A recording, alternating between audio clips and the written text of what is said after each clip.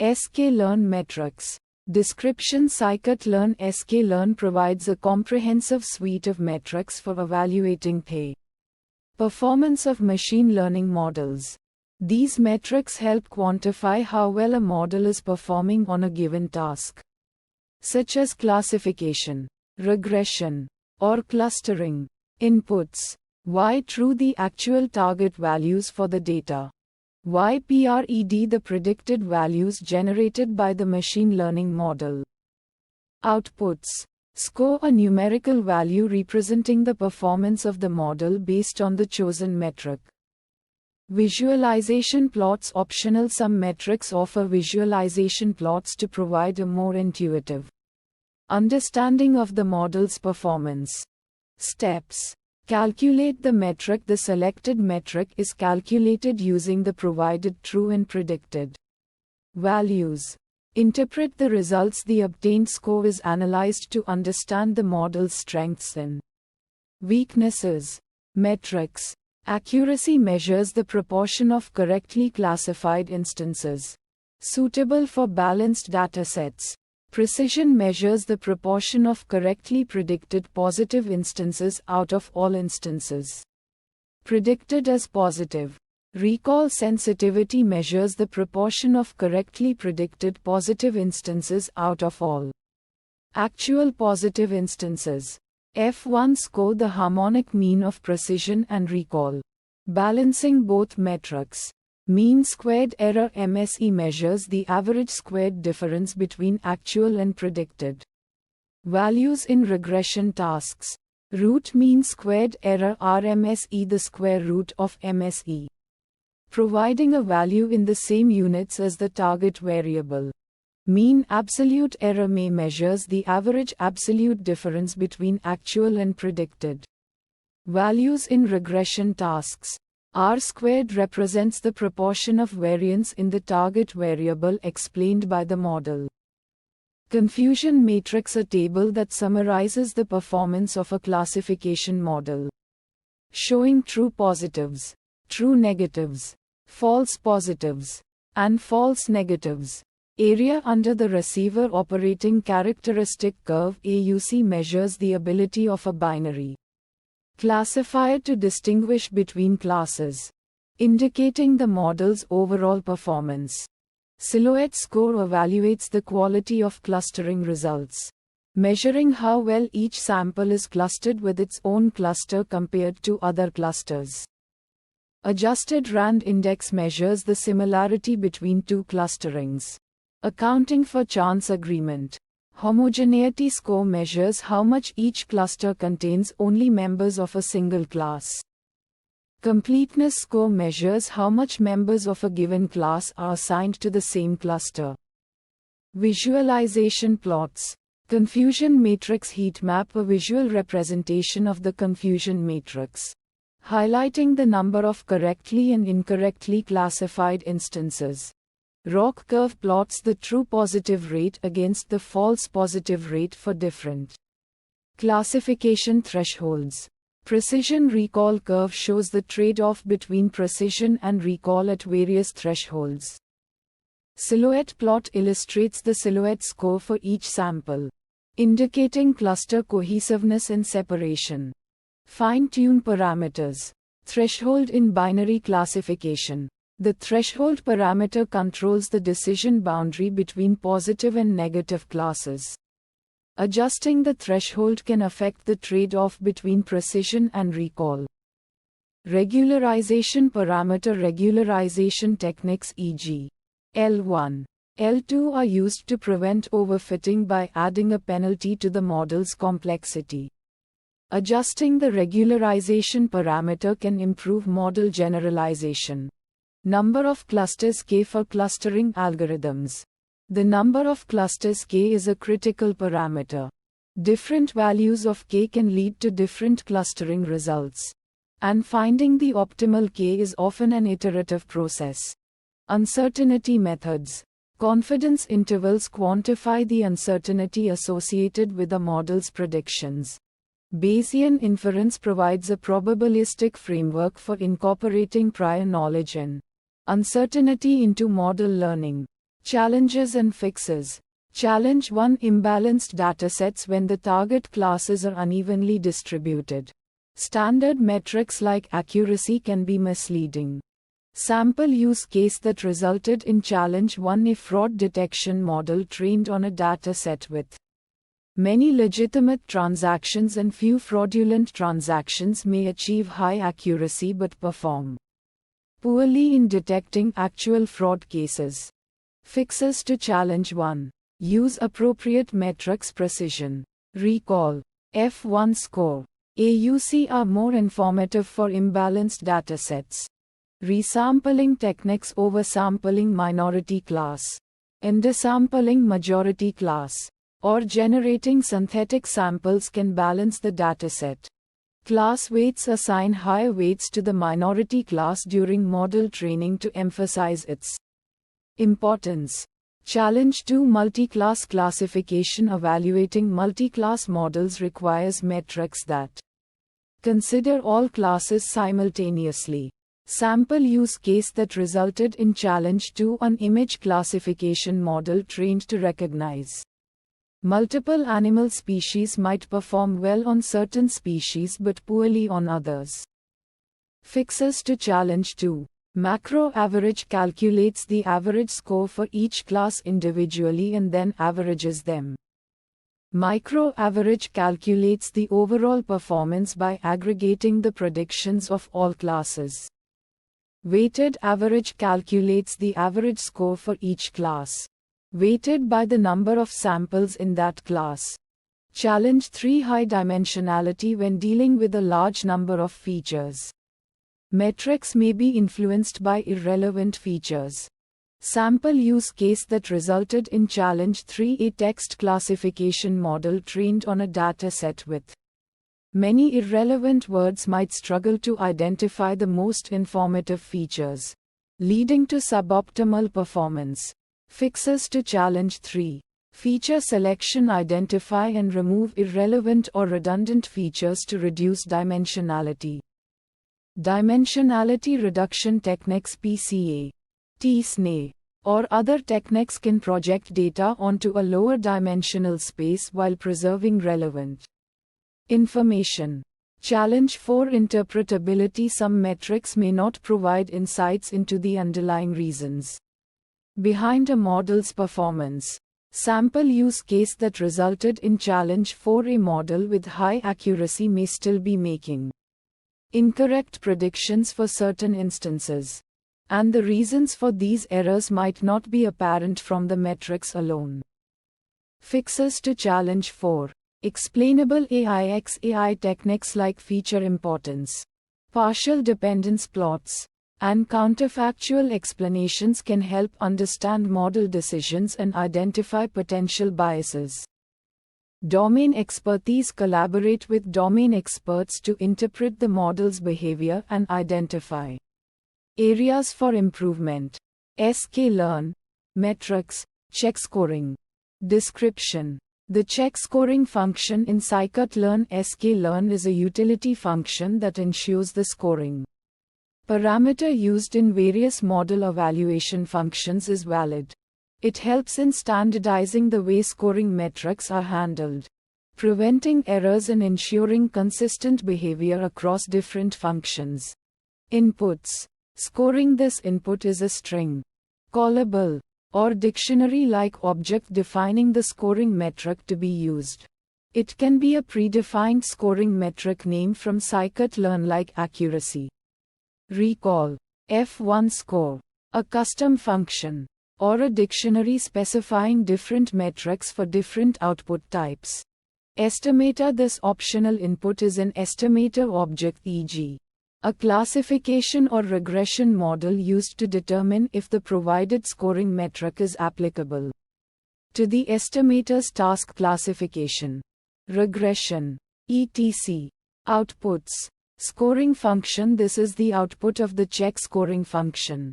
It returns a callable object function that can be used directly to evaluate the performance of a model. This callable function is tailored to the provided scoring input and ensures its compatibility with the estimator if provided. Steps. Validation. The function first validates the provided scoring input. It checks if it's a valid string representing a predefined metric, a callable function, or a dictionary specifying multiple metrics. Function conversion. If a string representing a predefined metric is provided, the function converts it into a callable function that can be used for scoring. Estimator check. If an estimator is provided, the function checks if the scoring metric is suitable for the estimator's task, e.g., if it's a classification model, it checks for metrics appropriate for classification. Metrics. Accuracy measures the proportion of correctly classified instances in a classification task. Precision measures the proportion of correctly predicted positive instances among all instances predicted as positive. Recall sensitivity measures the proportion of correctly predicted positive instances among all actual positive instances. F1 score. A harmonic mean of precision and recall, providing a balanced measure of both. AUC area under the receiver operating characteristic curve measures the overall performance of a binary classifier, summarizing its ability to distinguish between classes. R2 coefficient of determination measures the proportion of variance explained by the model in a regression task, indicating the model's predictive power. Mean squared error MSE measures the average squared difference between predicted and actual values in a regression task. Root mean squared error RMSE the square root of the MSE, providing a metric in the same units as the target variable. Mean absolute error MA measures the average absolute difference between predicted and actual values, providing a more robust metric compared to MSE.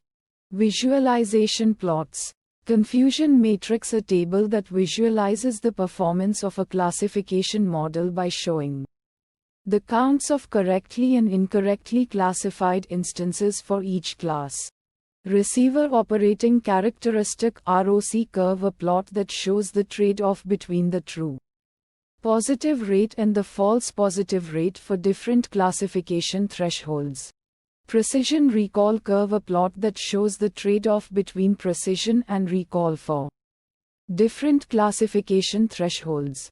Residual plots in regression tasks. Plots that visualize the difference between predicted and actual values, helping to identify patterns and assess model fit. Fine-tune parameters.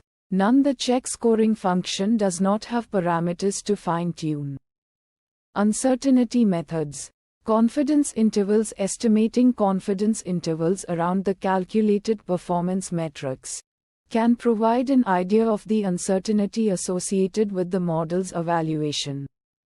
Bootstrap resampling. Repeating the model training and evaluation process multiple times using different random subsets of the data can provide a distribution of performance metrics, giving an indication of uncertainty. Challenges and fixes. Challenge 1. Incorrectly specifying the scoring metric. Sample use case. Providing a scoring metric name that doesn't exist in scikit-learn, or using a custom function that doesn't return a valid score. Fixes. Double-check the spelling and validity of the metric name. Ensure that the custom function returns a scalar value that represents the model's performance. Challenge 2. Using a scoring metric inappropriate for the task. Sample use case. Trying to use an accuracy metric for a regression task or a classification metric for an unsupervised learning problem. Fixes. Ensure that the selected metric is appropriate for the task classification. Regression, clustering, etc. Use appropriate metrics designed for each task. Challenge 3. Incompatible scoring metrics with the chosen estimator. Sample use case. Attempting to use a scoring metric not supported by the estimator, such as using an AUC score for a multi-class classification problem. Fixes refer to the documentation of the specific estimator to verify the supported scoring metrics. Choose metrics that are compatible with the estimator's functionality. sklearn, metrics, GetScorer. Description. The GetScorer function in scikit-learn provides a convenient way to obtain a scoring function that can be used to evaluate the performance of machine learning models. It acts as a wrapper around various scoring metrics available in scikit-learn. Inputs. Scoring. This is the primary input, specifying the name of the desired scoring metric. It can be a string representing a standard scoring metric, or a callable function that implements a custom scoring metric. Common string inputs include accuracy, precision, recall, F1, ROCOC, R2, etc. Quarks. Additional keyword arguments that can be passed to the scoring function. These arguments are specific to the chosen scoring metric and may influence how the score is calculated. For instance, for metrics like F1, you might pass average macro to calculate the macro average across classes. Outputs. Scorer returns a callable object representing the scoring function. This function can be used to evaluate a model's performance on a given dataset. Steps. Parsing the input. GetScorer first parses the provided scoring input. If it's a string, it identifies the corresponding scoring function from the available metrics in scikit-learn. If it's a callable, it directly uses the provided function as the scorer. Creating the scorer object, it then constructs a scorer object. This object is essentially a callable that wraps the selected scoring function, making it compatible with scikit-learn's model evaluation framework. Metrics. Accuracy measures the proportion of correctly classified instances, useful for balanced datasets. Precision measures the proportion of true positives among predicted positives, relevant when minimizing false positives is crucial. Recall measures the proportion of true positives among actual positives, important when minimizing false negatives is critical. F1 score. Harmonic mean of precision and recall, balancing both metrics. ROC area under the receiver operating characteristic ROC curve, which measures the ability to distinguish between classes, used for binary classification problems. R-squared. R2 measures the proportion of variance explained by the model, useful for regression problems. Visualization plots.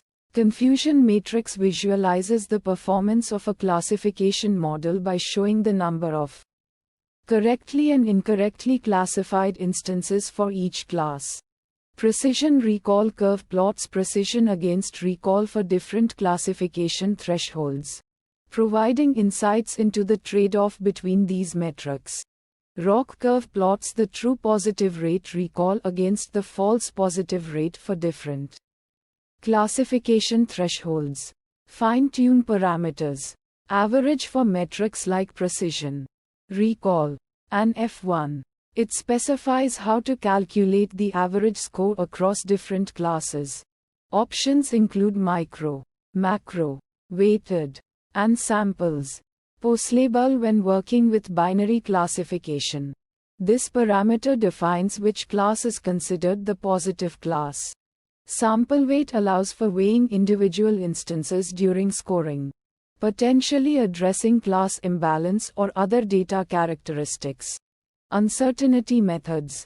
Confidence intervals can be calculated for various metrics to quantify the uncertainty in the estimated performance.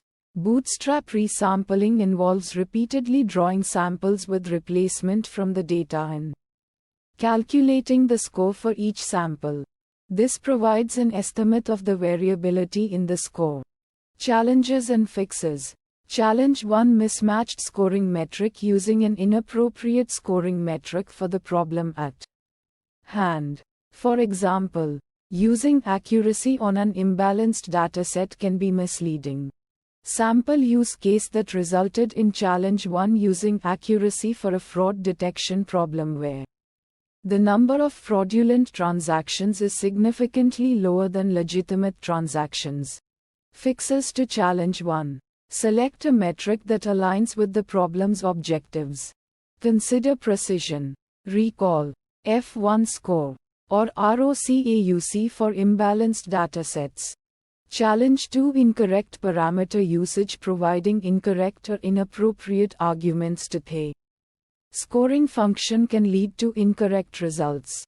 Sample use case that resulted in challenge 2 using average micro for the F1 score when aiming to assess the performance for each individual class. Fixes to challenge 2. Understand the meaning and impact of different parameters for each scoring metric. Refer to the scikit-learn documentation for detailed explanations. Challenge 3. Overfitting, selecting a metric that strongly emphasizes maximizing the score on the training data might lead to overfitting.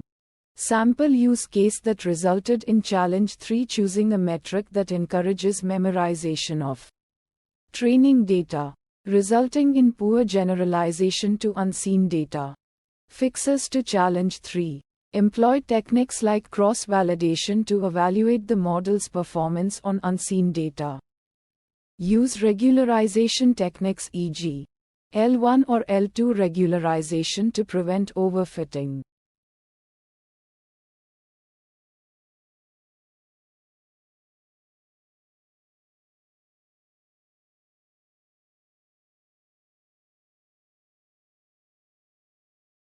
sklearn, metrics, getScorer names. Description. The getScorer names function from scikit-learn sklearn retrieves a list of available scorer names that can be used for evaluating machine learning models. Scorers are functions that quantify the performance of a model on a given dataset. Inputs. None. This function doesn't take any input arguments. Outputs. List of scorer names. The function returns a list of strings, where each string represents the name of a scorer available in scikit-learn. Steps. Internal function call getScorer names internally calls another function, scorer names, which is responsible for retrieving the names of all available scorers. List generation. The scorer names function iterates over all the functions within the sklearn metrics module. Filtering scorers. The function filters out any functions that are not intended to be used as scorers. This ensures that the returned list only contains names of valid scoring functions. Return list. The resulting list of scorer names is returned by the getScorer names function. Metrics.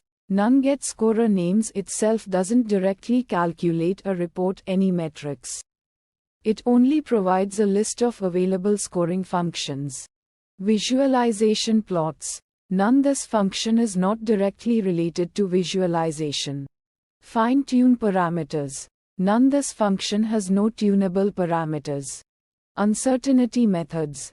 None. This function doesn't address uncertainty analysis or estimation. Challenges and fixes. Challenge 1 none. Challenge 2 none.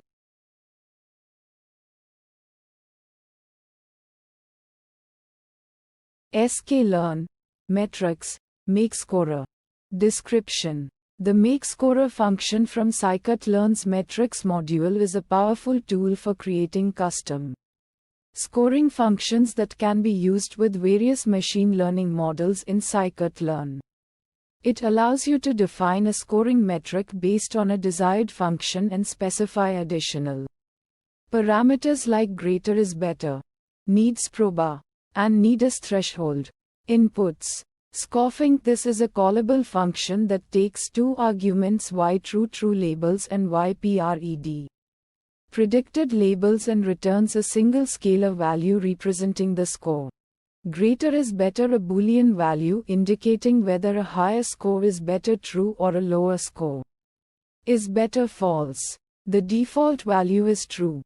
Needs proba a Boolean value indicating whether the score function requires probabilities as input. True or accepts predictions directly false. The default value is false. Needs threshold a Boolean value indicating whether the score function requires a threshold value as input true or not false. The default value is false. Quarks additional keyword arguments that will be passed to the scorefunc function. Outputs. Scorer a callable object representing the custom scoring function. This scorer can be used with various scikit-learn functions like cross-val score, grid search CV, and randomized search CV. Steps. The makeScorer function takes a callable scorefunc and optionally other parameters. It wraps the scorefunc within a new function that handles additional requirements like probability predictions or thresholds if specified. It sets the greater is better flag to indicate whether a higher score is desired. Metrics. The makeScorer function itself does not directly calculate a specific metric. It serves as a tool to create custom scoring functions based on user-defined metrics. You can use makeScorer to create scorers for various metrics like accuracy, precision, recall, F1 score, AUC, log loss, etc. Visualization plots. The makeScorer function is primarily a utility for defining scoring functions. It doesn't directly generate visualization plots. You can use the resulting scorer with other scikit-learn functions like cross-val score or grid search CV to obtain performance metrics, which can then be visualized. Fine-tune parameters. Greater is better. This parameter controls whether a higher score is considered better or worse. Needs proba. This parameter determines if the scoring function requires probabilities as input. Needs threshold. This parameter determines if the scoring function requires a threshold for classification. Uncertainty methods. The makeScorer function itself doesn't incorporate uncertainty methods. You can use the resulting scorer with other scikit-learn functions like cross-val score or grid search CV to obtain performance metrics, and then use methods like bootstrap resampling or confidence intervals to estimate uncertainty. Challenges and fixes. Challenge 1. Understanding the scoring function signature. Sample use case incorrectly passing arguments to the custom score function, causing errors during scoring. Fixes. Carefully review the documentation for the chosen scorefunc to understand the expected arguments. Why true? Why PRED? etc. Ensure the custom scoring function's signature aligns with the requirements of makeScorer and pay. Chosen scorefunc. Challenge 2. Handling different prediction formats. Sample use case. A model produces outputs in a format incompatible with the chosen scorefunc. Fixes. Ensure the prediction format, e.g., probability scores, class labels matches the requirements of the chosen scorefunc. If necessary, adjust the prediction format using techniques like PredictProba or custom transformations. Challenge 3. Choosing the right metric. Sample use case. Selecting an inappropriate metric for the task or data characteristics, leading to misleading results. Fixes. Consider the nature of the problem, classification, regression, the data distribution, and the importance of various aspects, e.g., precision, recall, F1 score. Choose a metric that aligns with the specific goals and priorities of the project.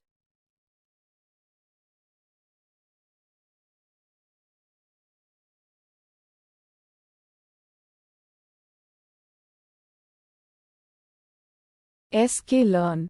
Metrics. Accuracy score. Description.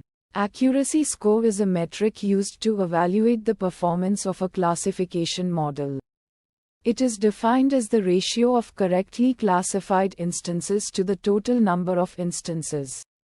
Accuracy score is a simple and commonly used metric, but it can be misleading in some scenarios, such as when the dataset has an imbalanced class distribution.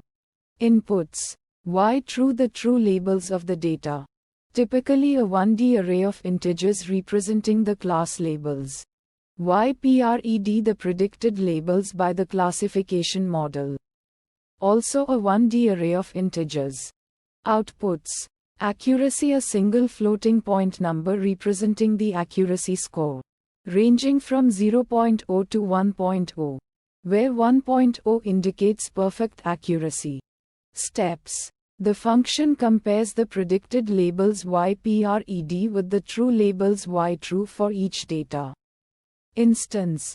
It counts the number of correctly classified instances.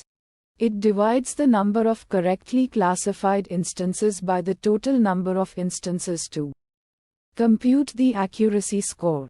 Metrics: accuracy, the primary metric calculated by this function, representing the proportion of correctly classified instances.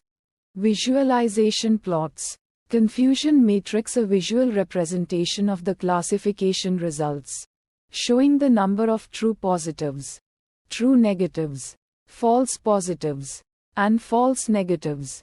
ROC curve, a plot that shows the trade-off between the true positive rate sensitivity and false positive rate 1 specificity at different classification thresholds.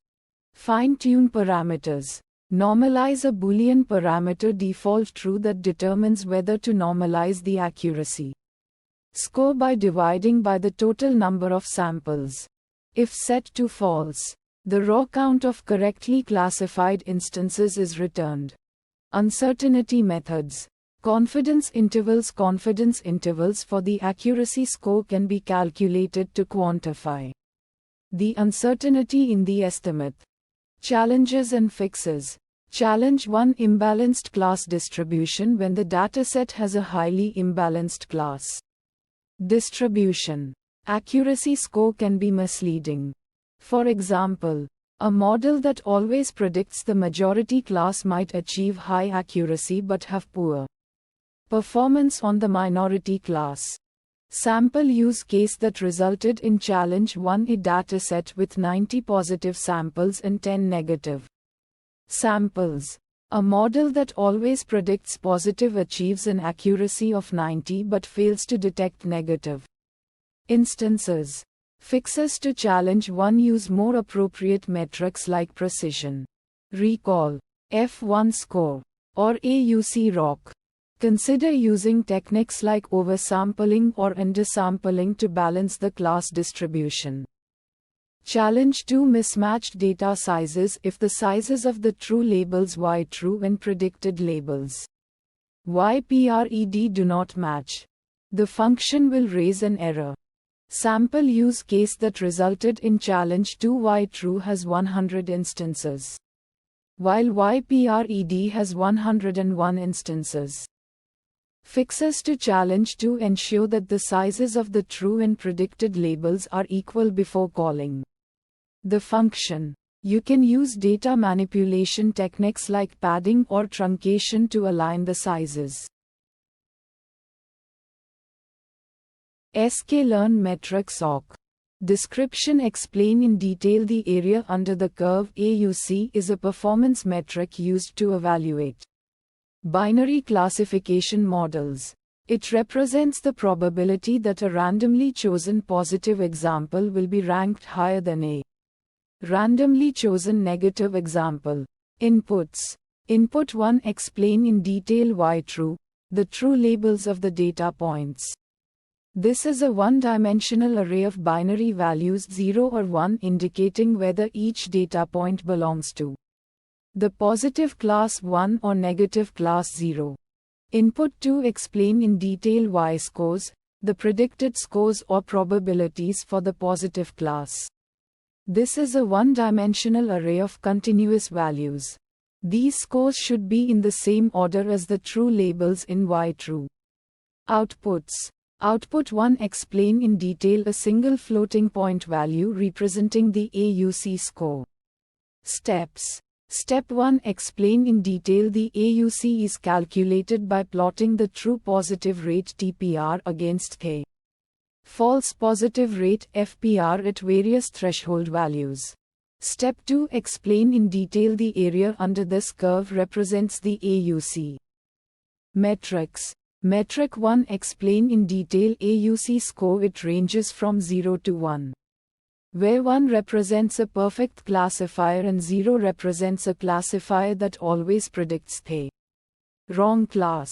Metric 2. Explain in detail ROC curve, receiver operating characteristic curve. This plot shows the relationship between TPR and FPR at different threshold values. It is often used to visualize the performance of a binary classifier. Visualization plots. Visualization plot 1. Explain in detail ROC curve. This is a plot of TPR against FPR. The AUC is the area under this curve. Fine-tune parameters. Parameter 1. Explain in detail none. Parameter 2. Explain in detail none. Uncertainty methods. Uncertainty method 1. Explain in detail confidence intervals for the AUC can be estimated using bootstrapping methods. This involves resampling the data with replacement and calculating the AUC for each resampled data set. Uncertainty method 2. Explain in detail the standard error of the AUC can be estimated using the delta method or similar statistical techniques. Challenges and fixes. Challenge 1. Explain in detail imbalanced datasets. If the dataset has a significant imbalance between the positive and negative classes, the AUC may not be a reliable measure of performance. Sample use case that resulted in challenge 1. A dataset where 99 of the data points belong to the negative class and only 1 belong to the positive class. Fixes to challenge 1. Consider using other metrics like precision, recall, F1 score, or balanced accuracy, which are less sensitive to class imbalance. You can also try using techniques like oversampling or undersampling to balance the dataset. Challenge 2. Explain in detail nonlinear decision boundaries. AUC is particularly useful for evaluating classifiers with linear decision boundaries. For nonlinear classifiers, the AUC might not be as informative. Sample use case that resulted in challenge 2. A dataset with complex patterns where a linear classifier would not be effective. Fixes to challenge 2. Consider using other metrics like the precision recall curve, which is more appropriate for evaluating nonlinear classifiers. sklearn. Metrics. Average precision score. Description. The average precision AP score is a metric for evaluating the performance of a binary classification model, particularly when dealing with imbalanced datasets. It assesses the model's ability to rank positive instances higher than negative ones. AP is particularly useful when there is a high class imbalance, as it is less sensitive to the number of false positives than other metrics like accuracy. Inputs. Y true. The true labels of the data points. This should be a one-dimensional array or list containing binary values 0 or 1 representing the actual class labels for each data point. Y scores the predicted scores or probabilities of the model for each data point. It should be a one-dimensional array or list representing the model's confidence that each data point belongs to the positive class. Outputs. Average precision. The average precision score, a value between 0 and 1, indicating the model's performance. A higher value signifies better performance. Steps. Precision recall curve calculation. The function first calculates the precision recall curve for the given true labels Y true and predicted scores Y scores. The precision recall curve shows the trade-off between precision and recall at different classification thresholds. Area under curve AUC calculation. The average precision is then computed as the area under the precision recall curve AUC. The AUC represents the overall performance of the model across different thresholds. Metrics. Precision measures the proportion of correctly predicted positive instances among all instances predicted as positive. Recall measures the proportion of correctly predicted positive instances among all actual positive instances. Visualization plots. Precision recall curve. A plot showing the relationship between precision and recall at different thresholds.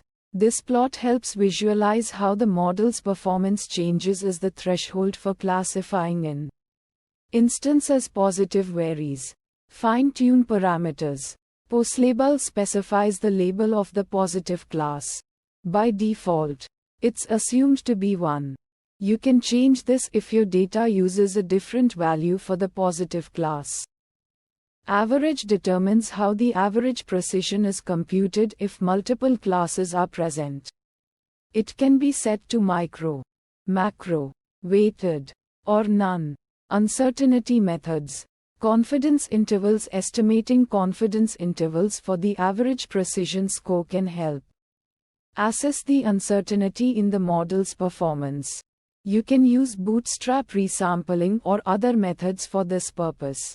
Sensitivity analysis. Examining the impact of changing the threshold on the average precision score can help understand the robustness of the model. Challenges and fixes. Challenge 1. Imbalance in the dataset. Highly imbalanced datasets can lead to misleading average precision scores.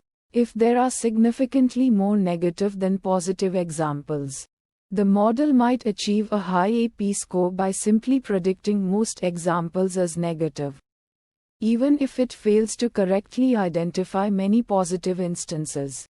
Sample use case. A dataset where 99 of examples are negative and only 1 are positive. Fixes to challenge 1.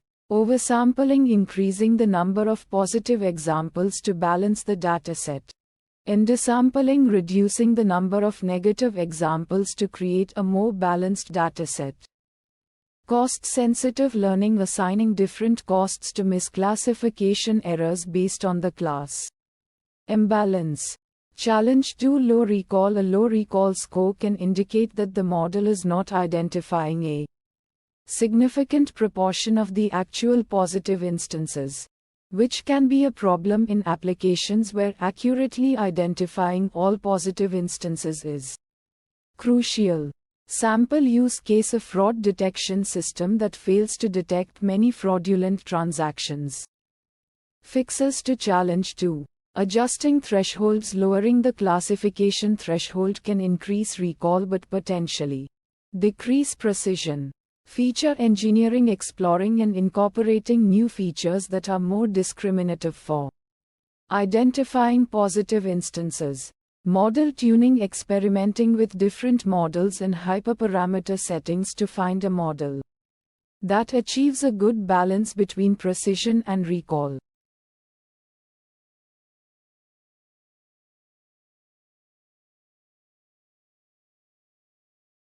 sklearn. Metrics. Balanced accuracy score. Description. The balanced accuracy is a metric for evaluating the performance of a classification model. Particularly useful when dealing with imbalanced datasets. It addresses the limitations of traditional accuracy by considering the proportion of correctly classified instances in each class. It is calculated as the average of recall obtained on each class. Inputs. Y true. This input represents the true labels of the instances, provided as a 1D array of integers or strings. Each element in the array corresponds to the true class label of the corresponding instance in the dataset. YPRED. This input represents the predicted labels generated by the classification model. It is also provided as a 1D array of integers or strings, with each element representing the model's prediction for the corresponding instance. Outputs. Balanced accuracy. This output represents the balanced accuracy score, a floating point number between 0 and 1, indicating the model's performance.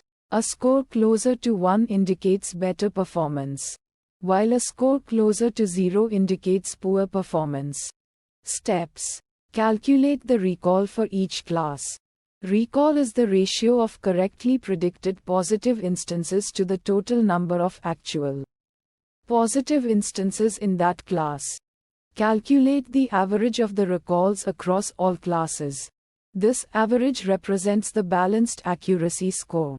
Metrics. Balanced accuracy. This is the main metric calculated by the balanced accuracy score function, representing the average recall across all classes. It is a valuable metric for assessing the model's performance in scenarios with imbalanced datasets. Recall. This is the metric used to calculate the balanced accuracy score. It measures the ability of the model to correctly identify positive instances in a given class. Visualization plots. Confusion matrix. This plot displays the predicted versus actual labels for all classes. It provides a visual representation of the model's performance on each class. Precision recall curve. This plot visualizes the trade-off between precision and recall for different classification thresholds. It can be helpful for evaluating the model's performance across various thresholds. ROC curve. This plot illustrates the model's ability to discriminate between positive and negative instances. It shows the true positive rate sensitivity against the false positive rate 1 specificity at different thresholds. Fine-tune parameters. None. The balanced accuracy score function does not have any fine-tune parameters. Uncertainty methods. Confidence intervals. You can use bootstrap resampling techniques to estimate the confidence intervals for the balanced accuracy score, providing a measure of uncertainty around the estimated performance. Bayesian methods. Using Bayesian inference, you can incorporate prior knowledge about the model's performance and obtain a distribution of possible balanced accuracy scores, allowing for a more nuanced understanding of the model's uncertainty. Challenges and fixes. Challenge 1. Data imbalance can significantly impact the balanced accuracy score, as a model may perform well on majority classes but poorly on minority classes.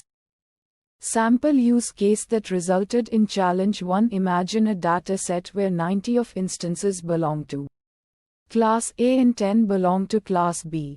A model that predicts all instances as class A would achieve a high accuracy but would have a low balanced accuracy, as it completely fails to identify instances of class B. Fixes to challenge 1.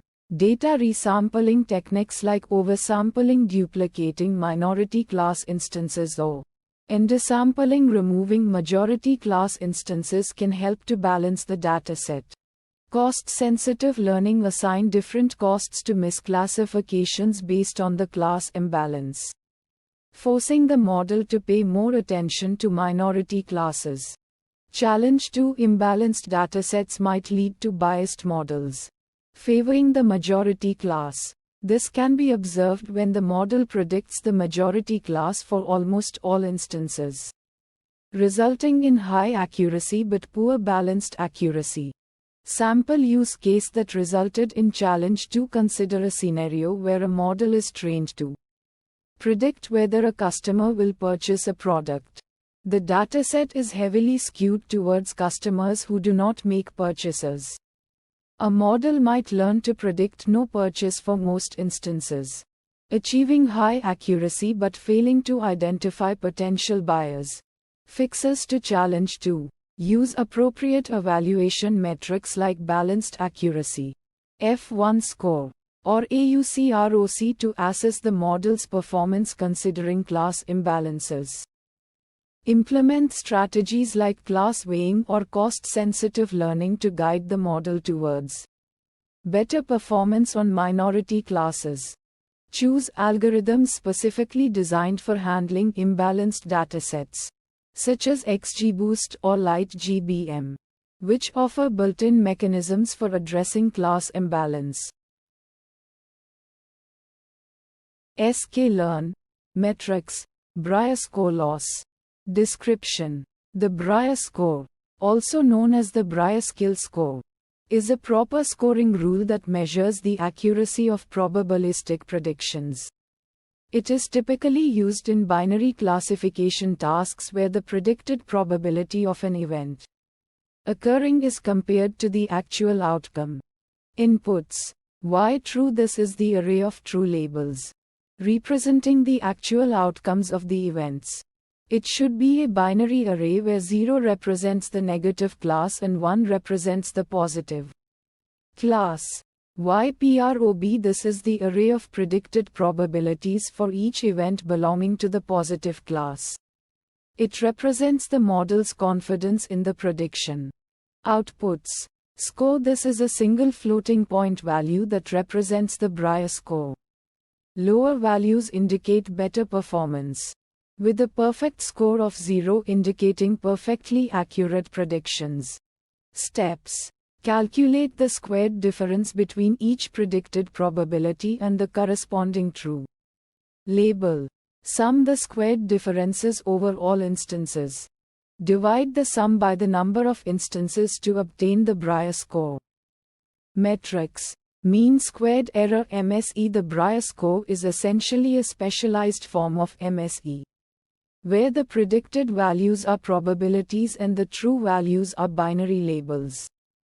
Visualization plots. Scatter plot. A scatter plot can be used to visualize the relationship between predicted probabilities and true labels.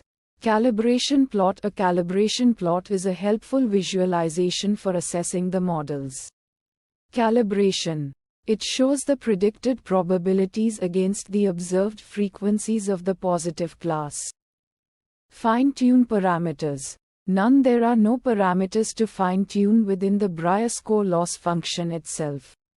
However, it depends on the underlying model that generates the probability predictions. Fine-tuning the model's hyperparameters can indirectly influence the Brier score. Uncertainty methods. Confidence intervals. Confidence intervals can be calculated for the Brier score to quantify the uncertainty in the estimate. Challenges and fixes. Challenge 1. The Brier score assumes that the predicted probabilities are well calibrated. If the model produces poorly calibrated probabilities, the Brier score may not be a reliable indicator of performance. Sample use case that resulted in challenge 1. A model that consistently underestimates the probability of the positive class. Fixes to challenge 1. Use calibration techniques, such as Platt scaling or isotonic regression, to improve the calibration of the model's probability predictions. Challenge 2. The Brier score is sensitive to class imbalance. In imbalanced datasets, the score may be dominated by the majority class. Sample use case that resulted in challenge 2. A dataset where the positive class is much rarer than the negative class. Fixes to challenge 2. Use weighing schemes to assign more importance to the minority class during training. Consider using metrics that are less sensitive to class imbalance, such as the balanced accuracy score. sklearn, metrics, class likelihood ratios. Description: the class likelihood ratios function calculates the likelihood ratios for each class, which is the ratio of the probability of observing the data under the current class to the probability of observing the data under the other classes. It is a measure of how much more likely it is that a data point belongs to a particular class than to other classes. Inputs: y true, the true labels of the data. YPRED, the predicted labels of the data.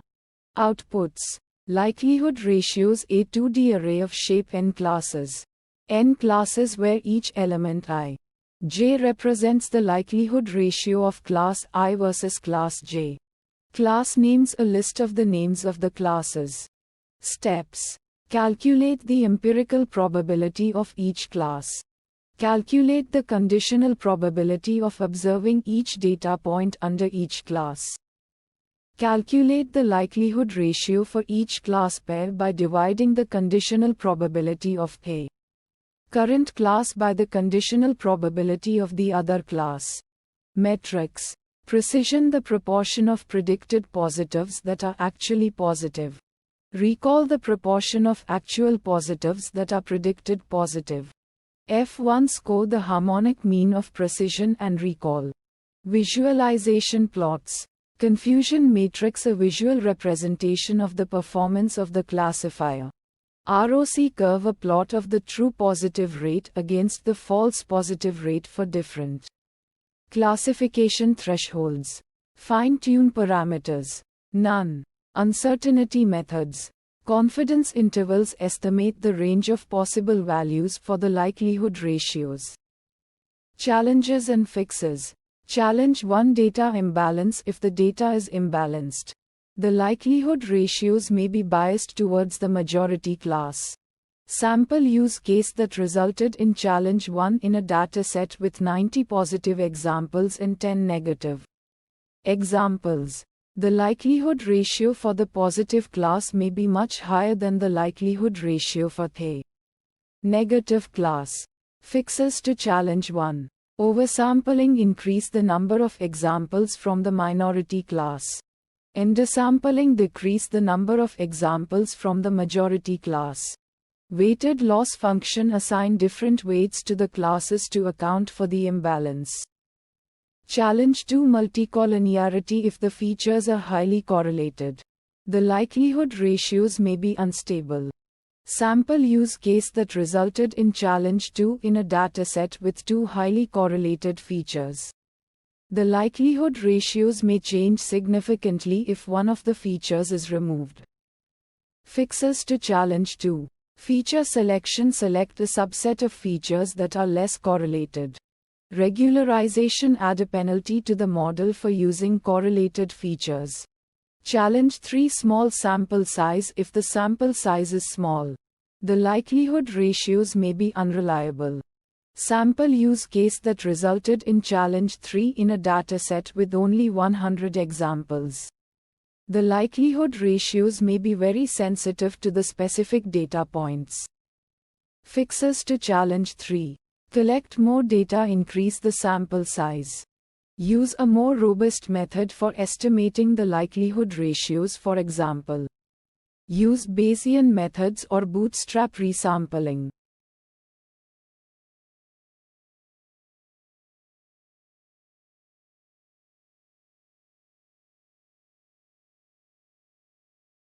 sklearn metrics classification report. Description. Inputs. Why true: the true labels of the data.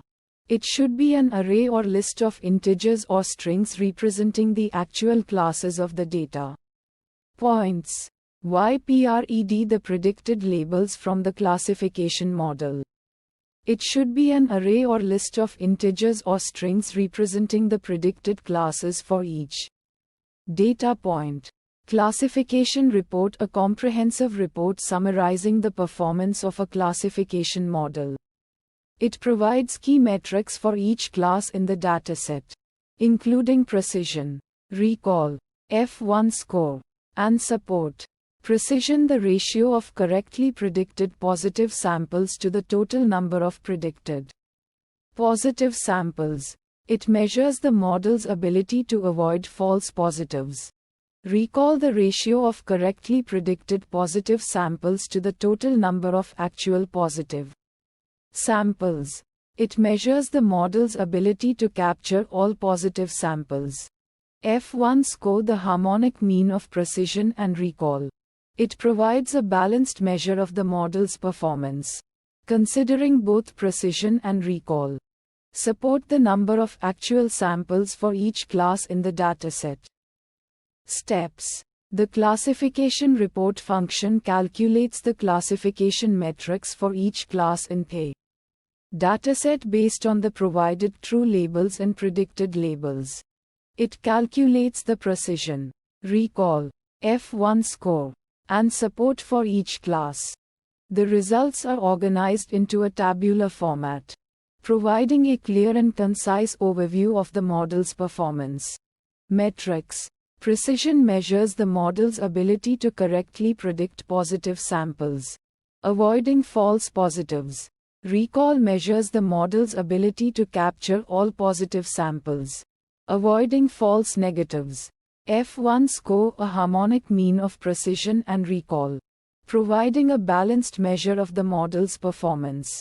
Support the number of samples for each class in the dataset. Visualization plots. Confusion matrix, a visual representation of the model's performance, showing the number of correctly and incorrectly classified samples for each class. Precision recall curve, a plot that shows the trade-off between precision and recall for different classification thresholds. Labels, a list of labels to include in the report, in the order they should appear.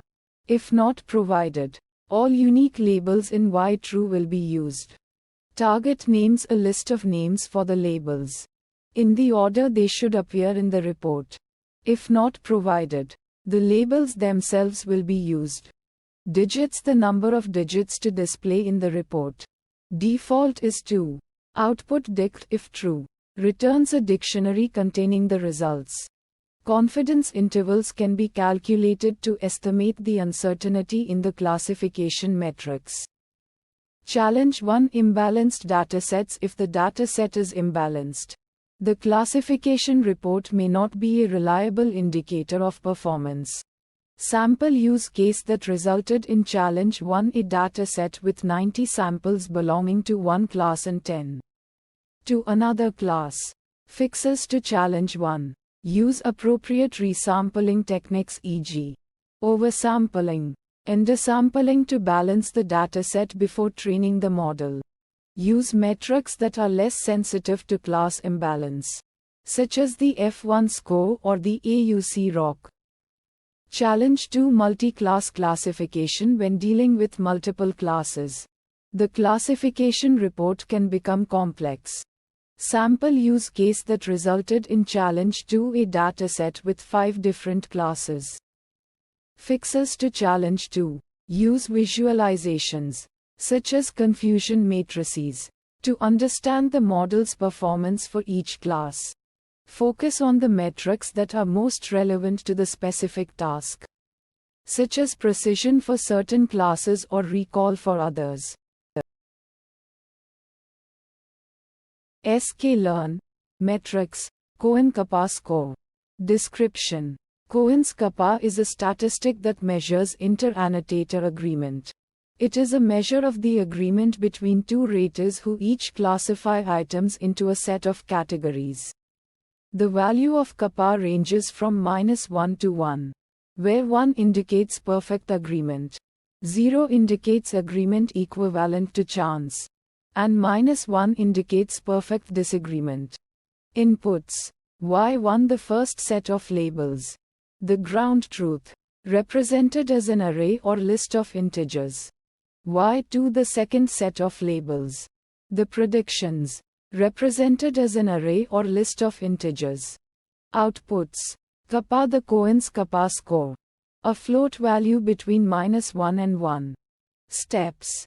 Calculate the observed agreement between the two raters. This is the proportion of times the raters agree on the classification of an item. Calculate the expected agreement between the two raters. This is the proportion of times the raters would be expected to agree by chance. Subtract the expected agreement from the observed agreement and divide by 1 minus the expected agreement. This gives the Cohen's kappa score. Metrics. Agreement. This metric measures how well two raters agree on their classifications. A higher agreement value indicates that the two raters are in better agreement. Visualization plots. Confusion matrix. This plot shows the number of times the raters agreed on the classification of an item. Heat map. This plot shows the correlation between the two sets of labels. Fine-tune parameters. Weights to assign to different categories of agreement. This parameter can be used to adjust the importance of different types of agreement. Labels. A list of labels to use for the confusion matrix. This parameter can be used to specify the order of the labels in the confusion matrix. Uncertainty methods. Confidence intervals. This method can be used to estimate the uncertainty in the Cohen's-Kappa score. Bootstrapping. This method can be used to estimate the distribution of the Cohen's-Kappa score. Challenges and fixes. Challenge 1. The Cohen's-Kappa score can be sensitive to the number of categories. If there are a small number of categories, the Kappa score can be inflated. Sample use case that resulted in challenge 1. Two raters are asked to classify a small number of items into two categories. They agree on all the classifications. But the Kappa score is high because there are only a few categories. Fixes to challenge 1. Use a different agreement metric that is less sensitive to the number of categories, such as the Fleisch-Kappa. Challenge 2. The Cohen's-Kappa score can be difficult to interpret. It is not always clear what a specific Kappa score means in terms of agreement. Sample use case that resulted in challenge 2. Two raters are asked to classify a set of items into a large number of categories. They agree on a large proportion of the classifications. But the Kappa score is relatively low because there are so many categories. Fixes to challenge 2. Use a visual aid, such as a confusion matrix or a heat map, to help interpret the Cohen's-Kappa score.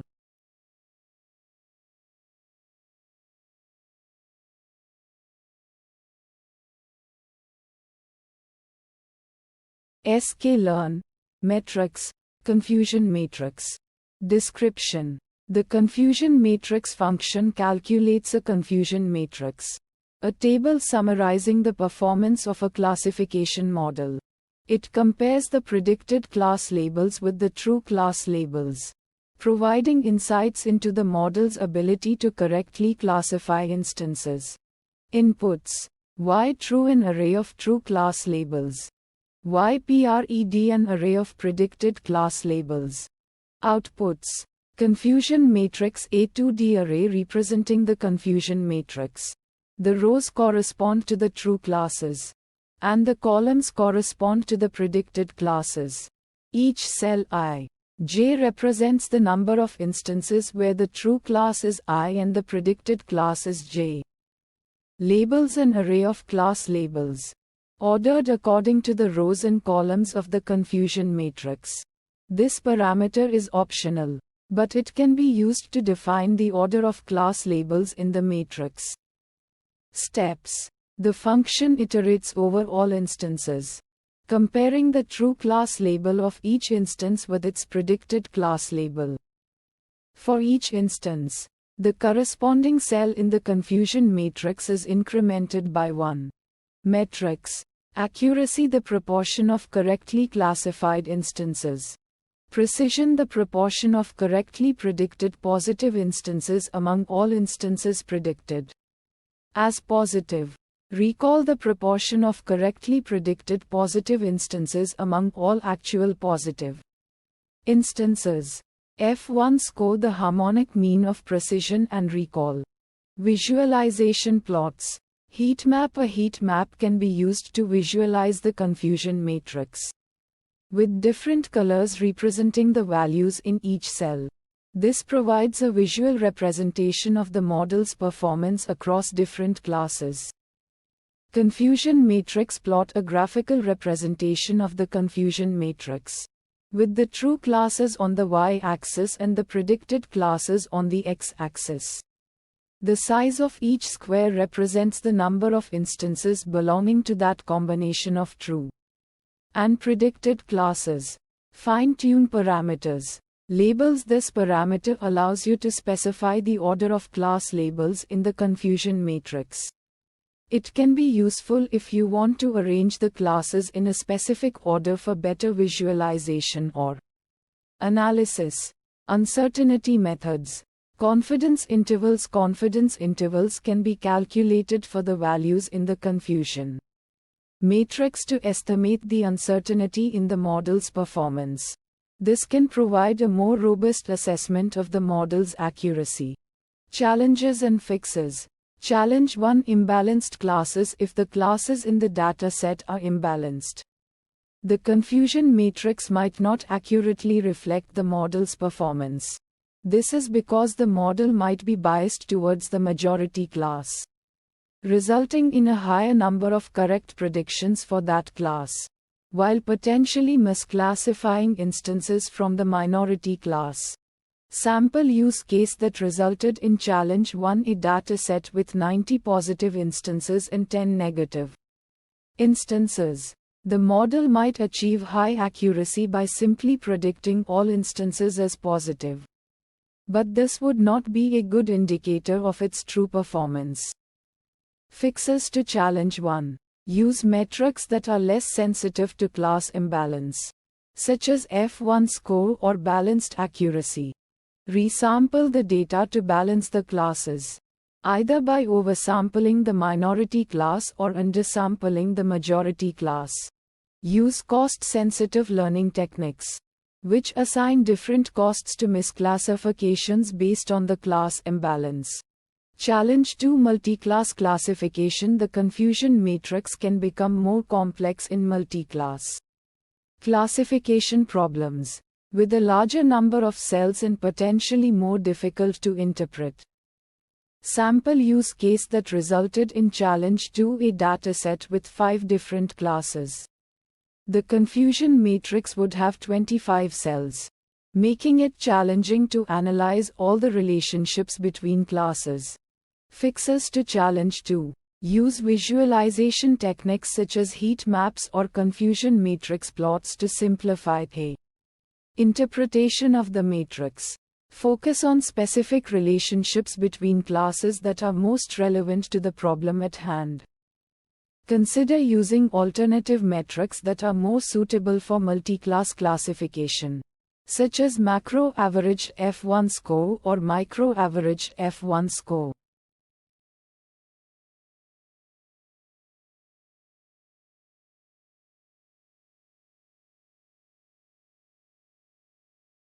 sklearn metrics DCG score. Description. The DCG score function from scikit-learn calculates the discounted cumulative gain DCG for a set of predicted rankings. DCG is a ranking metric commonly used in information retrieval and recommendation systems, measuring the relevance of items in a ranked list, with higher relevance items being given more weight and items appearing later in the list being penalized. Inputs. Why true. This is the ground truth or true relevance scores for each item in the list. The format should be a 1D array where the order of scores corresponds to the order of items in the predicted ranking. Y score. These are the predicted scores for each item in the list. This should also be a 1D array, with the order of scores corresponding to the order of items in the predicted ranking. Outputs. DCG. The calculated discounted cumulative gain DCG value. Steps. The function first calculates the discounted relevance score for each item in the ranked list by taking the relevance score of the item and dividing it by the logarithm base 2 of its position in the list. It then sums these discounted relevance scores for all items in the list, resulting in the DCG value. Metrics. DCG. The higher the DCG, the better the ranking performance. It indicates that the highly relevant items are placed higher in the list. Visualization plots. Line plot. A line plot can be used to visualize the trend of DCG scores across different iterations or parameters. Bar plot. A bar plot can represent the DCG scores for individual items in a ranked list. Fine-tune parameters. K. This parameter allows you to specify the number of top-ranked items to consider for the DCG calculation. By default, K is set to none, which calculates the DCG for all items in the list. Log2. This parameter is the base of the logarithm used to calculate the discounted relevance scores. By default, it's set to log2. You can change it to other bases as needed. Uncertainty methods. Bootstrapping. You can use bootstrapping to estimate the uncertainty in the DCG score. This involves repeatedly sampling with replacement from the original data and calculating the DCG for each sample. Challenges and fixes. Challenge 1. Handling sparse data. Sample use case that resulted in challenge 1 when dealing with a dataset where many items have a low relevance score. The DCG calculation might be dominated by a few highly relevant items, making it difficult to assess the overall ranking performance. Fixes to challenge 1. Consider using a metric like normalized discounted cumulative gain (NDCG), which normalizes DCG scores to account for varying maximum possible DCG values. Challenge 2. Choosing the right K. Sample use case that resulted in challenge 2 when the dataset contains many irrelevant items. Choosing a large K value might inflate the DCG score, as it will include many irrelevant items in the calculation. Fixes to challenge 2. Carefully select the K value based on the specific application and K characteristics of the dataset. Experiment with different K values to find the one that best reflects the ranking performance. sklearn. Metrics. DETCurve. Description. The DETCurve function in scikit-learn calculates the detection error trade-off DETCurve for binary classification problems. The DETCurve visualizes the trade-off between false positive rate (FPR) and false negative rate (FNR), or equivalently, between type 1 error and type 2 error. Inputs. Y true. The true labels of the data points. This is a 1D array of binary labels 0 or 1 or a list of such labels. Y score. The predicted scores or probabilities for each data point. This is a 1D array of scores or a list of such scores. Higher scores correspond to a higher probability of belonging to the positive class. Outputs. FPR. The false positive rate (FPR) values for different thresholds. This is a 1D array of floating point values between 0 and 1. FNR. The false negative rate (FNR) values for different thresholds. This is a 1D array of floating point values between 0 and 1. Thresholds. The thresholds used to calculate the FPR and FNR values. This is a 1D array of floating point values. Steps. Sorting scores. The function first sorts the predicted scores in descending order, thresholding for each unique score in the sorted list. A threshold is considered. Calculating FPR and FNR for each threshold.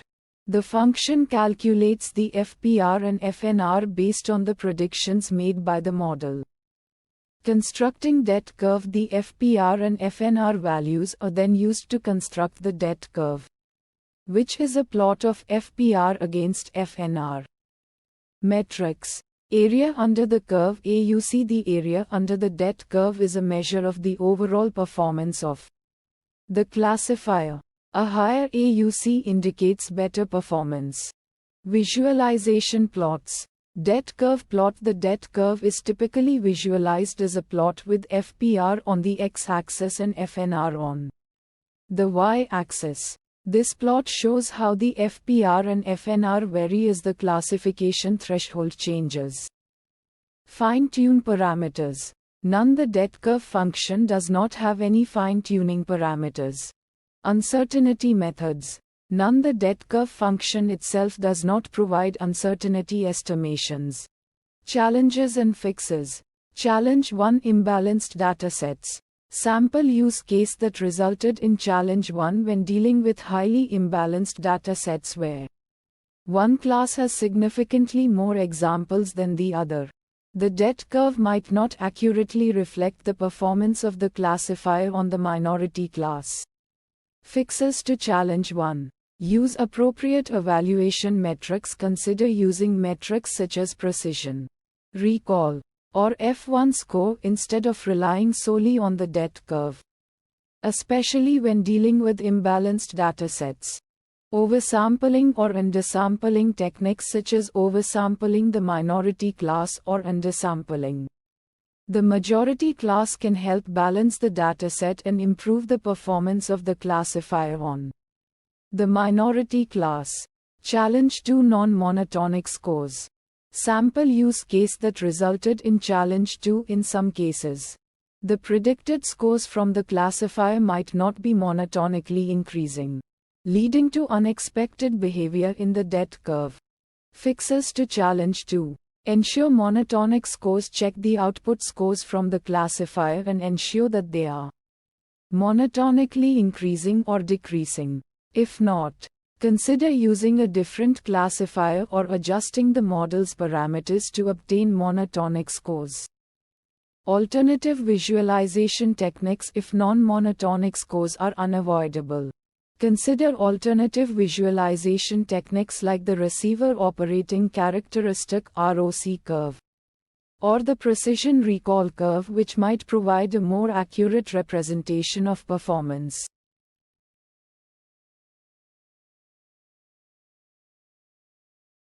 Sklearn metrics F1 score. Description. The F1 score is a harmonic mean of precision and recall. It is used to evaluate the performance of a classification model. The F1 score is a good metric to use when you want to balance precision and recall. It is often used in situations where you have an uneven class distribution, such as in medical diagnosis. Inputs. Why true? The true labels of the data. It should be a 1D array-like object. Why PRED? The predicted labels of the data. It should be a 1D array-like object. Outputs. F1 score, a single floating point value representing the F1 score. Steps. Calculate the precision and recall of the model. Calculate the harmonic mean of precision and recall. Metrics. F1 score, a harmonic mean of precision and recall. It is a good metric to use when you want to balance precision and recall. Visualization plots. Confusion matrix. A confusion matrix can be used to visualize the performance of a classification model. The confusion matrix shows the number of true positives, true negatives, false positives, and false negatives. Precision recall curve. A precision recall curve can be used to visualize the trade-off between precision and recall. Fine-tune parameters. None. Uncertainty methods. None. Challenges and fixes. Challenge 1 imbalanced classes. Sample use case that resulted in challenge 1 in a medical diagnosis task. The number of patients with a specific disease is much lower than the number of patients without the disease. This can lead to a model that performs well on the majority class but poorly on the minority class. Fixes to challenge 1. Use a balanced dataset. Use a cost-sensitive learning algorithm. Or use a metric that is more robust to class imbalance, such as the F1 score. Challenge 2. Data leakage. Sample use case that resulted in challenge 2. Data leakage can occur when information from the test set is accidentally included in the training set. This can lead to a model that performs well on the training set but poorly on the test set. Fixes to challenge 2. Use a separate validation set to evaluate the performance of the model.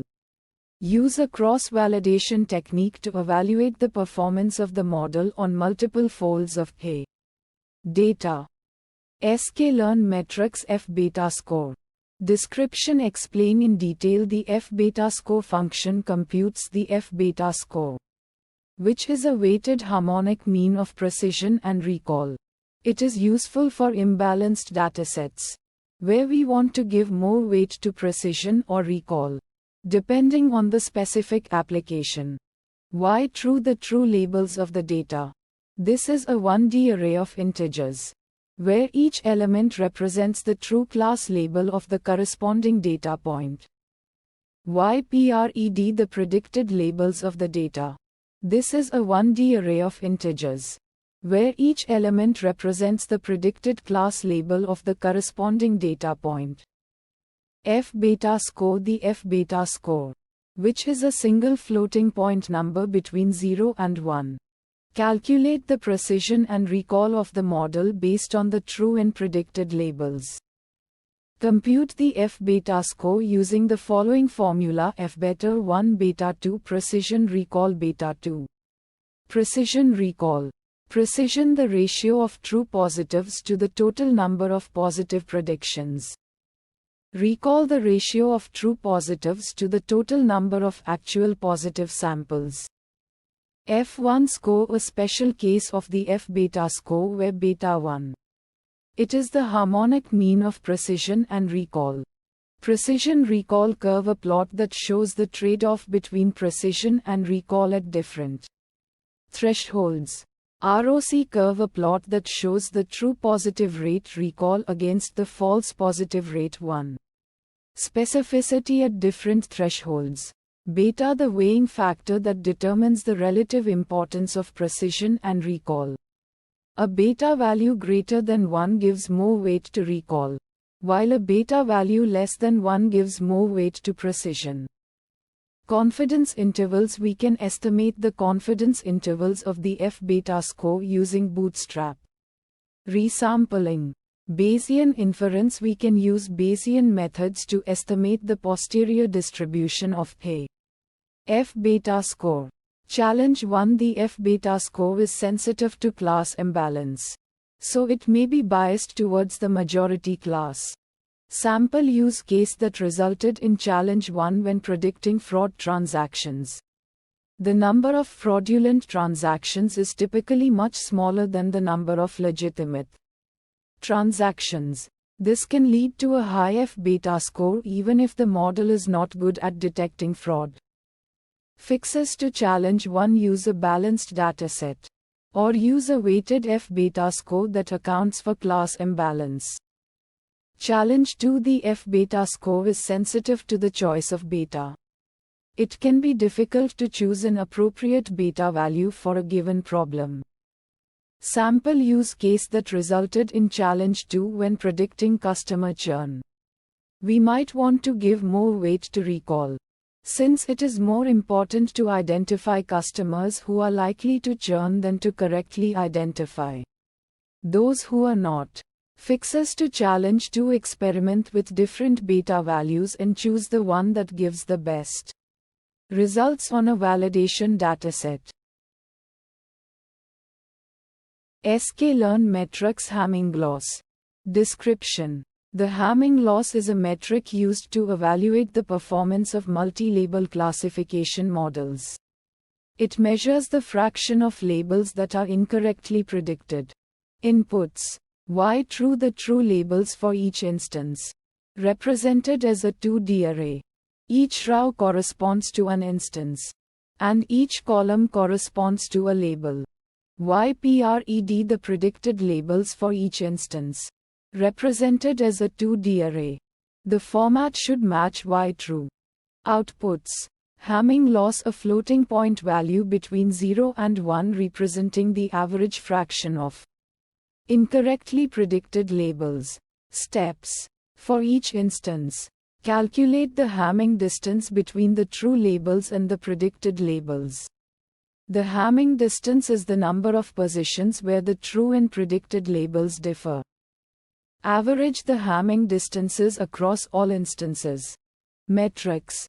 Hamming loss is a metric that evaluates the performance of multi-label classification models. Visualization plots. The Hamming loss can be visualized as a bar chart showing the Hamming loss for different multi-label classification models. Fine-tune parameters. None. Uncertainty methods. None. Challenges and fixes. Challenge 1. The Hamming loss can be sensitive to imbalanced datasets, where some labels are much more frequent than others. Sample use case that resulted in challenge 1. A multi-label classification model is trained on a dataset where one label is present in 90 of the instances, while other labels are present in only 10 of the instances. The model may predict the frequent label correctly but fail to predict the rarer labels, resulting in a high Hamming loss. Fixes to challenge 1. Consider using a weighted Hamming loss that gives more weight to labels that are less frequent. Challenge 2. The Hamming loss does not account for the order of the labels. Sample use case that resulted in challenge 2. A multi-label classification model is used to predict the order of events. If the model predicts the events in the wrong order, the Hamming loss will be high, even if the model has predicted all the events correctly. Fixes to challenge 2. Consider using a metric that takes into account the order of the labels, such as the Kendall-Stowe distance.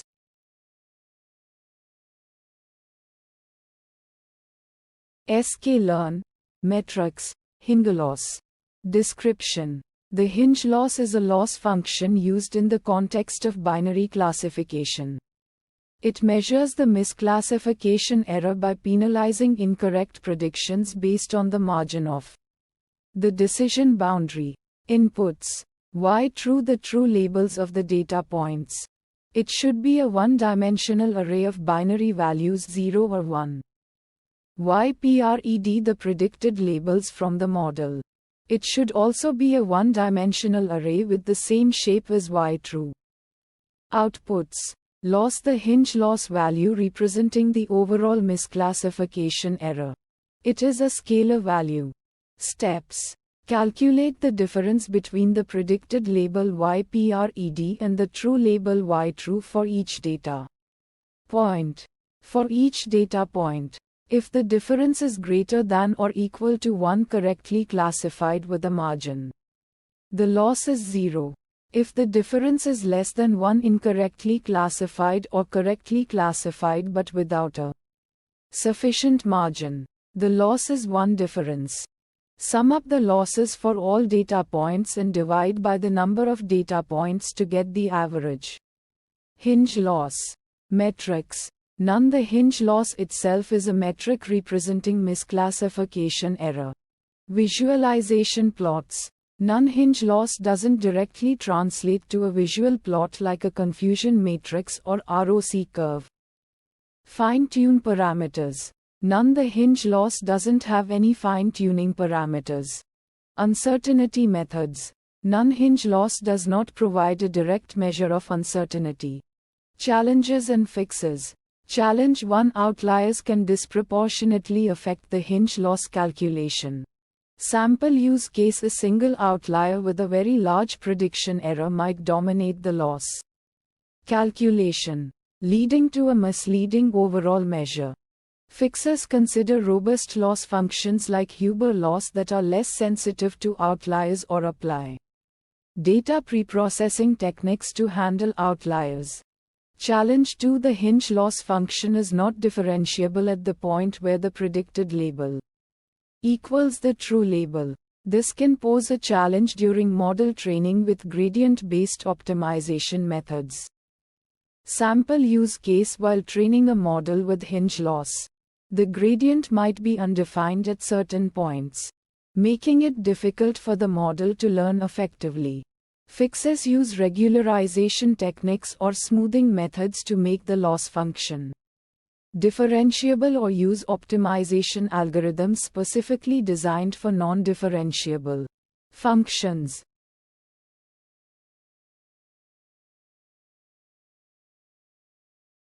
sklearn. Metrics. Jaccard score. Description. The Jaccard similarity coefficient, also known as the Jaccard index, is a statistic used to gauge the similarity and diversity of sample sets. It is defined as the size of the intersection divided by the size of the union of the sample sets. The Jaccard score is typically used in various machine learning scenarios, such as classification, assessing the performance of binary and multi-class classification models by measuring the overlap between the predicted and actual class labels. Object detection, evaluating the accuracy of object detection models by comparing the predicted bounding boxes with the ground truth boxes. Image segmentation, analyzing the similarity between segmented images and their corresponding ground truth images. Inputs. Y true, the true labels ground truth of the data. YPRED, the predicted labels from your model. Outputs. Jaccard score, a float value representing the Jaccard similarity coefficient. Steps. Calculate the intersection of the predicted and true labels. Calculate the union of the predicted and true labels. Divide the size of the intersection by the size of the union to obtain the Jaccard score. Metrics. Jaccard index. Jaccard score measures the similarity between two sets of labels. Visualization plots. Confusion matrix, a visual representation of the classification performance, highlighting true positives, true negatives, false positives, and false negatives. ROC curve, receiver operating characteristic curve, a graphical representation of the model's ability to distinguish between classes, especially useful for binary classification problems. Fine-tune parameters. Average string, micro, macro, weighted, samples or none. The averaging method to be used to calculate the Jaccard score. Micro calculates the overall Jaccard score across all labels. Macro calculates the Jaccard score for each label and then averages them. Weighted calculates the Jaccard score for each label, weights it by the number of samples in that label, and then averages them. Samples calculates the Jaccard score for each sample and then averages them. Postlabel integer. Default 1. The label of the positive class. Uncertainty methods. Confidence interval. Calculate confidence intervals for the Jaccard score to assess the uncertainty in the estimated value. This can be achieved using bootstrapping or other resampling techniques. Challenges and fixes. Challenge 1. Imbalanced datasets. When dealing with imbalanced datasets, where one class significantly outnumbers the other, the Jaccard score might be biased towards the majority class. Sample use case. In a medical diagnosis scenario, where the number of healthy patients is significantly higher than the number of patients with a rare disease, the Jaccard score might overestimate the model's performance because it is heavily influenced by the majority class. Fixes to challenge 1. Resampling techniques. Employ resampling techniques like oversampling, duplicating minority class samples, or undersampling, removing majority class samples to balance the dataset and mitigate the bias. Weighted metrics. Use weighted metrics like weighted average in the Jaccard score function to account for the class imbalance and give more weight to the minority class. Challenge 2. Uninformative metrics in multi-class scenarios. In multi-class classification problems with many classes, the Jaccard score can be less informative than other metrics, like F1 score or accuracy, because it doesn't consider the individual contributions of each class. Sample use case. In an image classification task with 10 different object categories, the overall Jaccard score might not accurately reflect the model's performance for each individual category. Fixes to challenge 2. Per class analysis. Analyze the Jaccard score for each class separately to gain insights into the model's performance for specific categories. Alternative metrics. Consider other metrics like F1 score or precision recall for a more comprehensive evaluation of the model's performance in multi-class scenarios. sklearn metrics logloss. Description explain in detail. Inputs. Why true the true labels of the data. This is a 1D array of integers or strings, representing the true class labels of each data point. YPRED the predicted probabilities of the data. This is a 2D array of floats, where each row represents a data point, and each column represents the probability of belonging to a particular class. The number of columns must match the number of classes in the dataset. Logloss the log loss value for the given predictions and true labels.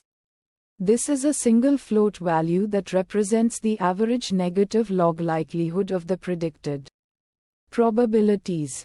Steps. Calculate the negative log likelihood of each predicted probability for each data point. Average the negative log likelihood values over all data points. Metrics. Log loss is a metric that measures the performance of a classification model.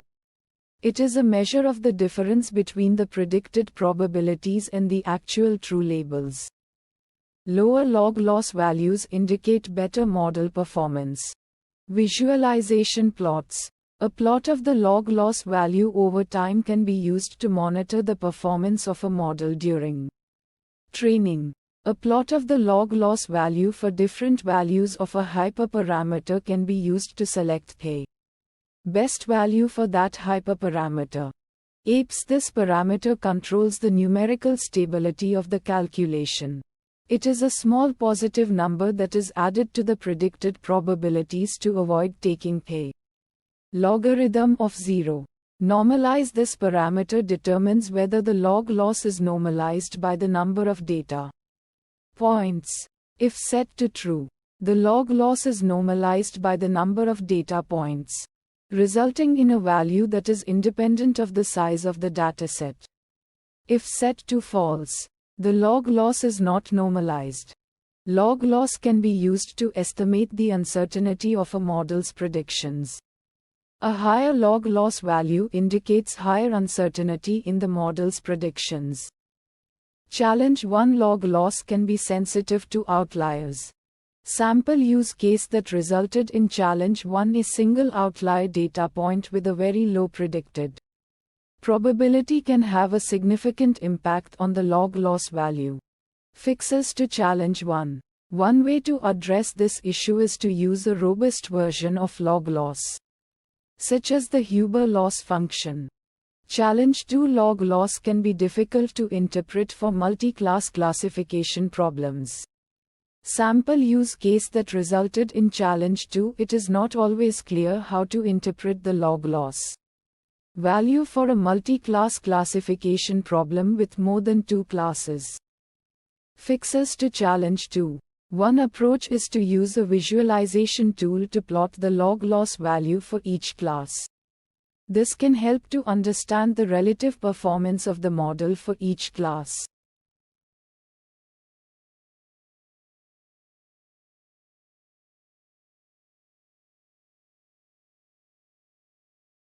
sklearn metrics.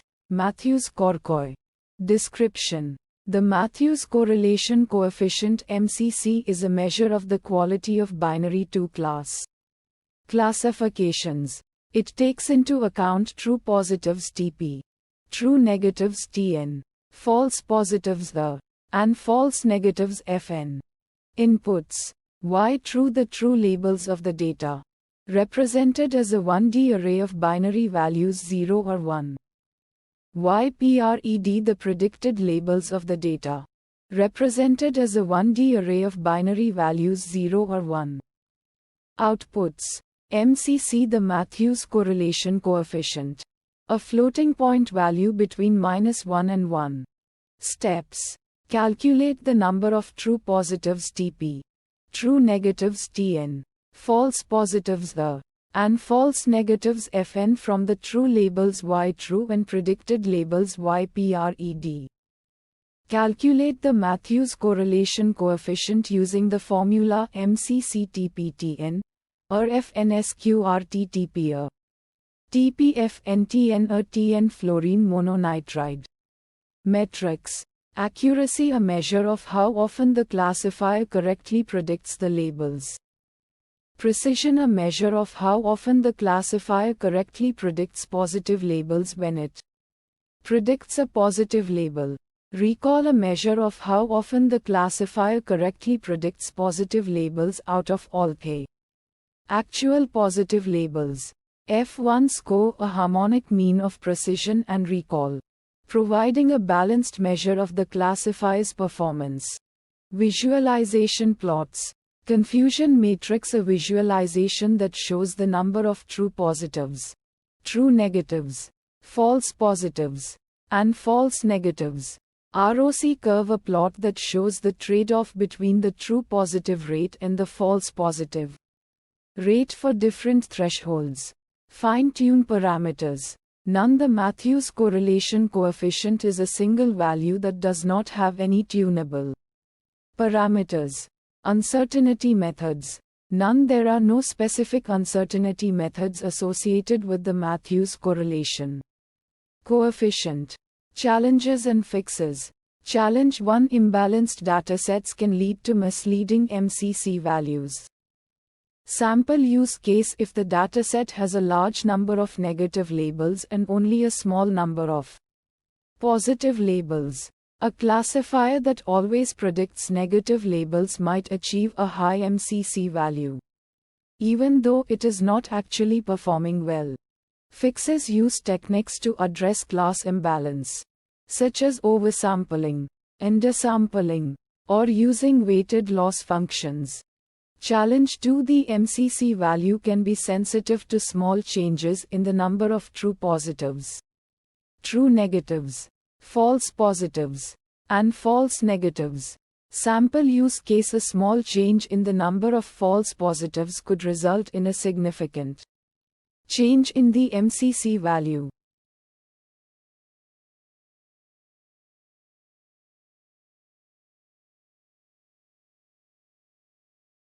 sklearn metrics, multi-label confusion matrix.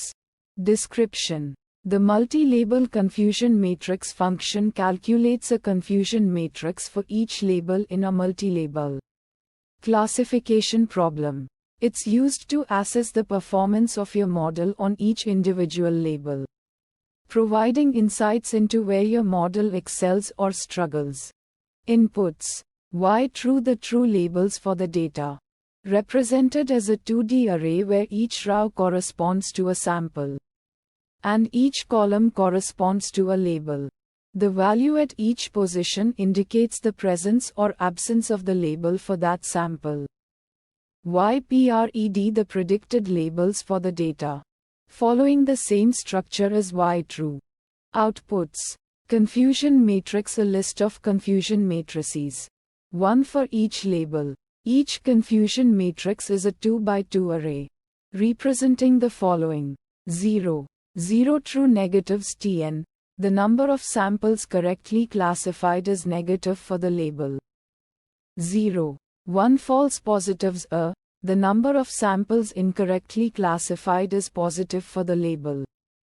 1, 0 false negatives Fn, the number of samples incorrectly classified as negative for the label. 1, 1 true positives Tp, the number of samples correctly classified as positive for the label. Steps. The function iterates over each label. For each label, it extracts the true and predicted values for that specific label from the Y true and YPRED arrays. It then calculates the confusion matrix using the extracted true and predicted values. This process repeats for every label, producing a confusion matrix for each. Metrics. Accuracy. The proportion of correct predictions for a label. It's calculated as TPTN/TPTNRFN. Precision. The proportion of positive predictions that are correct. It's calculated as TPTPA. Recall. Sensitivity. The proportion of actual positive cases that are correctly identified. It's calculated as TPTPFN. F1 score. The harmonic mean of precision and recall, providing a balanced measure. It's calculated as 2 precision recall. Visualization plots. Confusion matrix heat map. A visual representation of the confusion matrix, using a heat map to show the distribution of true and predicted values. This allows for easy identification of patterns and areas for improvement. ROC curve. A plot of the true positive rate TPR against the false positive rate FPR for different thresholds.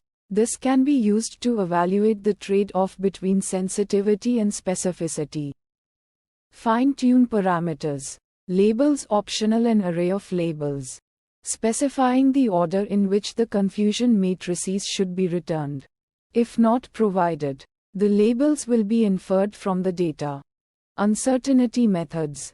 Confidence intervals. You can calculate confidence intervals for the metrics derived from a confusion matrix, using methods like bootstrapping or hypothesis testing, to quantify the uncertainty in your model's performance.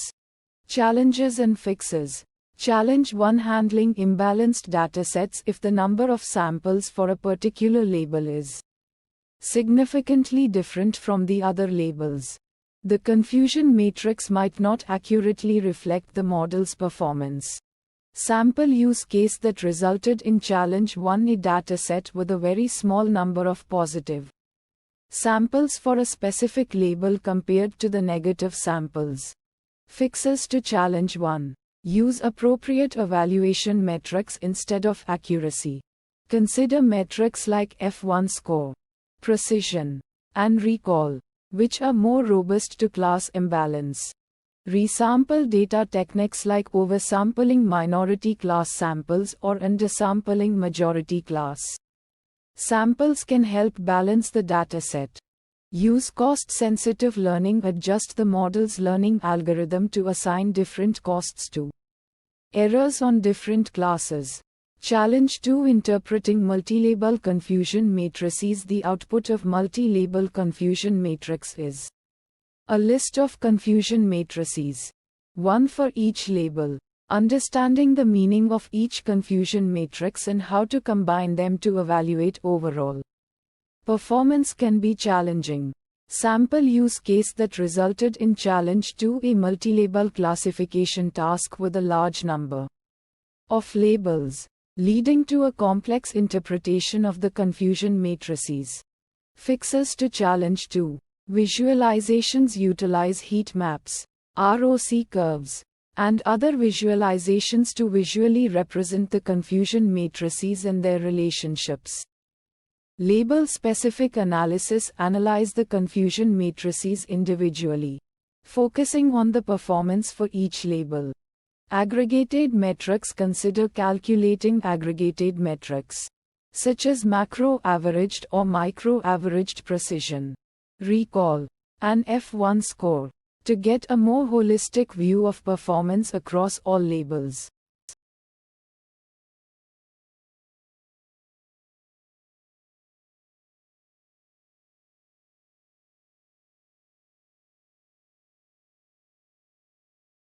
sklearn, metrics, NDCG score. Description. The Normalized Discounted Cumulative Gain (NDCG) is a ranking metric that measures the effectiveness of a ranking system. It takes into account the position of relevant items in the ranked list, giving higher scores to relevant items ranked higher. Inputs. Y true. The true relevance labels for each item. This should be a 2D array, where each row represents a query and each column represents an item. The values in the array should be a relevance score, e.g. 0, 1, 2, 3, 4, indicating the relevance of the item to the query. YPRED. The predicted relevance scores for each item. This should be a 2D array with the same shape as Y true. Outputs. NDCG. The Normalized Discounted Cumulative Gain score, which ranges from 0 to 1. Higher scores indicate better ranking performance. NDCG per query optional if K is specified. This will be a 1D array containing the NDCG score for each query. Steps. Calculate the discounted cumulative gain DCG for each query, which measures the relevance of the ranked items considering their positions. Calculate the ideal discounted cumulative gain IDCG for each query, which represents the best possible DCG score if the relevant items were ranked in descending order of their relevance. Normalize the DCG by the IDCG to get the NDCG score, which accounts for the differences in the number of relevant items between queries. Metrics. NDCG, a single score that measures the overall ranking performance. NDCG per query, scores for each individual query, allowing for evaluation of the ranking performance for different queries. Visualization plots. Scatter plot of NDCG scores vs. number of relevant items. Line plot of NDCG scores over time, tracking the performance of the ranking system as it is trained or updated. Fine-tune parameters. K, the number of top-ranked items to consider when calculating the NDCG. If not specified, all items will be considered. Ignotees, whether to ignotize in the rankings when calculating the NDCG. Uncertainty methods. Confidence intervals for the NDCG score. Bootstrap resampling to estimate the variance of the NDCG score. Challenges and fixes. Challenge 1, skewed relevance scores. If the relevance scores are skewed, e.g., many items with low relevance and few items with high relevance, the NDCG score may not be a good indicator of ranking performance. Sample use case that resulted in challenge 1 in a search engine. A query might have many irrelevant documents and a few highly relevant ones. A ranking system that ranks the irrelevant documents higher might have a high NDCG score, even though it is not performing well in terms of finding the relevant documents. Fixes to challenge 1: use a different ranking metric that is more sensitive to the distribution of relevance scores, such as the mean reciprocal rank (MRR). Challenge 2: insufficient data. If the dataset has insufficient data, the NDCG score may not be reliable. Sample use case that resulted in challenge 2 in a small-scale recommender system. The number of ratings may be limited, making it difficult to evaluate the performance of the ranking system using NDCG. Fixes to challenge 2: collect more data, or use a different ranking metric that is less sensitive to data sparsity, such as the precision at KPK. sklearn. Metrics. Precision recall curve. Description. The precision recall curve function is used to compute precision recall pairs for different probability thresholds. It helps understand the trade-off between precision and recall as the classification threshold varies. Inputs. Y true. This is a 1D array of the true labels ground truth of the data points. It contains the actual classification for each data point. Probspread. This is a 1D array of the predicted probabilities for the positive class. This is the output from your classifier, e.g., a logistic regression model. Outputs. Precision. A 1D array of precision scores calculated for different thresholds. Precision is the ratio of correctly predicted positive instances to the total number of predicted positive instances. Recall. A 1D array of recall scores calculated for different thresholds.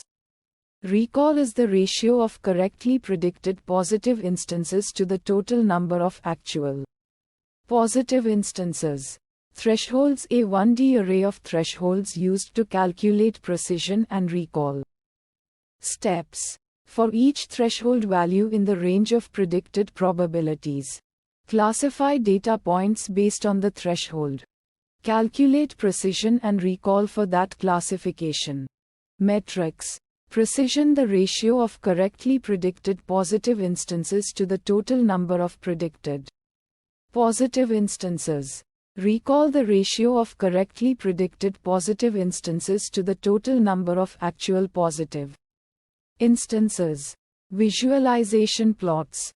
Precision recall curve. This is a plot of precision against recall for varying thresholds. This curve helps visualize the trade-off between precision and recall. Area under the precision recall curve, AUPRC. The AUPRC measures the overall performance of a classifier across different thresholds. It's often used in cases with imbalanced datasets where precision is more important than recall. Fine-tune parameters. None. Uncertainty methods. None. Challenges and fixes. Challenge 1, class imbalance. Sample use case that resulted in challenge 1 when the dataset has a highly skewed class distribution. E.g., many negative examples and few positive examples. The precision recall curve can be misleading.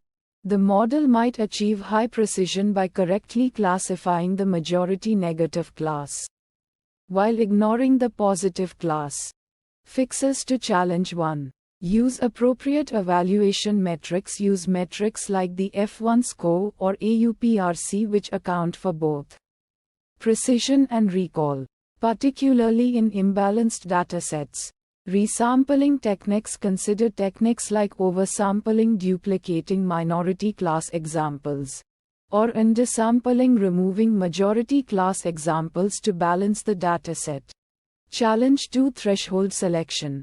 Sample use case that resulted in challenge 2. Choosing the right threshold for classification can be subjective and depend on the specific application. Fixes to challenge 2. Use domain knowledge. Consider the context of the problem and choose a threshold that aligns with the desired balance between precision and recall. Analyze the precision recall curve. The precision recall curve provides insight into the trade-off between these metrics. Choose a threshold that gives you the desired balance based on your application. Grid search. Use grid search to systematically explore different thresholds and evaluate the model performance with different thresholds to find the optimal one. sklearn. Metrics. Precision recall F-score support. Description. This function calculates precision recall F1 score and support for each class label in a multi-class or multi-label classification problem. Inputs. Y true. This is the true labels of the data. It can be a 1D array for binary classification or a 2D array for multi-class or multi-label classification. YPRED. This is the predicted labels by the classification model. It should have the same shape and data type as Y true. Outputs. Precision. This is the ratio of correctly predicted positive instances to the total number of predicted positive instances. It is calculated as the number of true positives TP divided by the sum of TP and false positives Recall. This is the ratio of correctly predicted positive instances to the total number of actual positive instances. It is calculated as the number of TP divided by the sum of TP and false negatives Fn. F-score. This is the harmonic mean of precision and recall. It provides a balanced measure of both metrics. Support. This is the number of samples for each class in the dataset. Steps. The function calculates the confusion matrix for the given true and predicted labels. It then computes the precision recall F1 score and support for each class based on the confusion matrix. Metrics. Precision. It measures the model's ability to avoid false positives. A high precision value indicates that the model is making fewer mistakes in identifying positive instances. Recall. It measures the model's ability to find all positive instances. A high recall value indicates that the model is not missing many positive instances. F1 score. It provides a balanced measure of precision and recall. A high F1 score indicates that the model is performing well in both aspects. Support. It represents the number of samples for each class in the dataset. It helps in understanding the relative importance of each class in the evaluation. Visualization plots. Precision recall curve. This plot shows the trade-off between precision and recall for different classification thresholds.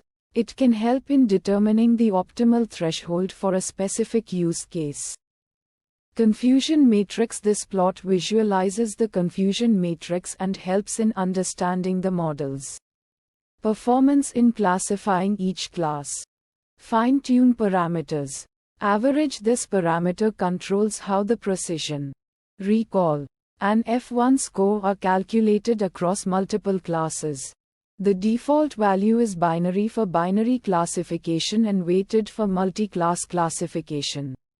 Other options include micro, macro, and samples. Beta. This parameter controls the weight given to precision and recall in the F1 score calculation. A higher beta value gives more weight to recall. The default value is 1. Labels. This parameter allows specifying the labels for which the metrics are calculated. By default, it considers all labels. Uncertainty methods. Confidence intervals. Confidence intervals can be calculated for precision, recall, and F1 score to estimate the uncertainty in their values. Bootstrapping. This method involves repeatedly sampling from the dataset with replacement and calculating the metrics for each sample. The distribution of the calculated metrics provides an indication of their uncertainty. Challenges and fixes. Challenge 1. Imbalanced datasets. When dealing with imbalanced datasets, precision and recall may not be reliable indicators of model performance. For example, a model that predicts all instances as the majority class might achieve a high precision but a low recall for the minority class. Sample use case that resulted in Challenge 1. A spam detection model trained on a dataset with 90 non-spam emails and 10 spam emails might classify most emails as non-spam and achieve a high precision but a low recall for spam emails.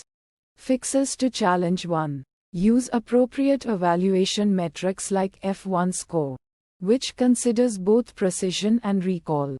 Employ resampling techniques such as oversampling or undersampling to balance the dataset. Consider using cost-sensitive learning techniques that assign different weights to different classes. Challenge 2. Multi-label classification. In multi-label classification, each instance can belong to multiple classes.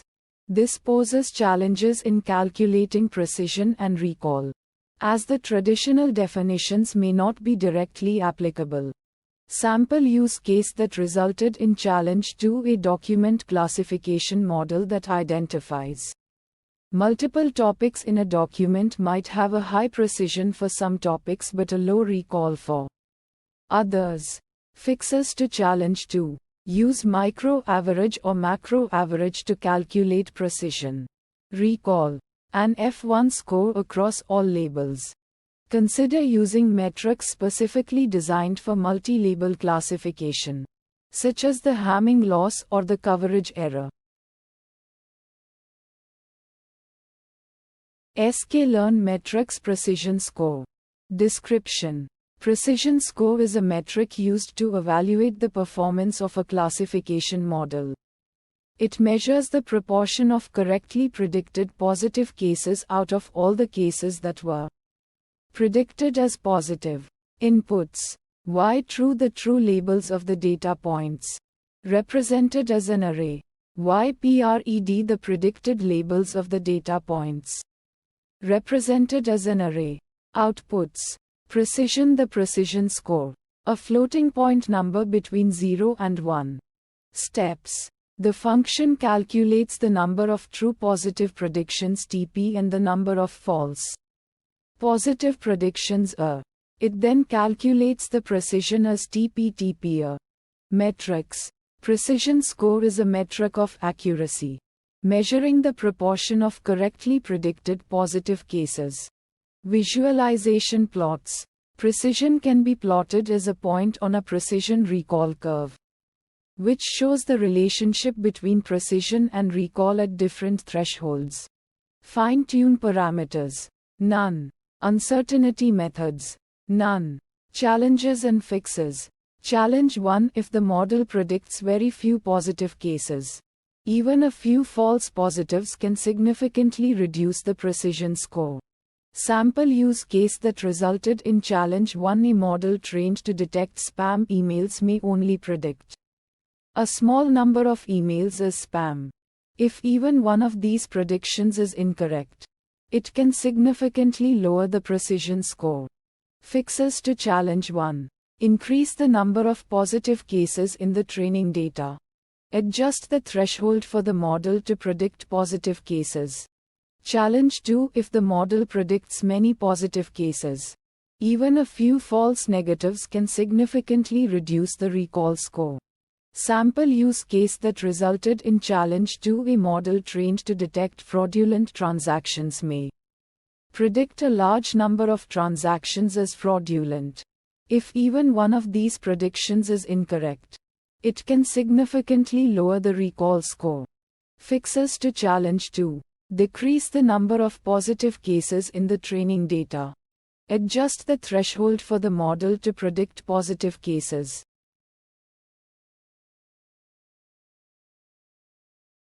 sklearn. Metrics. Recall score. Description. The recall score is a metric that measures the proportion of actual positive cases that are correctly identified as positive by a classification model. It is also known as the sensitivity, true positive rate (TPR), or the probability of detection. Inputs. Why true? This is a 1D array of the true labels for the data. The labels should be integers or strings that represent the true class of each data point. Why PRED? This is a 1D array of the predicted labels for the data. The labels should be integers or strings that represent the predicted class of each data point. Outputs. Recall. The recall score is a float value between 0 and 1. A value of 1 indicates that the model correctly identified all positive cases, while a value of 0 indicates that the model failed to identify any positive cases. Average. This parameter specifies the type of average to compute if the data has multiple classes.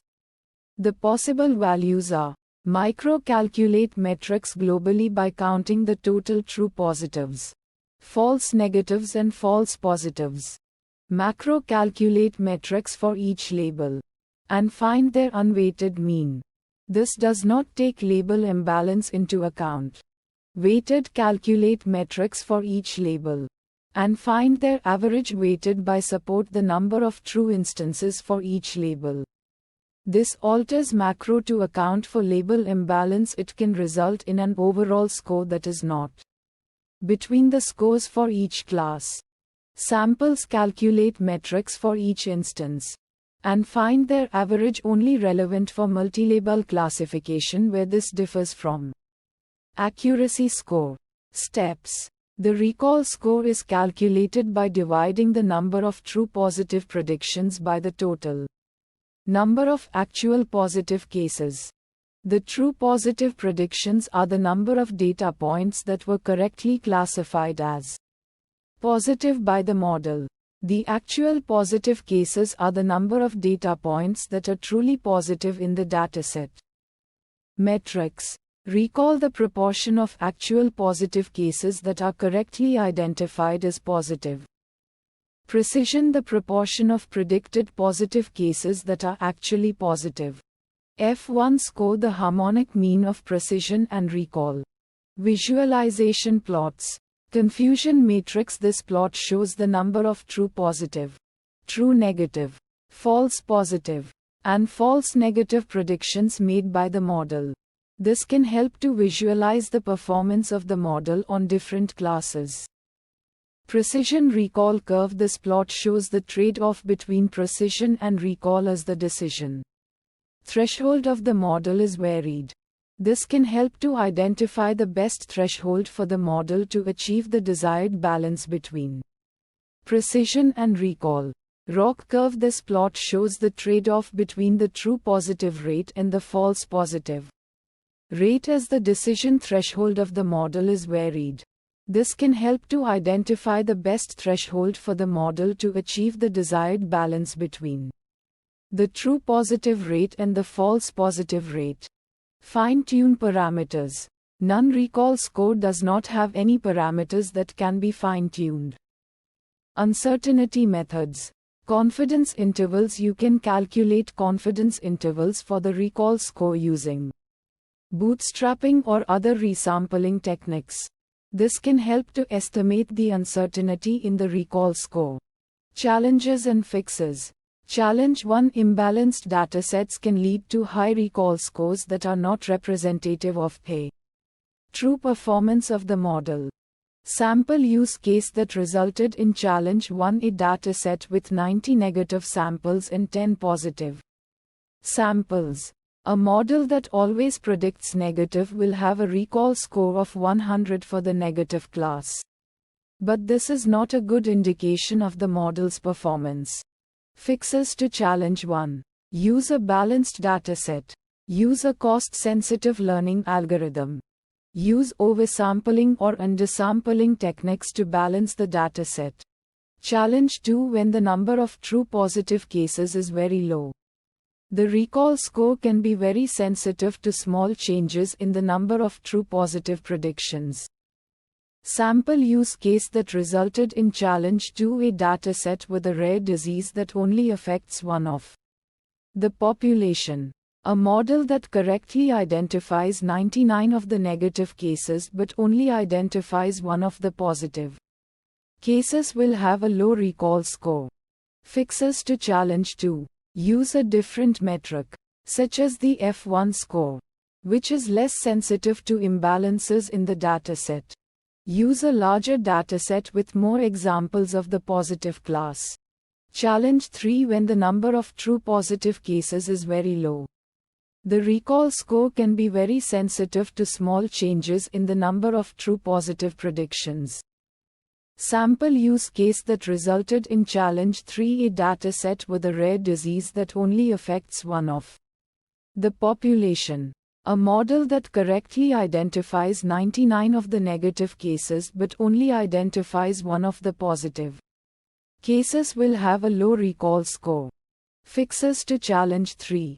Use a different metric, such as the F1 score, which is less sensitive to imbalances in the dataset. Use a larger dataset with more examples of the positive class.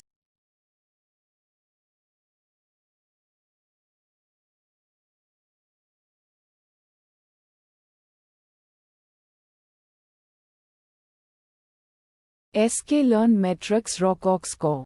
Description. Explain in detail the ROCOC score function in scikit-learn calculates the area under the receiver operating characteristic ROC curve, which is a common metric for evaluating the performance of binary classification models.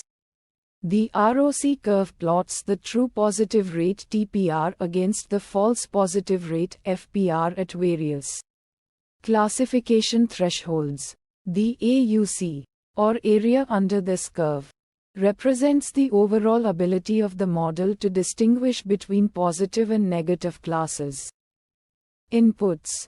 Input 1. Explain in detail why true. This is a 1D array of the true labels for each sample in a data set.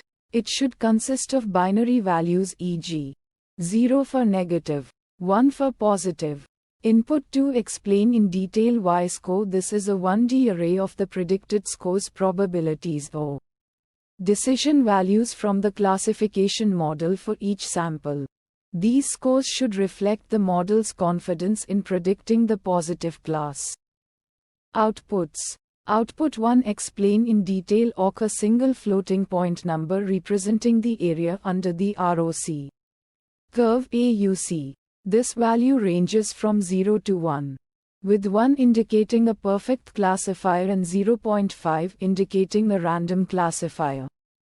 Output 2 explain in detail none. Steps.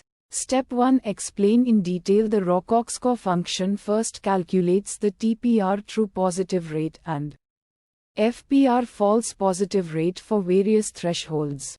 The TPR is the ratio of correctly predicted positive samples to the total number of actual positive samples, while the FPR is the ratio of incorrectly predicted positive samples to the total number of actual negative samples.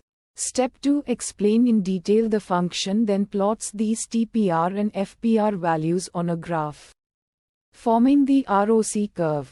The area under this curve is then calculated and returned as the AUC score. Metrics. Metric 1 explain in detail AUC area under the ROC curve, the primary metric computed by the Rockox score function. It measures the overall ability of the classifier to distinguish between positive and negative classes. A higher AUC indicates better performance. Metric 2 explain in detail none. Visualization plots. Visualization plot 1 explain in detail ROC curve. The ROC curve is a graphical representation of the classifier's performance at various thresholds. It plots the TPR true positive rate against the FPR false positive rate. Visualization plot 2 explain in detail none. Fine-tune parameters. Parameter 1 explain in detail none. Parameter 2 explain in detail none. Uncertainty methods. Uncertainty method 1 explain in detail none. Uncertainty method 2 explain in detail none. Challenges and fixes. Challenge 1 explain in detail class imbalance if the dataset has a significant imbalance between positive and negative classes. The AUC score might not be a reliable indicator of performance. A model might achieve a high AUC by simply predicting the majority class correctly. Sample use case that resulted in Challenge 1: a medical dataset where 99 of patients are healthy and only 1 have a specific disease. A model could achieve a high AUC by simply predicting everyone as healthy. Fixes to Challenge 1. Use appropriate metrics. Consider using metrics like precision, recall, F1 score, or balanced accuracy that are less susceptible to class imbalance. Resampling techniques. Employ techniques like oversampling, replicating minority class samples, or undersampling, removing majority class samples to balance the class distribution. Cost-sensitive learning. Assign different costs to misclassifications based on the severity of each type of error. Challenge 2 explain in detail poorly calibrated probabilities. If the predicted probabilities Y-score from the model are not well calibrated, the AUC score might not accurately reflect the model's performance. Sample use case that resulted in Challenge 2: a model predicts probabilities that are consistently too high, leading to an inflated AUC score. Fixes to Challenge 2. Calibration techniques. Apply calibration techniques like Platt scaling or isotonic regression to adjust the predicted probabilities to better reflect the true probabilities. Model selection. Consider models that are known for their good probability calibration, such as calibrated classifiers like logistic regression or Bayesian models.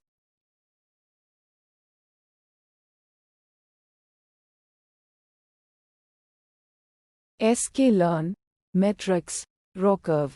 Description. The receiver operating characteristic ROC curve is a graphical plot used to visualize the performance of a binary classification model. It plots the true positive rate TPR against the false positive rate FPR at various classification thresholds. Inputs. Why true? The true labels of the target variable for the test set. The labels should be binary 0 or 1 or convertible to binary. Y scores the predicted probabilities or scores given by the classification model for each instance. In the test set, these scores are typically not the raw predictions like class labels, but rather probabilities or confidence scores assigned by the model to each class. Outputs: FPRA1D array of false positive rates, increasing monotonically. TPRA1D array of true positive rates, increasing monotonically. Thresholds A1D array of thresholds used to calculate the FPR and TPR values.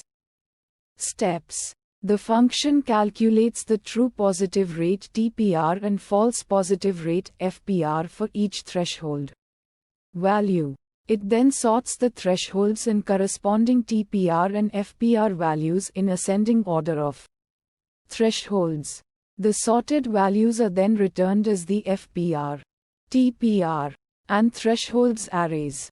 Metrics: area under the curve AUC. The area under the ROC curve AUC is a common metric to assess the overall performance of a binary classifier. Higher AUC values indicate better performance. Visualization plots: ROC curve, a plot of TPR against FPR for different classification thresholds. Fine-tune parameters: none. Uncertainty methods: Bootstrap. Use the bootstrap method to estimate the uncertainty of the ROC curve. Challenges and fixes. Challenge: 1. Imbalanced dataset. When the dataset is imbalanced, one class has significantly more instances than the other. The ROC curve can be misleading. Sample use case that resulted in challenge: 1. A dataset with 90 positive samples and 10 negative samples. Fixes to challenge: 1. Use metrics like precision, recall, and F1 score instead of relying solely on the ROC curve. Use resampling techniques, oversampling or undersampling, to balance the dataset. Challenge 2. Multi-class classification. The raw curve function is designed for binary classification. It cannot be directly applied to multi-class classification problems. Sample use case that resulted in challenge 2. A dataset with 3 classes cat, dog, and bird. Fixes to challenge 2. Use a multi-class ROC curve implementation, or consider using metrics like the macro-averaged AUC or micro-averaged AUC.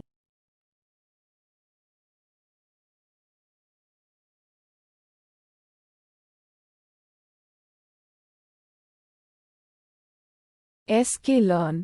Metrics: Top K accuracy score. Description: the Top K accuracy score metric calculates the accuracy of a classifier's predictions based on the top K most likely classes. It measures how often the correct class is among the K most likely classes predicted by the model. Inputs: Y true. The true labels of the data samples. Typically a 1D array of integers or strings representing the correct classes. YPRED. The predicted probabilities or class labels from the classifier, in the same format as Y true. Outputs: Top K accuracy. The accuracy score calculated based on the top K predictions. Steps: the Top K accuracy score function first identifies the top K most likely classes predicted for each sample. It then compares the true labels Y true with the predicted top K classes for each sample. The accuracy is calculated as the proportion of samples where the true label is among K predicted top K classes. Metrics: accuracy. The main metric calculated is the top K accuracy, representing the proportion of samples where the true label is within the top K predicted classes. Visualization plots. Confusion matrix. A confusion matrix can visualize the accuracy of the top K predictions by showing the distribution of true and predicted classes. Fine-tune parameters. K. The number of top predictions to consider for accuracy calculation. Increasing K can potentially increase accuracy, but may also result in overfitting. Uncertainty methods. Confidence intervals. Confidence intervals can be calculated for the top K accuracy score to estimate the range of possible values within a certain level of confidence. Challenges and fixes. Challenge 1. Imbalanced class distribution. If the dataset has a significantly imbalanced class distribution, the top K accuracy score may be misleading. Sample use case that resulted in challenge 1. A dataset with 90 samples belonging to class A and 10 to class B. A classifier that always predicts class A might achieve a high top K accuracy, even if it fails to correctly identify class B. Fixes to challenge 1. Use appropriate evaluation metrics like F1 score or recall to account for class imbalance. Oversample the minority class or undersample the majority class to balance the dataset. Challenge 2. Choice of K. Choosing the right value for K is crucial for meaningful results. A small K might underestimate accuracy, while a large K might overestimate it. Sample use case that resulted in challenge 2. Choosing a K that is too small might result in missing accurate predictions, while choosing a K that is too large might include inaccurate predictions, leading to a less informative score. Fixes to challenge 2. Experiment with different values of K to determine the optimal one for the specific task and dataset. Consider using cross-validation to evaluate the performance of the model for different values of K.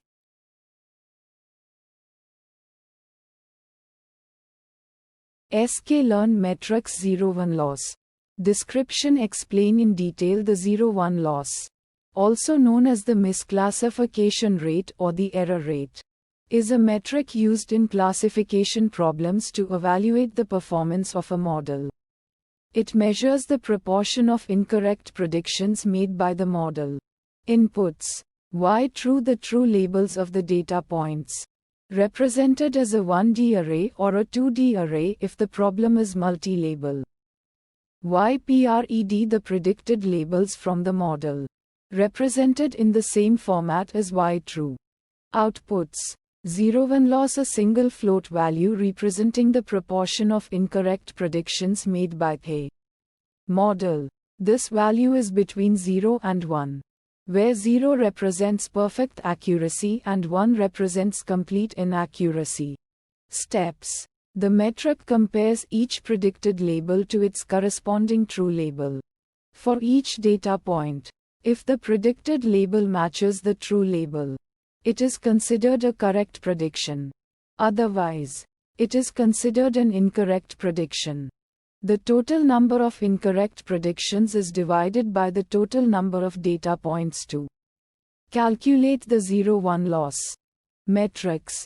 Accuracy. The accuracy of the model, which is the complement of the 0-1 loss. 1-0-1 loss. Visualization plots. Confusion matrix. A graphical representation of the model's predictions, showing the number of true positives, true negatives, false positives, and false negatives. Fine-tune parameters. None. The 0-1 loss does not have any tunable parameters. Uncertainty methods. Confidence intervals can be used to estimate the uncertainty of the 0-1 loss based on the number of data points and the model's performance. Challenges and fixes. Challenge 1. Class imbalance. If the dataset contains a significant imbalance in the number of samples per class, the 0-1 loss can be misleading. For example, if one class represents 90 of the data, a model that predicts all samples to be of that class will have a low 0-1 loss, even though it is not performing well on the other classes. Sample use case that resulted in challenge 1. A medical diagnosis model trained on a dataset with many healthy patients and very few patients with a rare disease.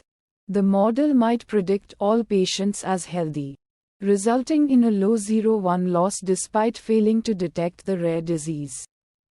Fixes to challenge 1. Use alternative metrics that are more robust to class imbalance, such as the F1 score or the area under the ROC curve AUC. Use oversampling or undersampling techniques to balance the class distribution in the training data. Challenge 2. Data noise. The 0-1 loss is sensitive to data noise.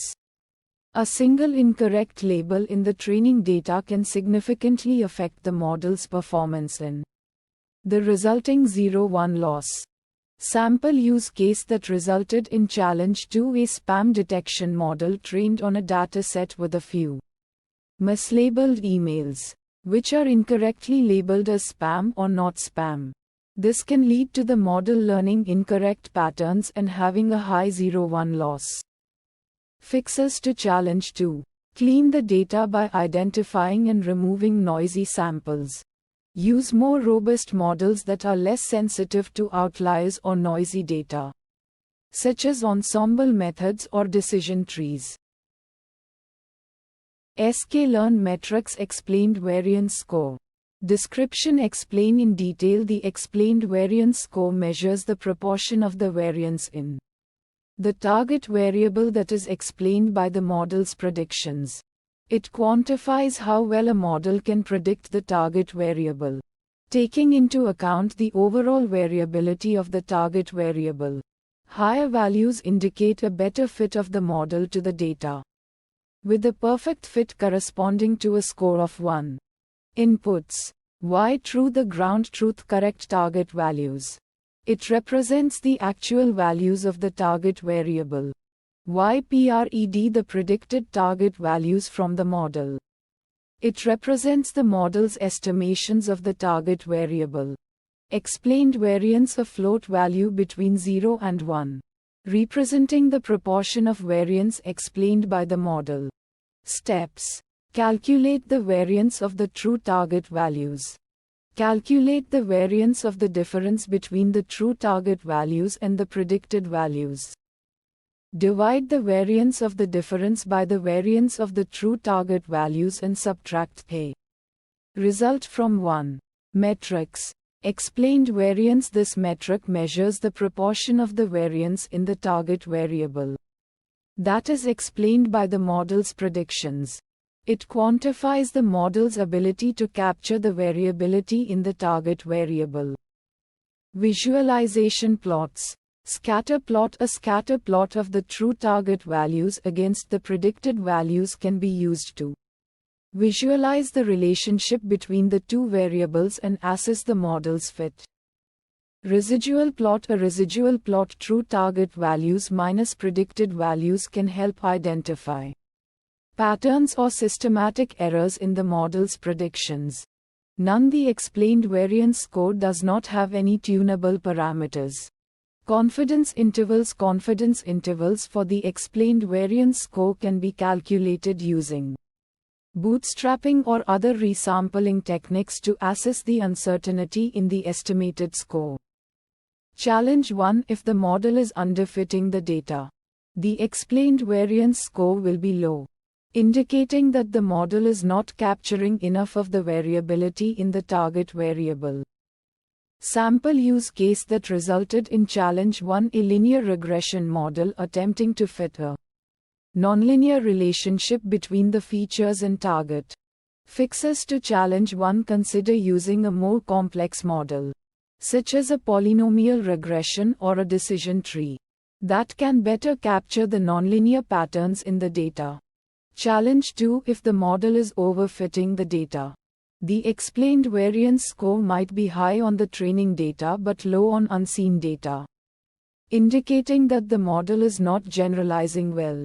Sample use case that resulted in challenge 2. A complex model with many features trained on a small data set. Fixes to challenge 2. Use techniques like regularization to prevent overfitting.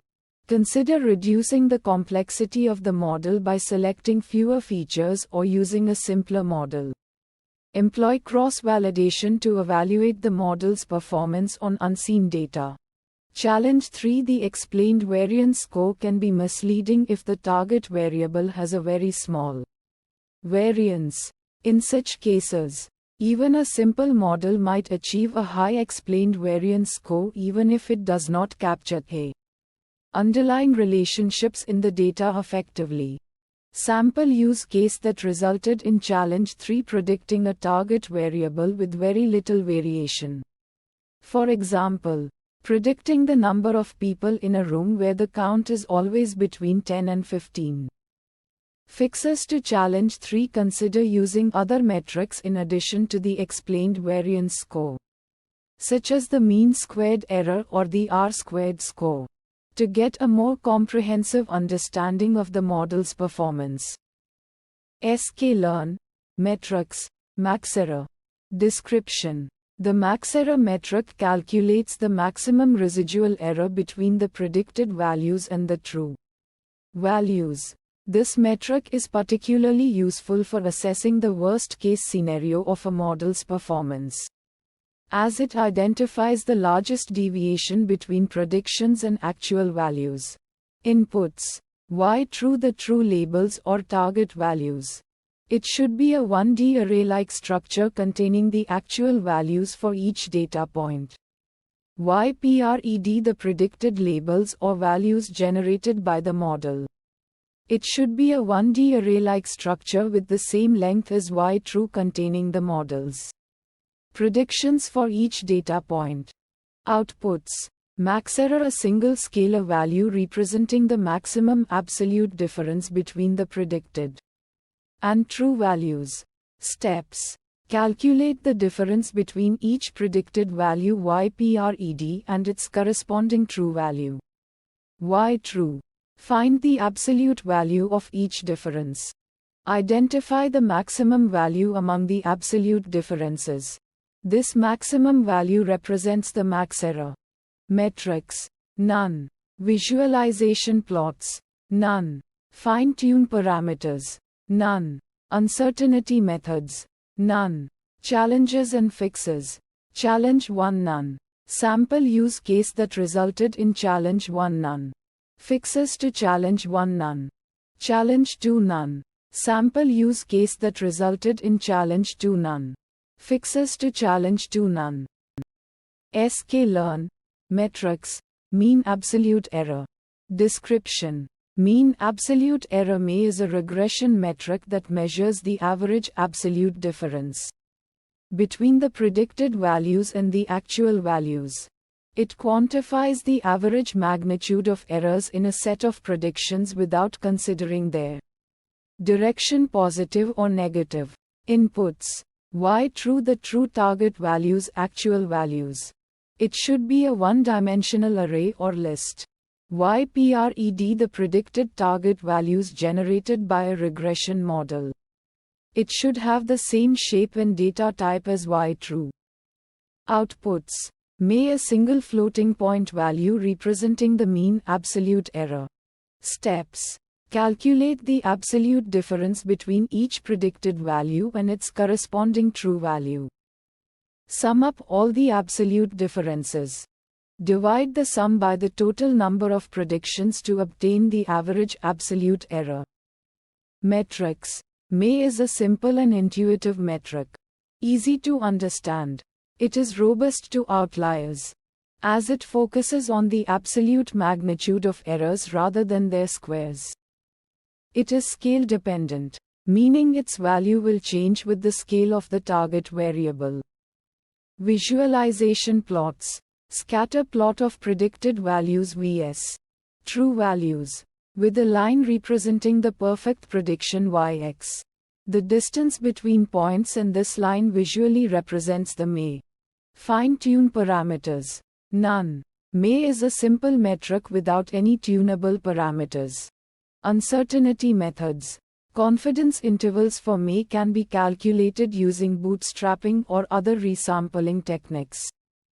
Challenges and fixes: challenge 1: MAE can be sensitive to the distribution of errors, particularly if the errors are not symmetrically distributed.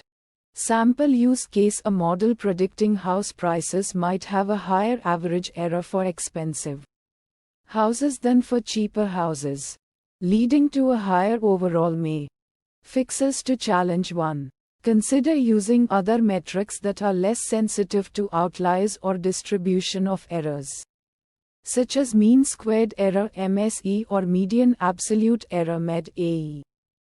Transform the target variable, e.g., using logarithmic transformation to normalize the distribution of errors. Challenge 2: MA does not penalize larger errors as strongly as MSE. This can be an issue when large errors are particularly undesirable. Sample use case: a medical model predicting disease severity might suffer significantly from large errors, even if the average error is relatively low. Fixes to challenge 2. Consider using MSE or other metrics that penalize larger errors more severely. Use a loss function during model training that prioritizes minimizing large errors, such as Huber loss or quantile loss. sklearn metrics: mean squared error. Description: explain in detail why true this is the ground truth correct target values. It can be a 1D array or array-like, representing the actual values of the dependent variable. YPRED: these are the predicted target values obtained from a machine learning model. Similar to yTrue, it can be a 1D array or array-like. MSE: a single floating point number representing the mean squared error MSE. This value quantifies the average squared difference between the predicted and actual values. Calculate the difference between each predicted value and its corresponding actual value. Square each difference. Calculate the average of all squared differences. MSE: the primary metric calculated by the function. It measures the average squared difference between predicted and actual values, providing a sense of the overall model error. Scatter plot: a scatter plot comparing yTrue and YPRED can help visualize the model's performance visually. Residual plot: a residual plot yTrue, YPRED versus YPRED can reveal patterns in the errors, indicating potential issues with the model's assumptions or fit. None: this metric doesn't have adjustable parameters. Bootstrap: by resampling the data and recalculating the MSE multiple times, we can obtain a distribution of MSE values, providing insight into the uncertainty of the model's performance. Cross-validation: using cross-validation techniques, we can estimate the MSE on different subsets of the data, providing a more robust measure of the model's predictive ability and its stability. Challenge 1: sensitive to outliers. The squaring operation in MSE makes it highly sensitive to outliers in the data. Outliers can disproportionately inflate the MSE value, leading to an inaccurate assessment of the model's performance. Sample use case that resulted in challenge 1: a single data point with an extremely high error can dramatically increase the MSE, masking the overall good performance of the model on the rest of the data. Fixes to challenge 1: robust regression techniques. Consider using robust regression techniques that are less susceptible to outliers, such as RANSAC or Huber regression. These methods can downweight the influence of outliers in the estimation process.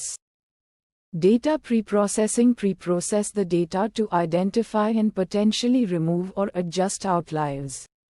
Techniques like Z-score normalization or outlier detection algorithms can be employed. Challenge 2: doesn't penalize direction of error. MSE doesn't differentiate between positive and negative errors, treating them equally. This might not be desirable in situations where the direction of the error matters. Sample use case that resulted in challenge 2: in a time series forecasting scenario. Predicting a value that is significantly higher than the actual value might be more problematic than predicting a value that is slightly lower, even if the MSE is the same. Fixes to challenge 2. Directional metrics. Consider using metrics like mean absolute error (MA) or mean absolute percentage error (MAP) that account for the direction of the errors. Weighted MSE. Implement a weighted MSE where errors in specific directions are penalized more heavily. sklearn metrics. Mean squared log error. Description. Explain in detail. The mean squared logarithmic error (MSLE) is a regression metric that measures the difference between the logarithms of predicted and actual values. It is particularly useful for tasks where the target variable has a wide range of values and is exponentially distributed. Inputs. Input 1. Explain in detail why true the ground truth correct target values.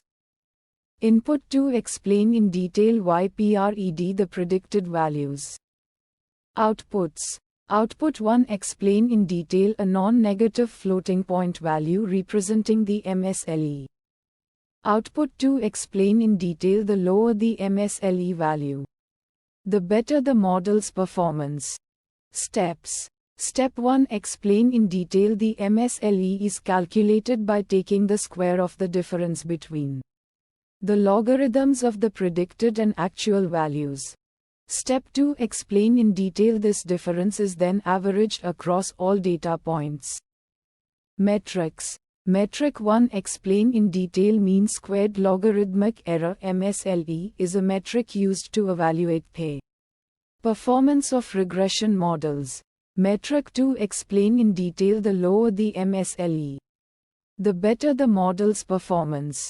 Visualization plots. Visualization plot 1. Explain in detail the MSLE can be visualized using a scatter plot with the predicted values on the x-axis and the actual values on the y-axis. Visualization plot 2. Explain in detail a logarithmic scale can be used for both axes to better visualize the relationship between the predicted and actual values. Fine-tune parameters. Parameter 1. Explain in detail the choice of model and its hyperparameters can significantly impact the MSLE. Parameter 2. Explain in detail feature engineering and data preprocessing techniques can also influence the MSLE. Uncertainty methods. Uncertainty method 1. Explain in detail confidence intervals can be used to quantify the uncertainty in the predicted values. Uncertainty method 2. Explain in detail bootstrapping techniques can be used to estimate the variability of the MSLE. Challenges and fixes. Challenge 1. Explain in detail the MSLE can be sensitive to outliers. Sample use case that resulted in challenge 1. If there are a few data points with very large actual values, the MSLE can be heavily influenced by these outliers. Fixes to challenge 1. Outliers can be removed or replaced with more reasonable values. Challenge 2. Explain in detail the MSLE can be difficult to interpret. Sample use case that resulted in challenge 2. It can be challenging to understand the significance of a specific MSLE value. Fixes to challenge 2. The MSLE can be compared to the MSLE of other models or to a baseline model.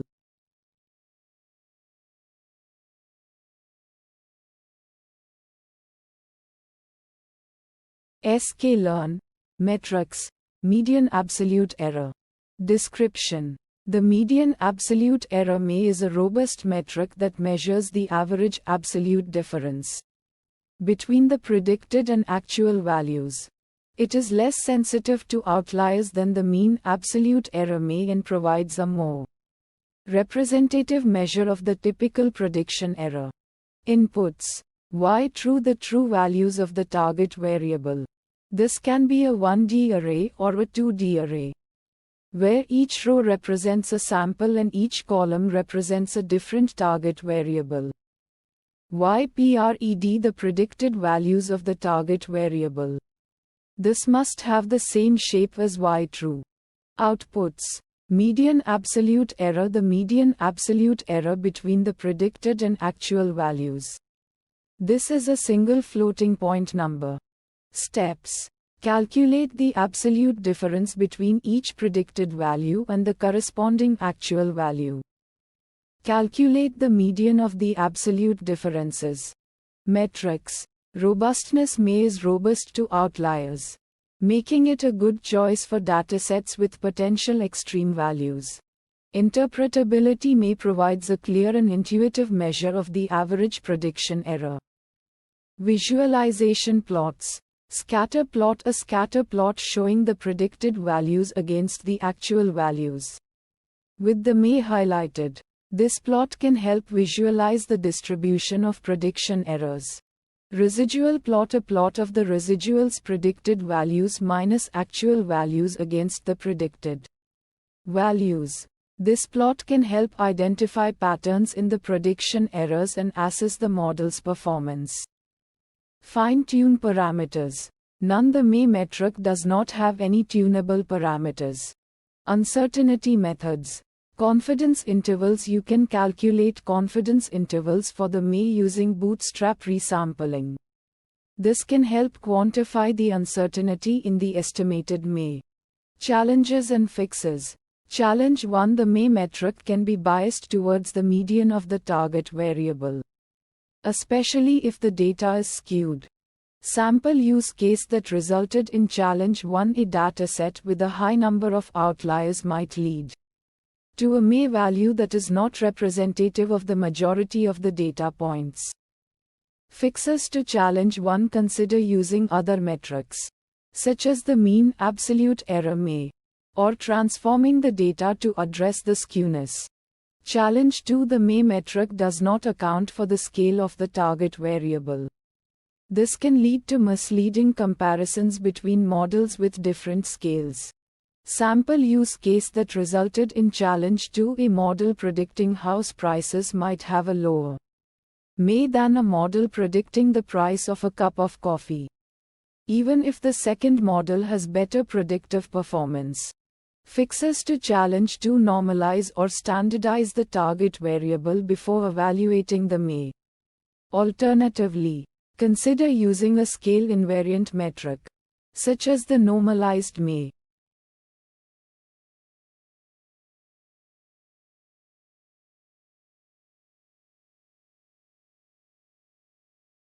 sklearn.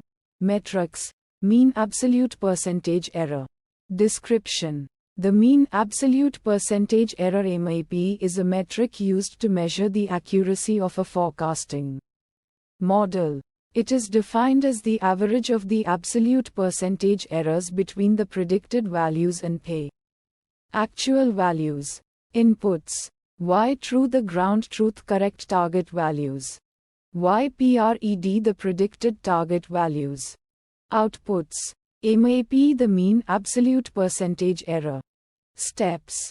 Calculate the absolute percentage errors for each prediction. Calculate the average of the absolute percentage errors. Metrics. MAP is a percentage-based metric, so it is easy to interpret. It is sensitive to outliers. Visualization plots. Scatter plot of predicted values vs. actual values. Line plot of the absolute percentage errors over time. Fine-tune parameters. None. Uncertainty methods. None. Challenges and fixes. Challenge 1. MAP can be undefined or infinite if the actual values contain zeros.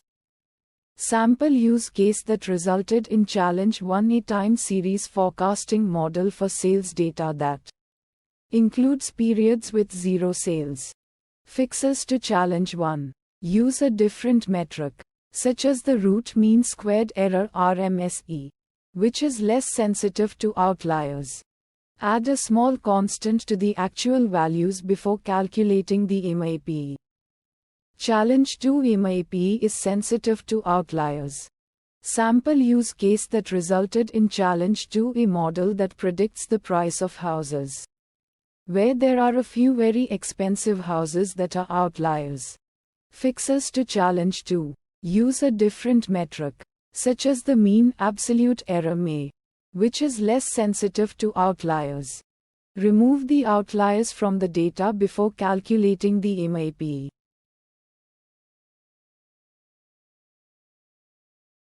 sklearn. Metrics. R2 score. Description. The R-squared R-score, also known as the coefficient of determination, is a statistical measure that represents the proportion of the variance in the dependent variable that is predictable from the independent variables. It indicates how well the regression model fits the observed data. Inputs. Y true, the true values of the dependent variable. It should be a 1D array-like structure containing the actual target values. YPRED, the predicted values of the dependent variable. It should be a 1D array-like structure containing the values predicted by the model. Outputs. R2, the R-squared score. A float value ranging from 0 to 1. Steps. Calculate the sum of squared errors SSE between the actual values Y true and the predicted values. YPRED. Calculate the total sum of squares SST, which represents the total variance in the dependent variable. Calculate the R-squared score as 1 SSE SST. Metrics. R-squared score, a value between 0 and 1, where 1 indicates a perfect fit. Visualization plots. Scatter plot of Y true vs. YPRED. This plot can visually assess the model's performance. A strong linear relationship with a slope close to 1 indicates a good fit. Residual plot. A plot of the residuals Y true, YPRED against the predicted values YPRED. It helps identify any patterns or trends in the errors. Fine-tune parameters. None. Uncertainty methods. Confidence intervals. These provide an estimate of the range of possible values for the R-squared score, given the data and model. Bootstrap resampling. This method involves repeatedly resampling the data and calculating the R-squared score for each sample. The distribution of these scores can then be used to estimate the uncertainty in the R-squared score. Challenges and fixes. Challenge 1, overfitting. Sample use case that resulted in challenge 1 when the model is too complex and trained on a small data set. It might memorize the training data and perform poorly on unseen data. Fixes to challenge 1. Regularization techniques like L1 or L2 regularization can penalize complex models and prevent overfitting. Cross-validation. Splitting the data into training and validation sets can help evaluate the model's performance on unseen data. Challenge 2, multicollinearity. Sample use case that resulted in challenge 2 when independent variables are highly correlated. It can lead to unstable and unreliable R-squared values.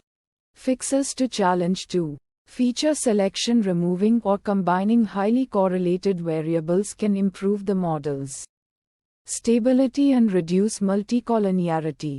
Principal component analysis PCA. This method can transform correlated variables into uncorrelated principal components, reducing multicollinearity.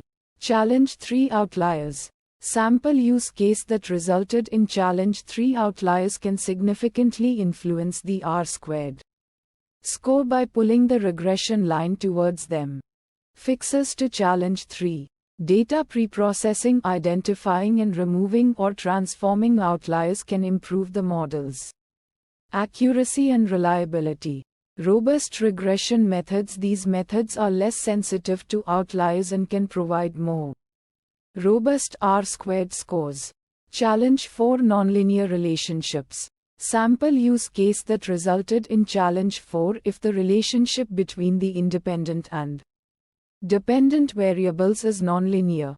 A linear regression model will not accurately capture the relationship, leading to a low R-squared score. Fixes to challenge 4. Nonlinear regression models employing models like polynomial regression or decision trees can handle nonlinear relationships. Feature engineering transforming the independent variables using nonlinear functions can improve the fit of linear models. sklearn, metrics, root mean squared log error. Description: the root mean squared logarithmic error (RMSLE) is a regression metric that measures the ratio between the predicted and actual values. It is a useful metric when dealing with data where the magnitude of the errors is important, such as in financial forecasting. Inputs: y true, the true target values. It is a 1D array-like structure containing the actual values for each data point. ypred, the predicted target values. This is also a 1D array-like structure containing the predicted values for each data point by the model. Outputs: RMSLE, a scalar value representing the root mean squared logarithmic error. This value is typically non-negative, with a lower value indicating better model performance. Steps: calculate the natural logarithm of both the true and predicted values. Calculate the squared difference between the logarithms of the true and predicted values. Calculate the mean of these squared differences. Calculate the square root of the mean. Metrics: RMSLE provides a measure of the average logarithmic error, useful for evaluating models that predict values with a wide range. It is particularly useful for cases where the model's errors are more significant when the predicted value is far from the actual value. Visualization plots. Residual plots can be used to visualize the distribution of the errors, the difference between predicted and actual values, and assess whether the model has systematic biases. Fine-tune parameters. None. This is a metric function, not a model. It does not have parameters to be fine-tuned. Uncertainty methods. Confidence intervals can be used to estimate the uncertainty around the predicted values. Challenges and fixes. Challenge 1, 0 or negative values in y true or ypred. Sample use case that resulted in challenge 1 if your dataset contains 0 or negative values in either the actual or predicted values. The logarithmic transformation involved in RMSLE might lead to errors or undefined values. Fixes to challenge 1: handle 0 or negative values using techniques like adding a small constant to both y true and ypred before calculating the logarithms. This can help avoid undefined values and ensure the metric is calculated properly. Challenge 2: sensitivity to outliers. Sample use case that resulted in challenge 2 if your dataset contains outliers. These can disproportionately impact RMSLE. Fixes to challenge 2: consider using robust error metrics or data preprocessing techniques to mitigate the influence of outliers.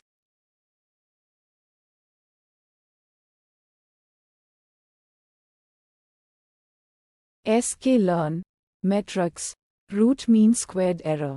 Description: the root mean squared error (RMSE) is a frequently used regression error metric that measures the average magnitude of the errors in a set of predictions. It is the square root of the mean squared error (MSE). Inputs: y true, this is the true value of the target variable. ypred, this is the predicted value of the target variable. Outputs: RMSE, the root mean squared error is a single value that represents the average magnitude of the errors in a set of predictions. Steps: calculate the difference between the true values and the predicted values. Square each of these differences. Calculate the mean of the squared differences. Take the square root of the mean of the squared differences. Metrics. The RMSE is a commonly used metric to evaluate the performance of regression models. It is a good measure of the overall accuracy of the model and is sensitive to outliers. Visualization plots. Scatter plot of the predicted values vs. the true values. Histogram of the residuals, the difference between the predicted values and the true values. Fine-tune parameters. No fine-tune parameters for this metric as it is a standard calculation. Uncertainty methods. Confidence intervals. The RMSE can be used to calculate confidence intervals for the predicted values. Bootstrapping. The RMSE can be used to estimate the uncertainty in the model's predictions by using bootstrapping. Challenges and fixes. Challenge 1. The RMSE is sensitive to outliers. Sample use case that resulted in challenge 1. If there is an outlier in the data, the RMSE will be inflated. Fixes to challenge 1. One way to fix this is to remove the outliers from the data. Another way is to use a more robust error metric such as the mean absolute error may. Challenge 2. The RMSE can be difficult to interpret. Sample use case that resulted in challenge 2. A high RMSE could be due to a few large errors, or it could be due to many small errors. Fixes to challenge 2. The RMSE can be interpreted in the context of the problem domain.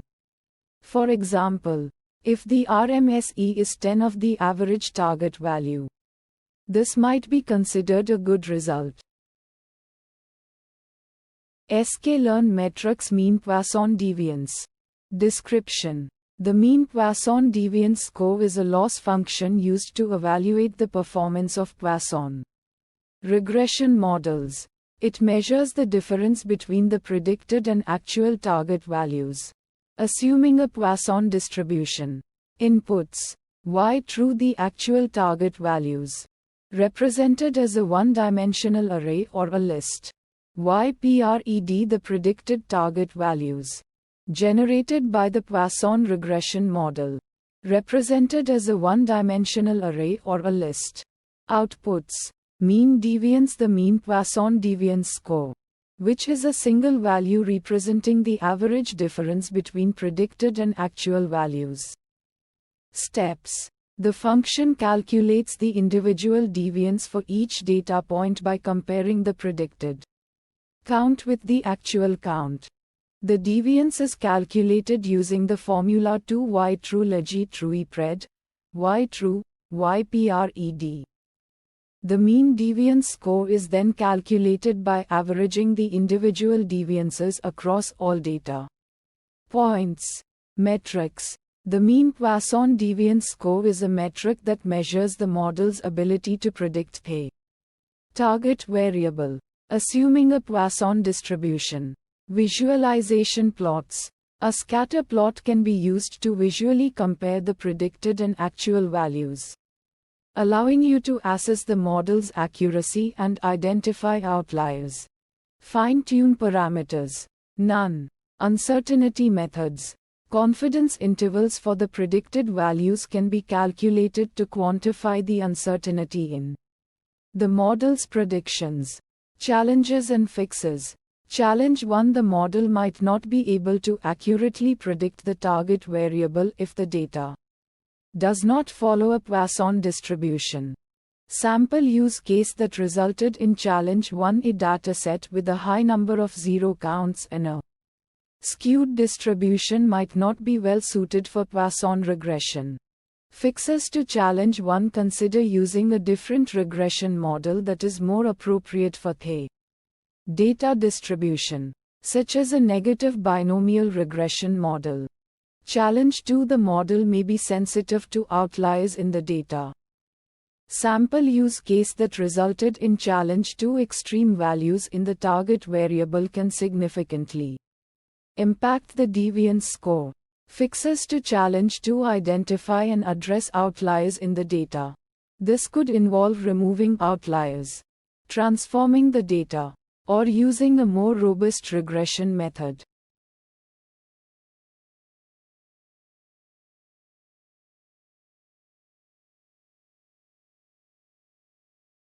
sklearn, metrics, mean gamma deviance. Description: the mean gamma deviance is a loss function for the gamma distribution, which is a continuous probability distribution that is often used to model data that is skewed to the right. The gamma deviance is defined as the difference between the log likelihood of the data under the assumed gamma distribution and the log likelihood of the data under the true distribution, which is assumed to be a gamma distribution with the same mean and variance as the observed data. The mean gamma deviance is a measure of the goodness of fit of the gamma distribution to the data. A lower mean gamma deviance indicates a better fit. The mean gamma deviance is also used as a penalty term in some machine learning algorithms, such as the gamma regression algorithm. Inputs: y true, the true values of the target variable. This should be a 1D array of numbers. Y pred, the predicted values of the target variable. This should be a 1D array of numbers. Outputs: mean gamma deviance, the mean gamma deviance of the predictions. This is a scalar value. Steps: calculate the log likelihood of the data under the assumed gamma distribution. Calculate the log likelihood of the data under the true distribution. Calculate the difference between the two log likelihoods. This is the gamma deviance. Average the gamma deviance over all data points.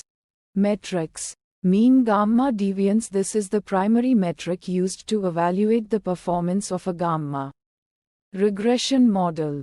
Visualization plots.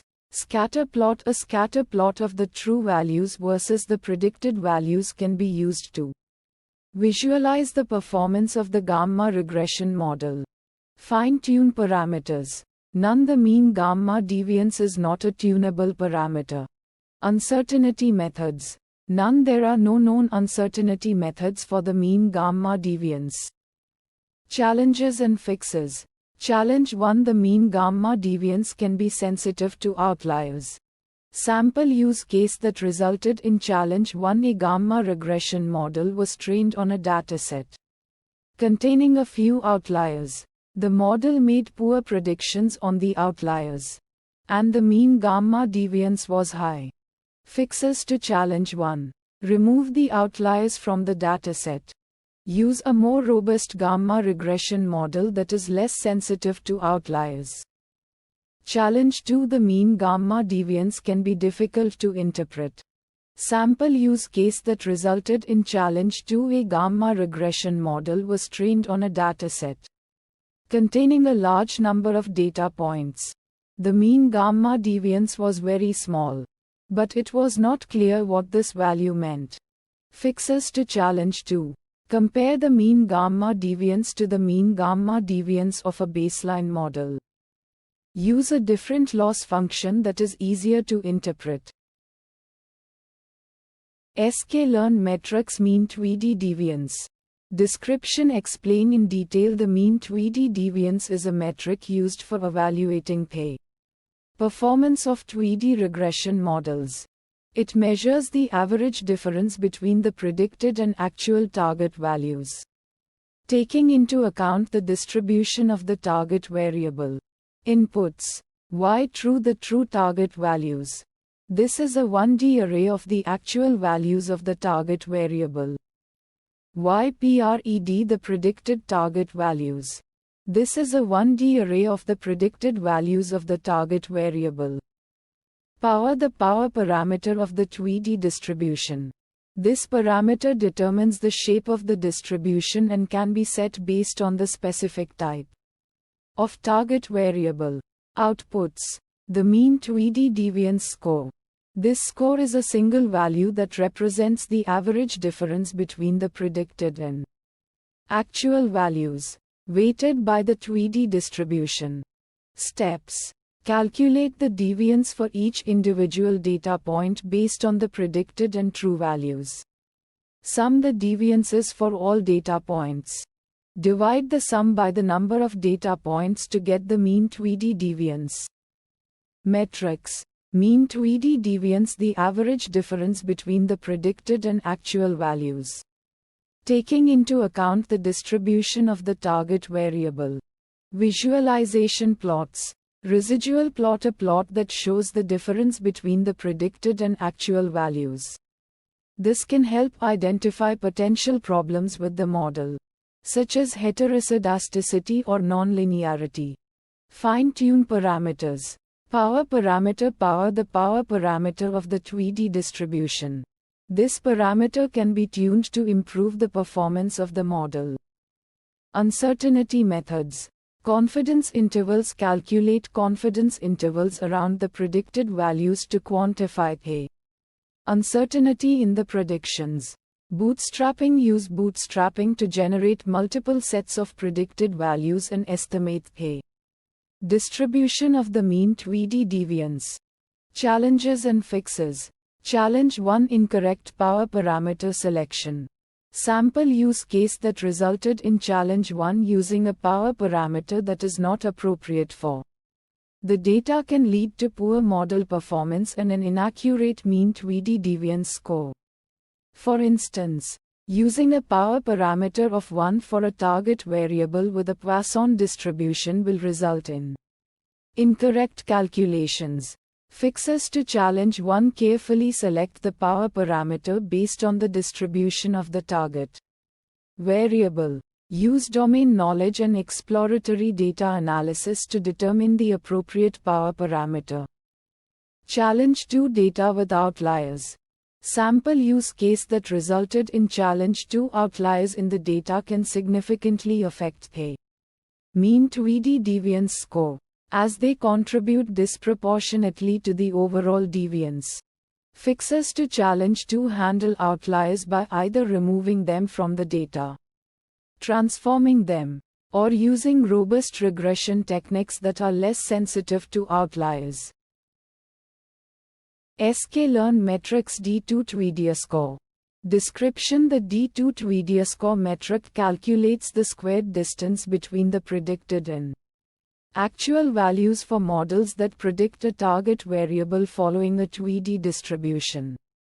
This metric is particularly suitable for models predicting positive continuous values with potential overdispersion variance exceeding the mean, such as in insurance claims or count data. Inputs: Y true, the actual target values. An array-like structure of positive continuous numbers. YPRED, the predicted target values. An array-like structure of positive continuous numbers, having the same shape as Y true. Outputs: D2 TWD score, a single floating point number representing the squared distance between the predicted and actual values. A smaller score indicates better model performance, with 0 representing perfect prediction. Steps: the metric calculates the squared difference between each predicted value and its corresponding actual value. These squared differences are then averaged, taking into account the TWD distribution parameters power and dispersion. Metrics: mean squared error MSE, root mean squared error RMSE, R squared R. Visualization plots: scatter plot of predicted vs. actual values with a line representing perfect prediction. Residual plots to identify patterns in prediction errors. Distribution plots of predicted and actual values to compare their shapes. Fine-tune parameters. Power: the power parameter of the TWD distribution controls the shape of the distribution, commonly set to 1 for Poisson or 2 for gamma. Dispersion: the dispersion parameter of the TWD distribution accounts for overdispersion, often estimated from the data or set as a fixed value. Uncertainty methods. Confidence intervals for the predicted values. Bootstrap resampling to estimate the uncertainty in the metric itself. Challenges and fixes. Challenge 1: data with extreme outliers might disproportionately influence the metric. Sample use case that resulted in Challenge 1 predicting insurance claim amounts where a few large claims heavily skew the data. Fixes to Challenge 1. Transform the target variable e.g. log transformation to mitigate the effect of outliers. Utilize robust regression methods less sensitive to outliers. Challenge 2. Incorrect selection of Tweedy distribution parameters can lead to inaccurate metric calculation. Sample use case that resulted in Challenge 2 using a Poisson Tweedy distribution power 1 for data that is better modeled by a gamma distribution power 2. Fixes to Challenge 2. Analyze the data distribution carefully to select the appropriate Tweedy power parameter. Explore various power parameter values and evaluate model performance using the metric.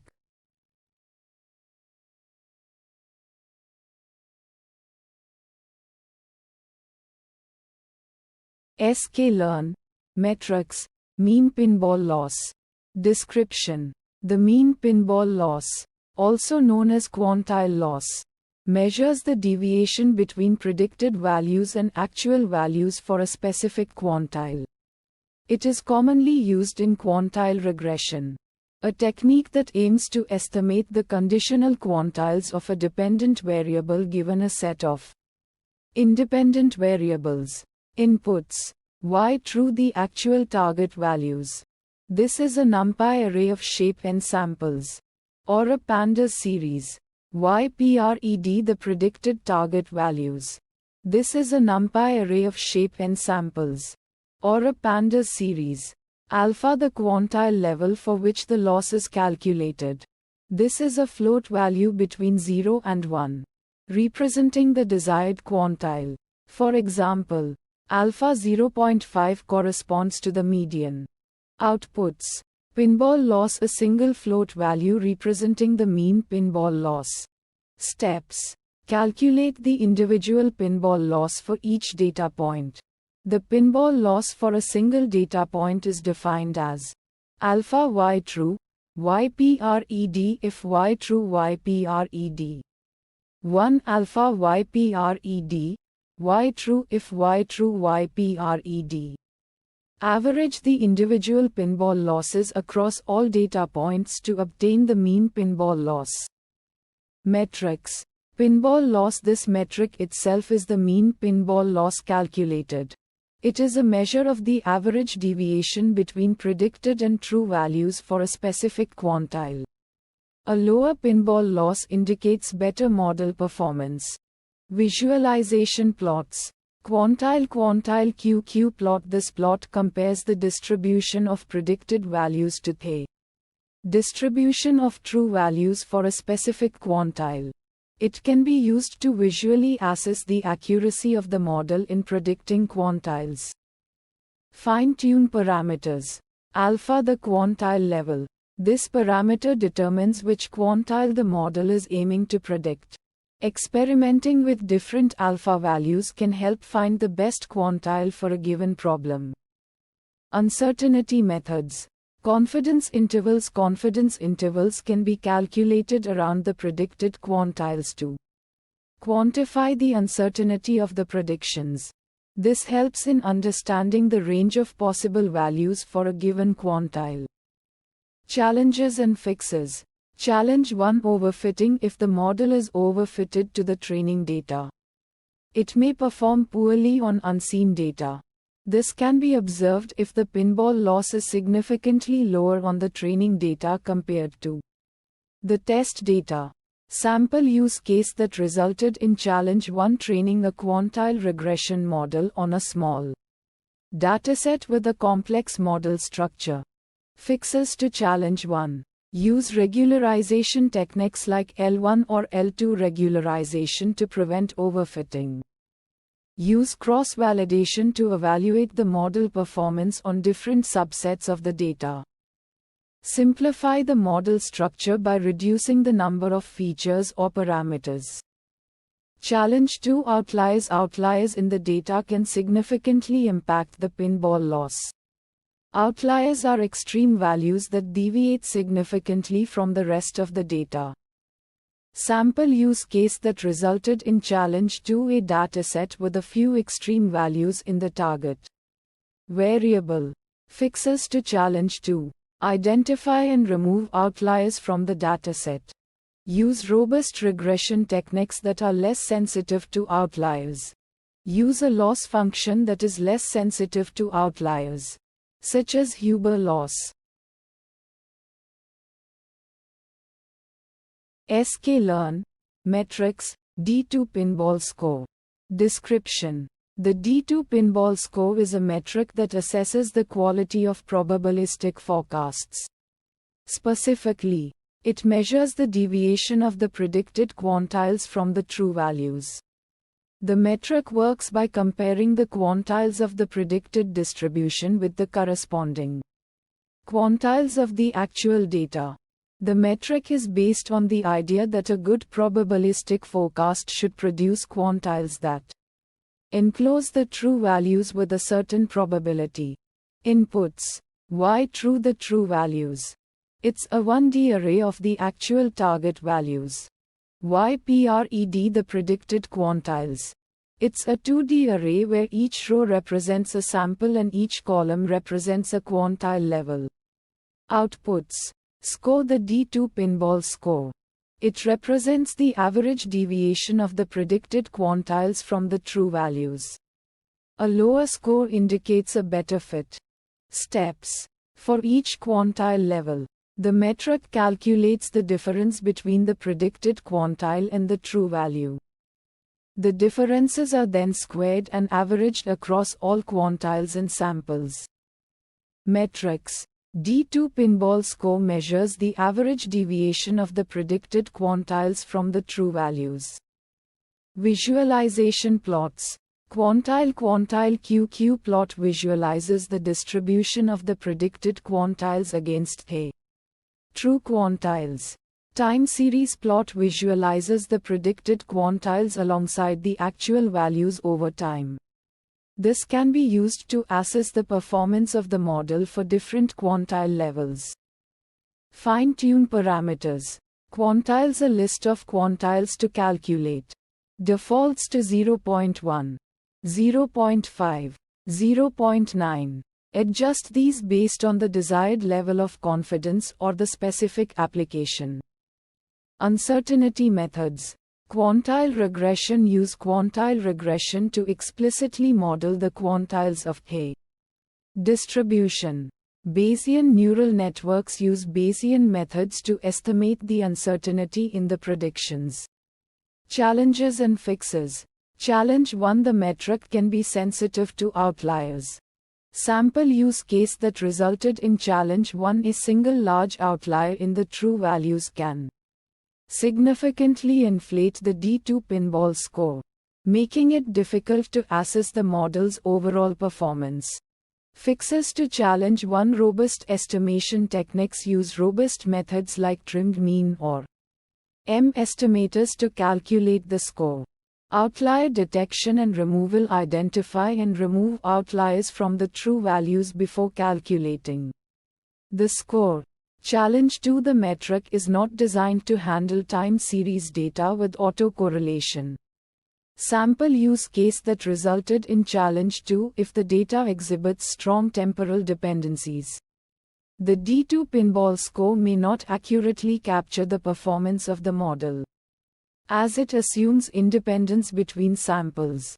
Fixes to challenge 2. Use a time series specific metric or adjust the metric to account for autocorrelation. For example, consider using a rolling window or applying a time series decomposition to the data before computing the score.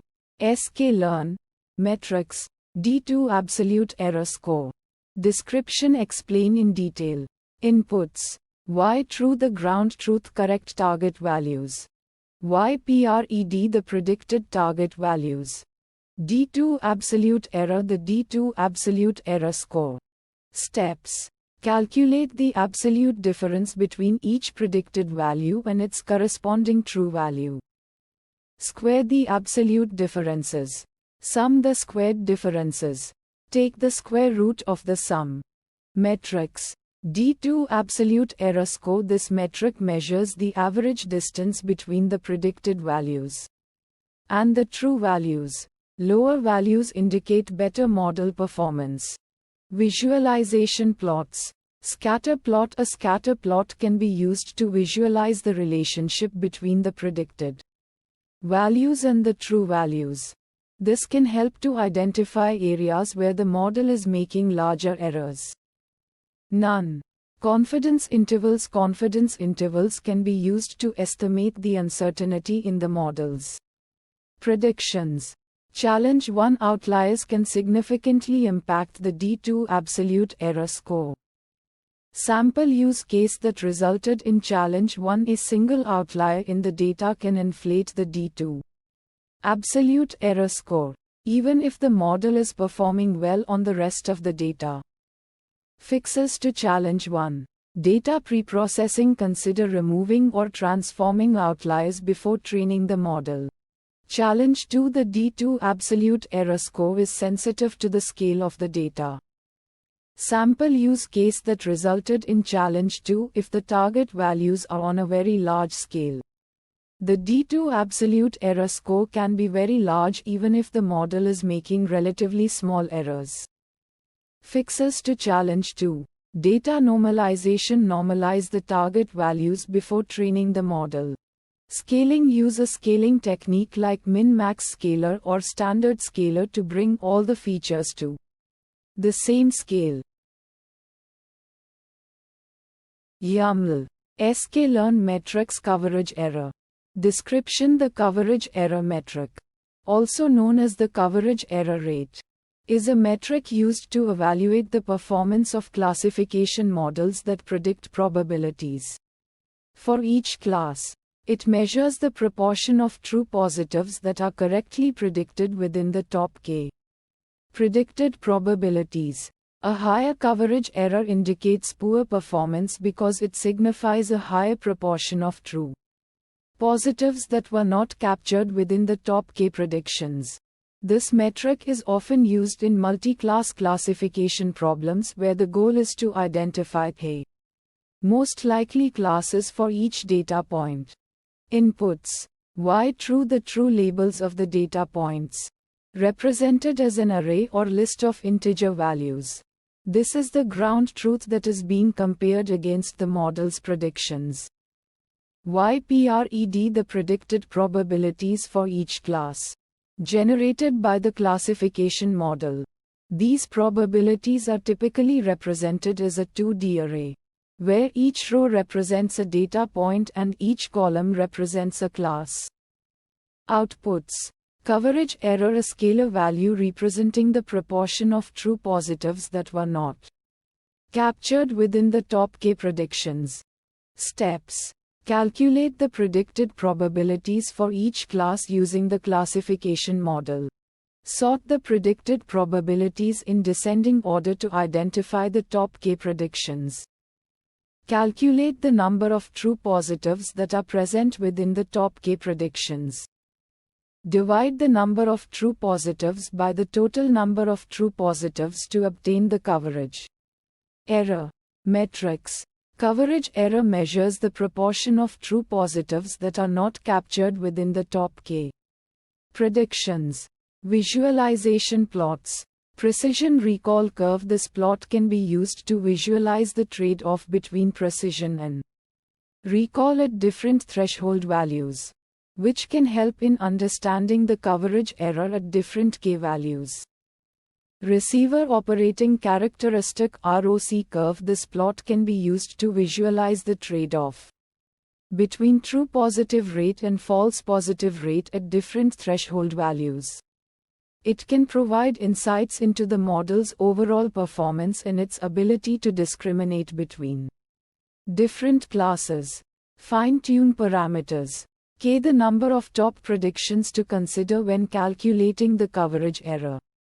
A higher k value will generally result in a lower coverage error but may also lead to a lower precision. Uncertainty methods. Confidence intervals can be calculated for the coverage error to quantify the uncertainty associated with the estimated value. Bayesian inference Bayesian methods can be used to incorporate prior knowledge and update the coverage error estimate based on observed data. Challenges and fixes.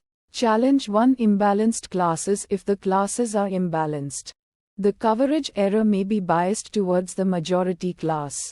Sample use case that resulted in Challenge 1: A classification model trained on a dataset with a large number of positive samples and a small number of negative samples may have a high coverage error for the negative class because it is more likely to predict positive class labels.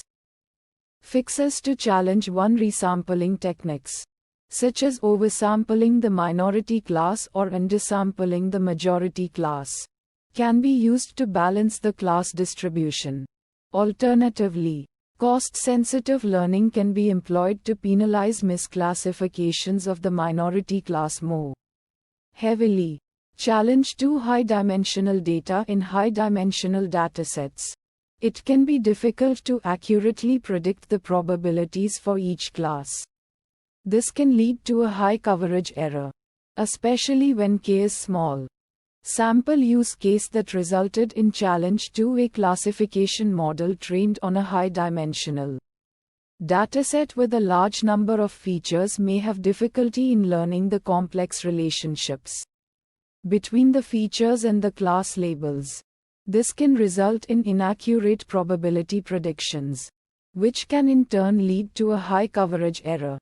Fixes to Challenge 2: Feature selection techniques can be used to identify the most informative features and reduce the dimensionality of the data. Regularization methods, such as L1 or L2 regularization, can be used to prevent overfitting and improve the model's generalization performance.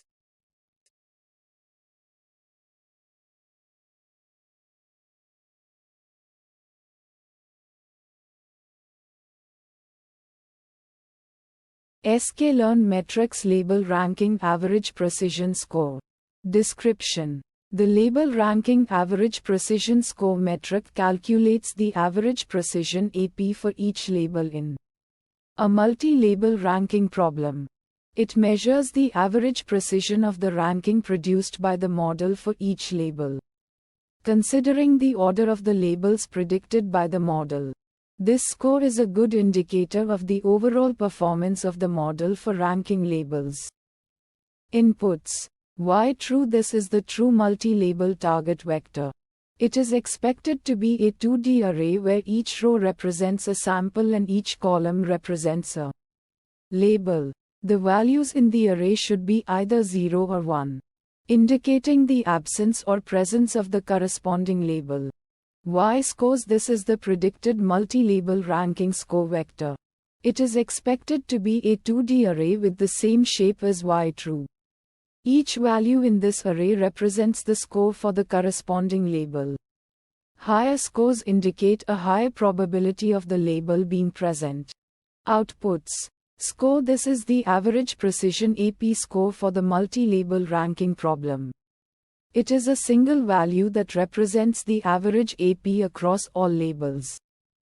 Steps: for each label, the function calculates the precision at each rank position in the ranking produced by the model. The precision values are then averaged over all ranks to obtain the average precision AP for that label. The AP values for all labels are averaged to obtain the overall label ranking average precision. Score. Metrics. Average precision AP. This is the main metric used by this function. It measures the average precision of the ranking produced by the model for each label. Visualization plots. Precision recall curve. This plot shows the precision and recall for different thresholds. This plot can be used to visualize the performance of the model for each label. Fine-tune parameters. None. The function does not have any fine-tune parameters. Uncertainty methods. None. This function does not provide any uncertainty methods. Challenges and fixes. Challenge 1. The function is sensitive to the distribution of labels in the dataset. If there are many labels with a low frequency, the AP score can be skewed towards those labels. Sample use case that resulted in challenge 1. A dataset with a large number of rare labels may result in a low AP score due to the dominance of these labels. Fixes to challenge 1. Consider using a weighing scheme that gives more weight to the labels with a higher frequency. Alternatively, you could try to balance the dataset by oversampling the minority labels. Challenge 2. The function is not robust to noisy data. If the dataset contains a lot of noise, the AP score can be significantly reduced. Sample use case that resulted in challenge 2. A dataset with a high level of noise may result in a low AP score due to the misclassification of labels. Fixes to challenge 2. Pre-process the dataset to remove noise. Use a robust learning algorithm that is less sensitive to noise. Consider using a different metric that is less sensitive to noise, such as the F1 score. sklearn metrics. Label ranking loss. Description. The label ranking loss function calculates the average number of label pairs that are incorrectly ordered, based on the predicted scores and true labels. This metric evaluates the performance of a ranking model, where the goal is to rank the labels in decreasing order of their relevance. Inputs. Why true? This is a 2D array representing the true labels. Each row corresponds to a sample, and each column corresponds to a label. The values in the array should be binary 0 or 1, indicating whether the label is present or absent for that sample. Y score. This is a 2D array representing the predicted scores for each label. Each row corresponds to a sample, and each column corresponds to a label. The scores should be real valued, representing the model's confidence in the presence of each label. Outputs. Label ranking loss. This is a single floating point value representing the average number of label pairs that are incorrectly ordered. A lower value indicates better ranking performance. Steps. For each sample, calculate the number of label pairs that are incorrectly ordered based on the predicted scores. Sum the number of incorrectly ordered pairs across all samples. Divide the total number of incorrectly ordered pairs by the number of samples to get the average. Label ranking loss. Metrics. Mean average precision map. This metric measures the average precision of the model over all samples. It is a common metric for evaluating ranking models. Normalized discounted cumulative gain (NDCG). This metric considers the position of relevant labels in the ranking, giving higher scores to models that rank relevant labels higher. Visualization plots. Receiver operating characteristic (ROC) curve. This plot can be used to visualize the trade-off between the true positive rate and false positive rate at different thresholds. Precision recall curve. This plot shows the relationship between precision and recall at different thresholds. Fine-tune parameters. Regularization parameters. These parameters can be used to control the complexity of the model, which can help to improve generalization performance. Learning rate. This parameter controls the step size taken during optimization. A lower learning rate can lead to more accurate models but can also slow down training. Uncertainty methods. Confidence intervals. These can be used to quantify the uncertainty in the model's predictions. Bayesian methods. These can be used to incorporate prior knowledge about the problem into a model. Challenges and fixes.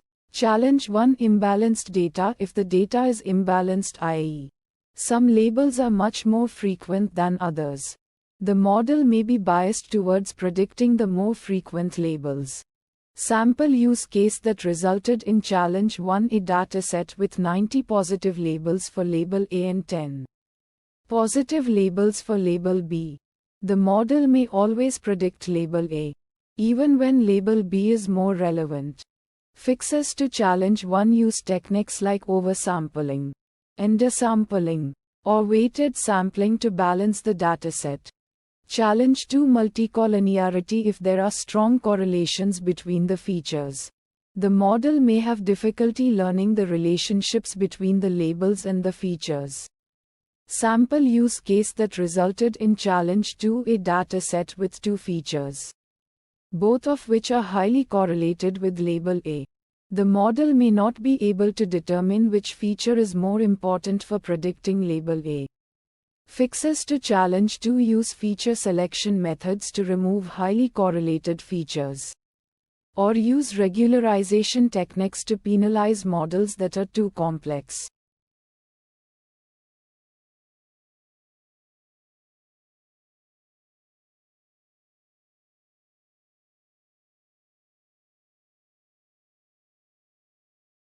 sklearn metrics cluster. Description: explain in detail the sklearn metrics module in scikit-learn provides a comprehensive suite of functions to evaluate the performance of clustering algorithms. These metrics are crucial for assessing the quality of cluster assignments and understanding how well the algorithm captures the underlying structure of the data. Inputs. Input 1: explain in detail labels. True labels: these are the ground truth labels or known cluster assignments for each data point. They serve as the reference point to compare against the predicted cluster labels. Input 2: explain in detail predictions. Cluster assignments: these are the cluster labels assigned to each data point by the clustering algorithm. They are the algorithm's output and are compared to the true labels to evaluate performance. Outputs. Output 1: explain in detail metric scores. The sklearn metrics cluster module provides various metrics like adjusted rand index (RE), homogeneity, completeness, V-measure, silhouette score, etc. These scores quantify the agreement or similarity between the predicted and true labels, indicating the quality of the clustering results. Output 2: explain in detail visualizations. While metrics provide numerical evaluations, visualization tools can offer insightful graphical representations. These visualizations can reveal patterns, cluster separation, and outlier behavior. Steps. Step 1: explain in detail. Select appropriate metrics. Choose the metrics that are relevant to the specific clustering task and data characteristics. For example, if you have known ground truth labels, metrics like adjusted rand index and homogeneity are useful.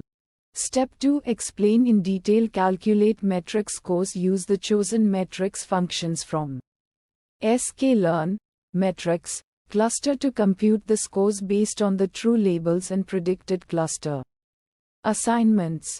Metrics. Metric 1: explain in detail adjusted rand index (RE). This metric measures the similarity between two clusterings, correcting for chance. Higher RE values indicate better agreement between the predicted and true labels. Metric 2: explain in detail homogeneity. This metric measures the extent to which clusters contain only data points belonging to a single class from the true labels. Metric 3: explain in detail completeness. This metric measures the extent to which all data points belonging to a single class are assigned to the same cluster. Metric 4: explain in detail V-measure. This metric is the harmonic mean of homogeneity and completeness, providing a balanced measure of cluster quality. Metric 5: explain in detail silhouette score. This metric measures the similarity of a data point to its own cluster compared to other clusters. Higher silhouette scores indicate better defined clusters. Visualization plots. Visualization plot 1. Explain in detail scatter plots with cluster coloring. Visualize the data points in a scatter plot, coloring them according to their assigned clusters. This can reveal the separation and distribution of clusters. Visualization plot 2. Explain in detail dendrogram for hierarchical clustering. Illustrate the hierarchical structure of clusters using a dendrogram. This can help understand the merging and splitting of clusters at different levels. Fine-tune parameters. Parameter 1. Explain in detail number of clusters k. This parameter controls the desired number of clusters in the final output. It's often determined using elbow method or silhouette analysis. Parameter 2. Explain in detail distance metric. This parameter specifies the distance function used to calculate the similarity between data points. Common choices include Euclidean distance, Manhattan distance, and cosine similarity. Parameter 3. Explain in detail linkage criterion for hierarchical clustering. This parameter defines the merging strategy in hierarchical clustering. Options include single, complete, average, and word linkage. Uncertainty methods. Uncertainty method 1. Explain in detail bootstrap resampling. Repeatedly sample data with replacement and run the clustering algorithm on each sample. The variance in the resulting cluster assignments can be used to estimate the uncertainty in cluster assignments. Challenges and fixes. Challenge 1. Explain in detail choosing the right number of clusters k. Determining the optimal number of clusters can be challenging, especially without ground truth labels. Sample use case that resulted in challenge 1. Running k-means with various values of k. But the elbow method or silhouette analysis doesn't provide a clear indication of the optimal k.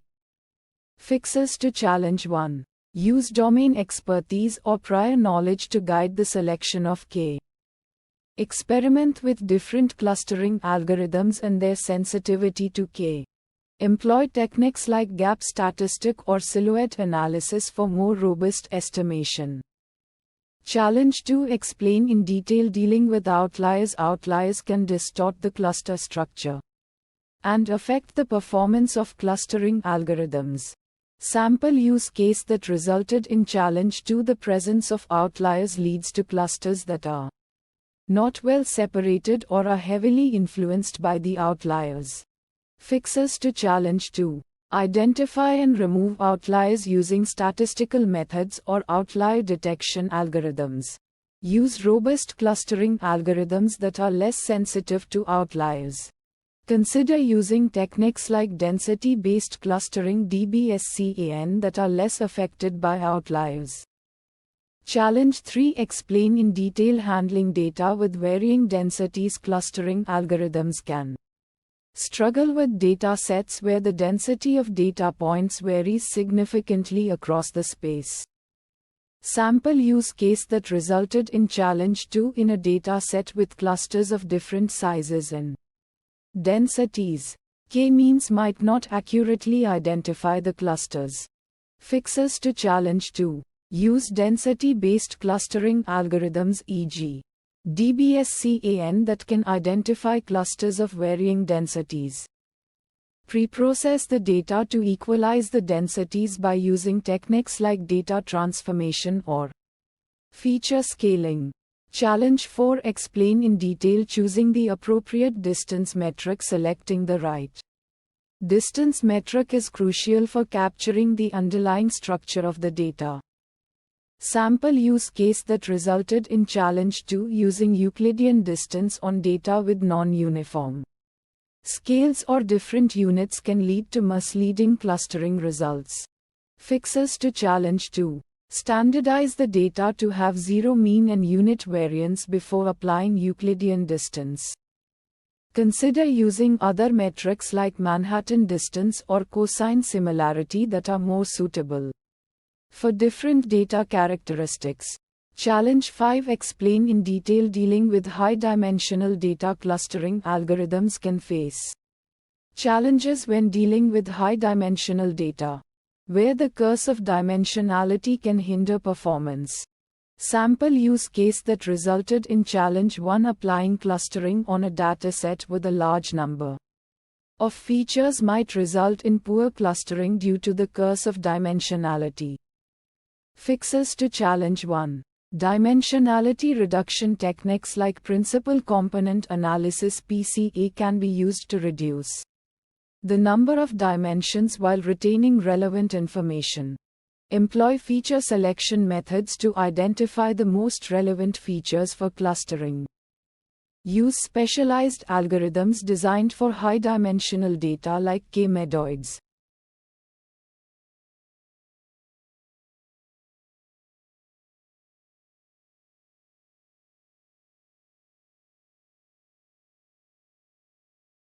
sklearn, metrics, Adjusted Mutual Info Score. Description: the Adjusted Mutual Information AMI score is a metric for evaluating the performance of clustering algorithms. It is based on the Mutual Information MI score, but it takes into account the chance level of agreement between the clusters. This means that AMI can range from -1 to 1, with 1 indicating perfect agreement between the clusters and -1 indicating perfect disagreement. 0 indicates random agreement. Inputs. Labels. True. This input represents the true cluster labels for each data point. These are typically provided as ground truth or a known clustering from a reliable source. Label spread. This input represents the cluster labels assigned by the clustering algorithm being evaluated. It reflects the algorithm's output on the data. Outputs. A MIScore, a single floating point value representing the adjusted mutual information between predicted and true labels. Steps. Calculate the mutual information MI between the true labels and the predicted labels. Calculate the expected mutual information MI based on the chance level of agreement between clusters. Adjust the MI score by subtracting the MI score and normalizing by the maximum possible value of MI. Metrics. Adjusted Mutual Information AMI. This is the primary metric produced by Adjusted Mutual Info Score function.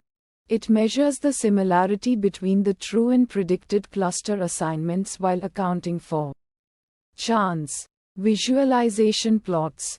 Confusion matrix. A confusion matrix can be used to visually represent the agreement between true and predicted labels.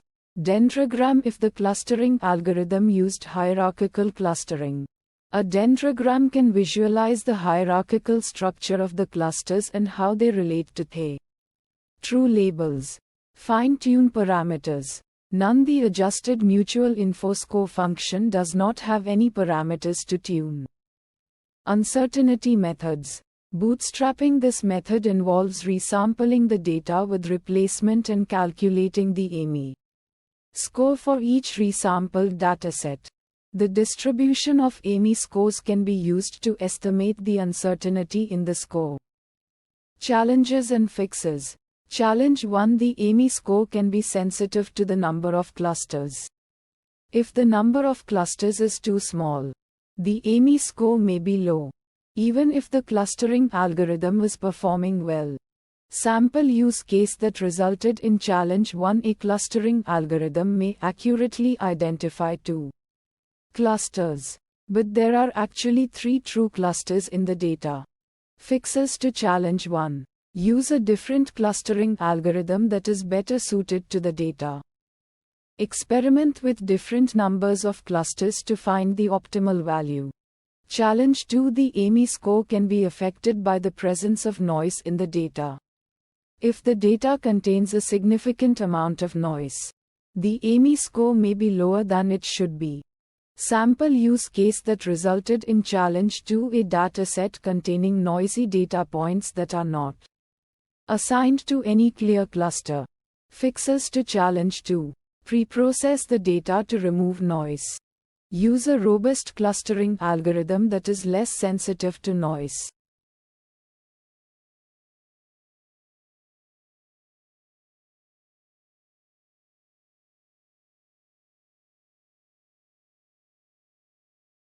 sklearn, metrics, adjusted RAND score.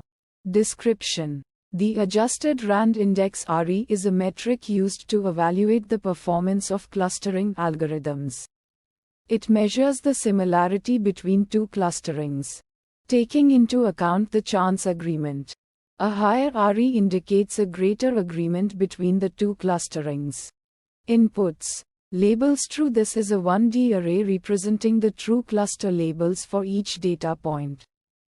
Label spread. This is a 1D array representing the cluster labels predicted by the clustering algorithm.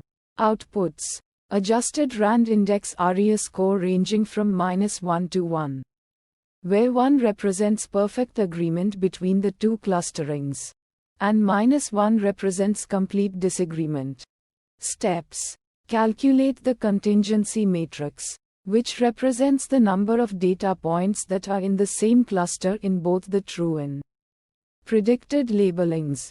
Calculate the expected number of data points that would be in the same cluster by chance. This is done by considering all possible combinations of clusters. Compute the RAND index RI, which is the ratio of the number of pairs of data points that are assigned to the same cluster in both labelings to the total number of pairs. Adjust the RAND index for chance agreement using the formula RI, expected RI max RI. Expected RI. Metrics. Adjusted RAND Index (ARI). Visualization plots.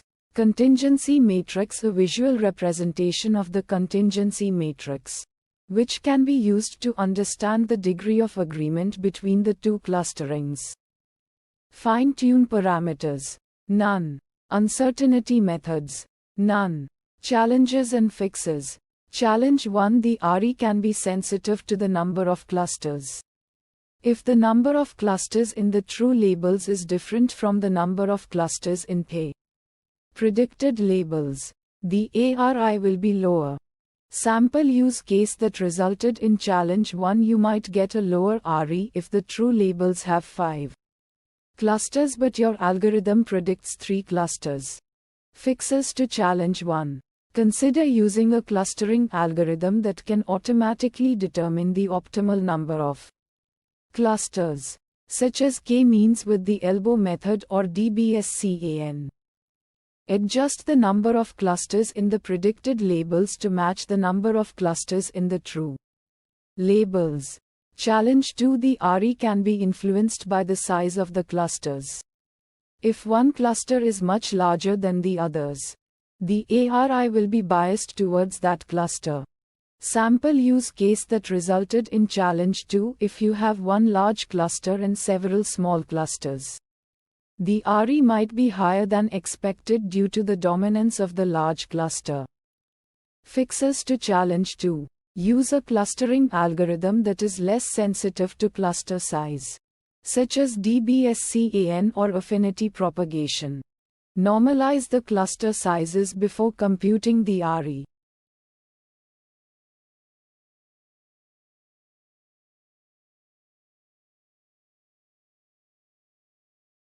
sklearn metrics. Kalinski-Haraba's score.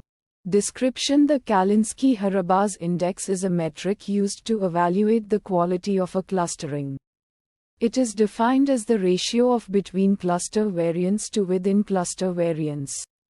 A higher Kalinski-Haraba's score indicates better defined clusters, i.e., clusters that are well separated and internally cohesive. Inputs. X. A NumPy array of shape n samples. N features representing the data points. Each row corresponds to a data point, and each column corresponds to a feature. Labels. A NumPy array of shape n samples, representing the cluster assignments for each data point.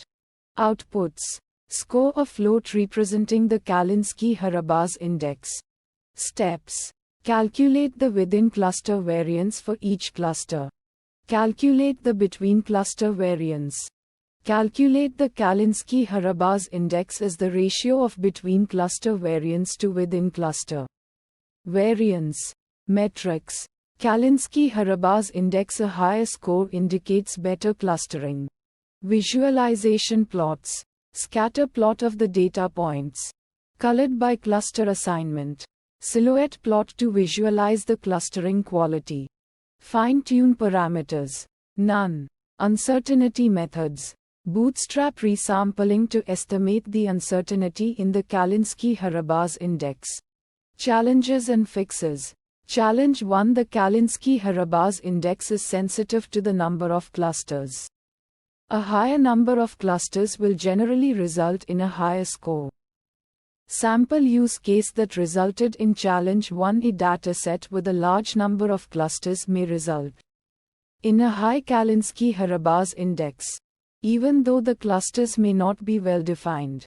Fixes to challenge 1. Consider using other clustering evaluation metrics in addition to the Kalinske-Harabasz index, such as the Silhouette score or the Davies-Bouldin index. Challenge 2. The Kalinske-Harabasz index can be influenced by outliers. Sample use case that resulted in challenge 2. Outliers can increase the within-cluster variance, leading to a lower Kalinske-Harabasz score. Fixes to challenge 2. Pre-process the data to remove outliers or use a clustering algorithm that is robust to outliers, such as K-medoids.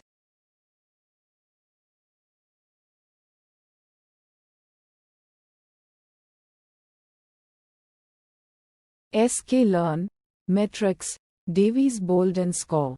Description. The Davies-Bouldin score is a metric for evaluating the quality of a clustering. It is defined as the ratio of within-cluster distances to between-cluster distances. A lower Davies-Bouldin score indicates better clustering, where clusters are well separated and internally cohesive. Inputs. X. An array-like object of shape n samples. N features, representing the data points to be clustered. Each row represents a single data point. Labels. An array-like object of shape n samples, representing the cluster labels assigned to each data point. Outputs. Score. A single float value representing the Davies-Bouldin score. A lower score indicates better clustering. Steps. Calculate the within-cluster distances for each cluster. This is the average distance between each data point in a cluster and the cluster centroid. Calculate the between-cluster distances for each pair of clusters. This is the distance between the centroids of two clusters. For each cluster, calculate the ratio of the within-cluster distance to the minimum between-cluster distance to other clusters. This represents how well separated the cluster is from its nearest neighbors. Compute the average of these ratios across all clusters to obtain the Davies-Bouldin score. Metrics. The Davies-Bouldin score itself is the primary metric used to evaluate clustering quality. The score is typically compared to scores obtained from other clustering algorithms on the same dataset. Visualization plots. Scatter plots can be used to visualize the clusters, with different colors representing different clusters. Dendrograms can be used to visualize the hierarchical clustering process, providing insights into the structure of the clusters. Fine-tune parameters. None. The Davies-Bouldin score does not have any tunable parameters. Uncertainty methods. Bootstrapping. Repeatedly sampling from the original dataset and calculating the Davies-Bouldin score on each sample. This can help estimate the variability of the score. Cross-validation. Splitting the dataset into multiple folds and calculating the Davies-Bouldin score on different combinations of folds. This helps to assess the stability of the clustering results. Challenges and fixes. Challenge 1. The Davies-Bouldin score can be sensitive to the choice of distance metric. Sample use case that resulted in challenge 1 when using Euclidean distance. Clusters with similar shapes but different scales might be incorrectly assessed as poorly separated. Fixes to challenge 1. Experiment with different distance metrics such as Manhattan distance. Cosine similarity. or other metrics relevant to the data domain. Challenge 2. The Davies-Bouldin score can be biased towards clusters with fewer data points. Sample use case that resulted in challenge 2. Small clusters might have a lower within cluster distance and a higher between cluster distance, leading to a lower Davies-Bouldin score, even if they are not well separated.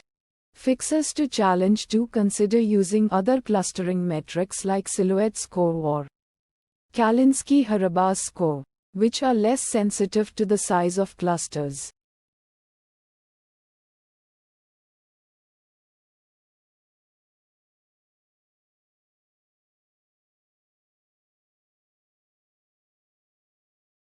sklearn metrics completeness score. Description: the completeness score metric is used to evaluate the performance of clustering algorithms. It measures the extent to which all members of a given cluster in the ground truth are also part of a cluster in the predicted clusters. A completeness score of 1.0 indicates that all members of each ground truth cluster are also part of a predicted cluster. A score of 0.0 indicates that no members of any ground truth cluster are part of a predicted cluster. Inputs: labels true, the ground truth labels for the data. Label spread, the predicted labels from the clustering algorithm. Outputs: completeness score, a float value between 0 and 1.0, representing the completeness of the clustering. Steps: calculate the number of data points in each ground truth cluster.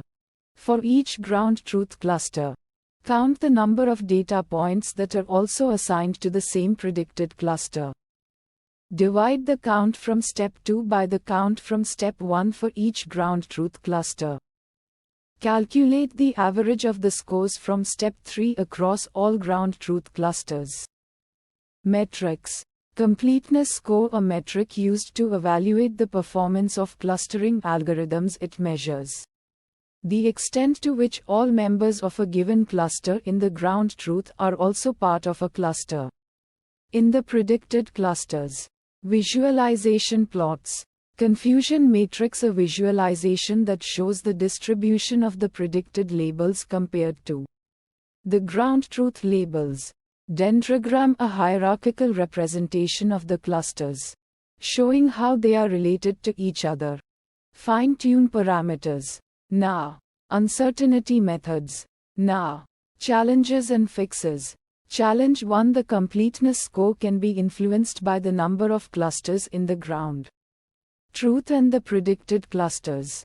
If there are more clusters in the ground truth than in the predicted clusters, the completeness score will be lower, and vice versa. Sample use case that resulted in challenge 1: a clustering algorithm that predicts 5 clusters when the ground truth contains 10 clusters. Fixes to challenge 1: consider adjusting the number of clusters in the clustering algorithm to match the number of clusters in the ground truth. You could also explore alternative clustering algorithms that are more robust to the number of clusters. Challenge 2: the completeness score can be sensitive to noise in the data. If there is significant noise in the data, the completeness score will be lower. Sample use case that resulted in challenge 2: clustering data that contains outliers or mislabeled data points. Fixes to challenge 2: pre-process the data to remove noise, such as outliers or mislabeled data points. Consider using a clustering algorithm that is more robust to noise, such as k-means or DBSCAN.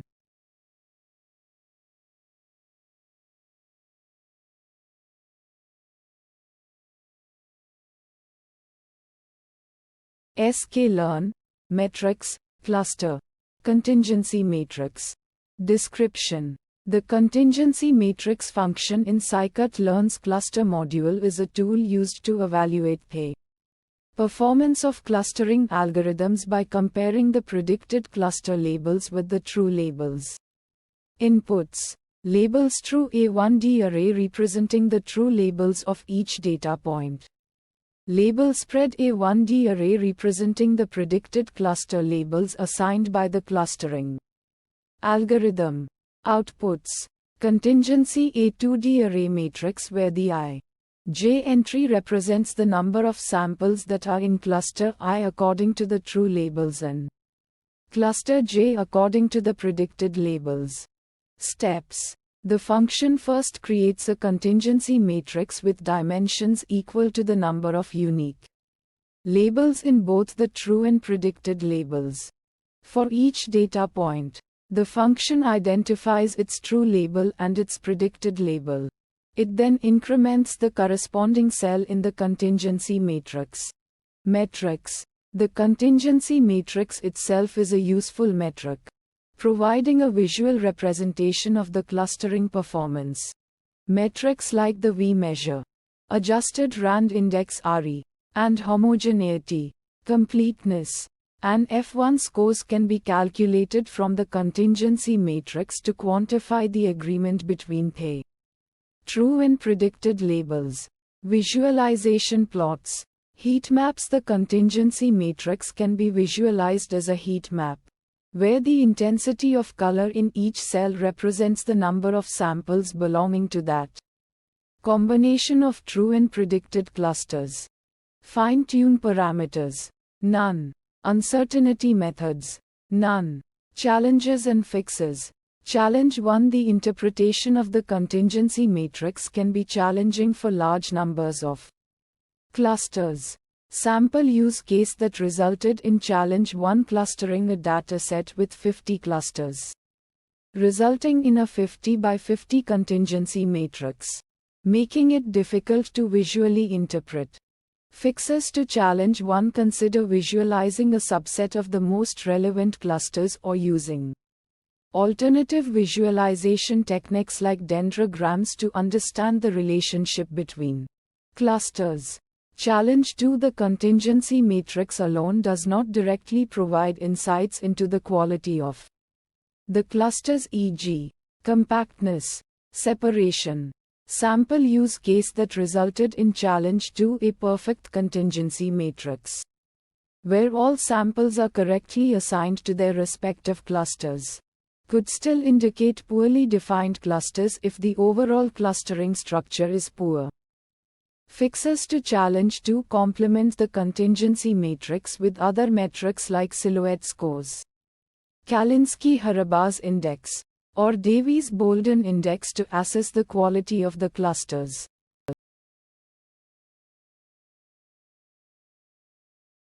sklearn, metrics, cluster, pair confusion matrix. Description. The pair confusion matrix function calculates the confusion matrix for each pair of clusters in a given clustering result. It compares the predicted cluster labels to the true labels, providing a detailed view of the performance of each cluster in terms of correctly and incorrectly classified instances. This function is helpful for evaluating the quality of a clustering algorithm and identifying clusters that might require further refinement. Inputs. Labels true: a 1D array representing the true cluster labels for each instance. Label spread: a 1D array representing the predicted cluster labels for each instance. Outputs. Confusion matrix: a 3D array where each 2D slice represents the confusion matrix for a specific pair of clusters. The shape of the array is n clusters. N clusters. 2. Where n clusters is the number of clusters. Steps. The function iterates through all possible pairs of clusters. For each pair, it creates a 2 by 2 confusion matrix based on the true and predicted labels of the instances belonging to those clusters. The resulting confusion matrices are then stacked into a 3D array. Metrics. Precision: the proportion of correctly classified instances within a given cluster. Recall: the proportion of true positive instances within a given cluster that were correctly classified. F1 score: the harmonic mean of precision and recall, providing a balanced measure of performance. Visualization plots. Heat map. A heat map can be used to visualize the confusion matrices for each cluster pair, showing the distribution of instances across the true and predicted labels.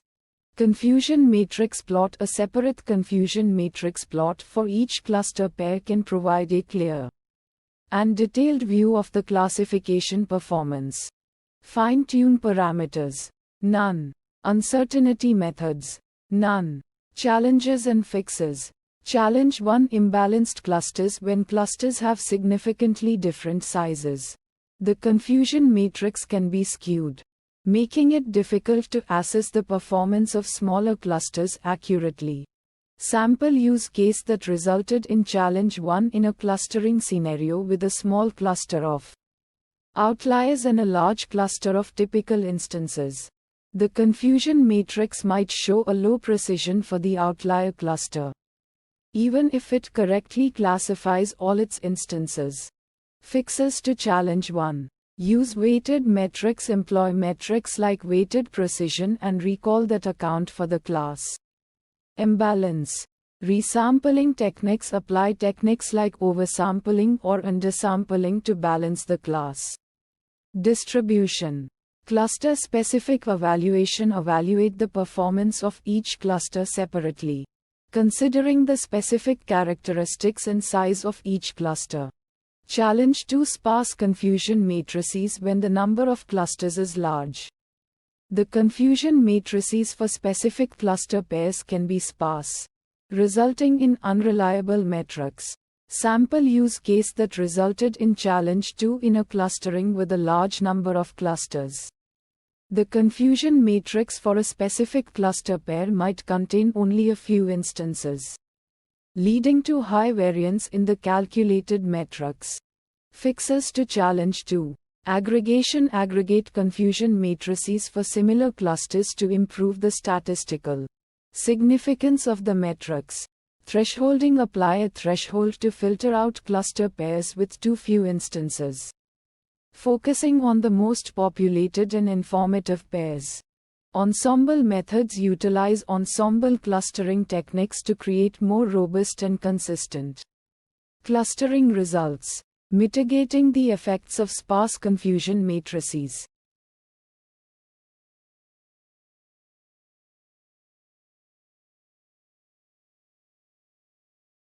sklearn. Metrics. Foulkes-Mallows score. Description. The Foulkes-Mallows index is a metric that measures the quality of a cluster assignment. Given the ground truth, it is defined as the geometric mean of the precision and recall of the cluster assignments. Inputs. Labels. True. The ground truth labels. This should be a 1D array of integers, where each element represents the true cluster label of the corresponding sample. Label. Spread. The predicted cluster labels. This should be a 1D array of integers, where each element represents the predicted cluster label of the corresponding sample. Outputs. Foulkes-Mallows score. The Foulkes-Mallows score, which is a value between 0 and 1, where 1 indicates a perfect clustering. Steps. Calculate the number of pairs of samples that are in the same cluster in both the true labels and the predicted labels TP. Calculate the number of pairs of samples that are in the same cluster in the predicted labels but not in the true labels Calculate the number of pairs of samples that are in the same cluster in the true labels but not in the predicted labels Fn. Calculate the precision as TP-TP. Calculate the recall as TP-TP-Fn. Calculate the Foulkes-Mallows score as the square root of the product of the precision and recall. Metrics. Precision. The proportion of correctly predicted pairs of samples that are in the same cluster. Recall. The proportion of truly clustered pairs of samples that are correctly predicted to be in the same cluster. Visualization plots. Scatter plot of the data, where each point is colored according to its predicted cluster label. Confusion matrix showing the number of true positive, false positive, true negative, and false negative pairs of samples. Fine-tune parameters. None. Uncertainty methods. None. Challenges and fixes. Challenge 1. The Fowlkes-Mallows score is sensitive to the number of clusters. If the number of clusters is too small, then the score will be low because there will be many false negatives. If the number of clusters is too large, then the score will be low because there will be many false positives. Sample use case that resulted in challenge 1 when clustering a dataset with 100 samples into 2 clusters. The Fowlkes-Mallows score is low because many samples are misclassified into the wrong cluster. Fixes to challenge 1. Use a different clustering algorithm that is less sensitive to the number of clusters. Use a different metric to evaluate the clustering quality. Challenge 2. The Fowlkes-Mallows score is not very informative about the quality of the cluster. Assignments if there is a large amount of noise in the data. Sample use case that resulted in challenge 2 when clustering a dataset with 100 samples into 10 clusters. The Fowlkes-Mallows score is low because the data is noisy and the clustering algorithm is unable to find meaningful clusters. Fixes to challenge 2. Pre-process the data to remove noise. Use a different clustering algorithm that is more robust to noise.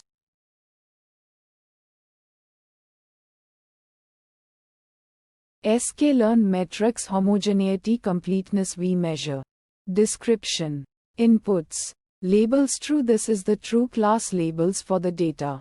As a 1D array of integers. Each integer represents a distinct class. Label spread. This is the predicted cluster labels for the data. As a 1D array of integers. Each integer represents a distinct cluster. Homogeneity score. This value indicates how much each cluster contains only members of a single class.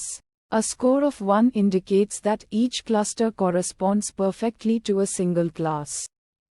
Completeness score. This value indicates how much all members of a given class are assigned to the same cluster.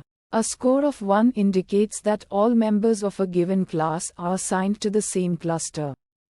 We measure score. This is the harmonic mean of the homogeneity and completeness scores. It represents a balance between the two scores. A score of 1 indicates that both homogeneity and completeness are perfect. Steps. Calculate homogeneity. This measures the extent to which clusters contain only data points from a single class. Calculate completeness. This measures the extent to which all data points from a single class are assigned to the same cluster. Calculate we measure. This is the harmonic mean of homogeneity and completeness, providing a balanced evaluation of the clustering. Metrics. Homogeneity score measures how well each cluster contains members of a single class.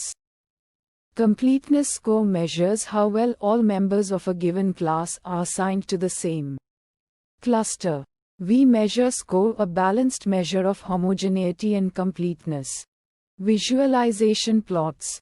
Confusion matrix. A matrix visualization that displays the relationship between true and predicted labels, highlighting the performance of the clustering. Dendrogram. A hierarchical tree visualization that illustrates the relationships between clusters based on their similarity. None. The homogeneity completeness we measure function does not have tunable parameters. None. There are no specific uncertainty methods associated with homogeneity completeness we measure. Challenge 1. Unbalanced class sizes. When classes have very different numbers of instances, the homogeneity and completeness scores may be biased towards the larger classes. Sample use case that resulted in challenge 1. Clustering a dataset where one class contains 90 of the data and the remaining classes have only 10. Fixes to challenge 1. Consider using alternative clustering algorithms that are less sensitive to class imbalance. Use a weighted version of the metrics that takes into account the class sizes.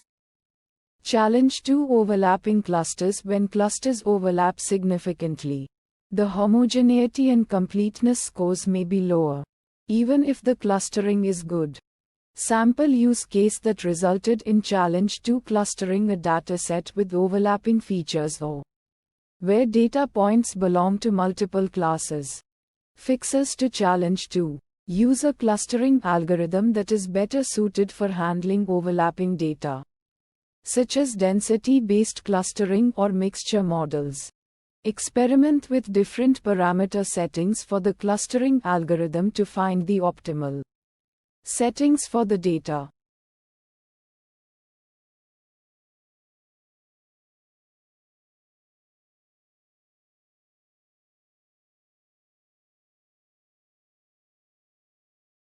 sklearn metrics homogeneity score. Description: a metric that measures the homogeneity of the clusters. It is a score that ranges from 0 to 1, where 1 represents perfect homogeneity and 0 represents no homogeneity at all. A higher homogeneity score indicates that the clusters are more pure, meaning that they contain more points from the same true class. Inputs: labels true, the ground truth labels of the data points. Label spread, the predicted cluster labels assigned to each data point. Outputs: homogeneity score, a float value representing the homogeneity score of the clustering. Steps: the function calculates the homogeneity score by comparing the predicted cluster labels with the true labels. It measures how well the clusters correspond to the true classes. It uses the concept of entropy to calculate the homogeneity score. Metrics: homogeneity score, it is a value between 0 and 1, where 1 represents perfect homogeneity and 0 represents no homogeneity. Visualization plots: a scatter plot can be used to visualize the clusters and the true classes, with different colors representing different clusters or true classes. Fine-tune parameters: none. Uncertainty methods: none. Challenges and fixes. Challenge 1: when there are many clusters and the true classes are not well separated, the homogeneity score may be low. Sample use case: a clustering algorithm that produces many clusters, but the true classes are not clearly defined, resulting in a low homogeneity score. Fixes: try using different clustering algorithms. Adjust the parameters of the chosen clustering algorithm. Consider using feature selection or dimensionality reduction to improve the separation of the true classes. Challenge 2: the homogeneity score is sensitive to the number of clusters. Sample use case: a clustering algorithm that produces too few clusters, resulting in a low homogeneity score. Fixes: try using different clustering algorithms. Adjust the number of clusters produced by the chosen clustering algorithm. Consider using other clustering metrics, such as completeness score or V-measure, to assess the quality of the clusters.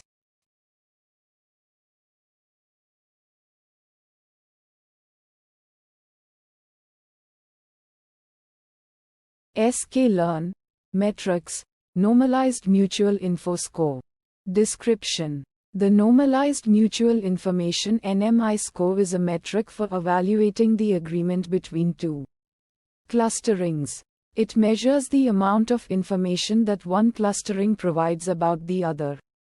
The score is normalized to be between 0 and 1, with 1 representing perfect agreement between the two clusterings. Inputs: labels true, the true labels or cluster assignments for the data. This is typically a one-dimensional array of integers representing the true cluster membership of each data point. Label spread, the predicted labels or cluster assignments obtained from a clustering algorithm. It should be of the same shape as labels true. Outputs: NMI, the Normalized Mutual Information Score, a value between 0 and 1, where 1 indicates perfect agreement between the true and predicted clusterings. Steps: Calculate the mutual information μ between the two clusterings. μ measures the shared information between the true and predicted labels. Normalize the μ by the geometric mean of the entropies of the true and predicted labels. Normalization ensures that the score is independent of the number of clusters and the size of pay. Data. Metrics. Normalized mutual information. This is the primary metric calculated by the function. It represents the normalized amount of information that one clustering provides about the other. Visualization plots. Confusion matrix. Visualize the agreement between the true and predicted clusterings using a confusion matrix. Fine-tune parameters. Average method. The averaging method used to compute the normalized mutual information over multiple partitions. Possible values include arithmetic, geometric, and harmonic. The default is arithmetic.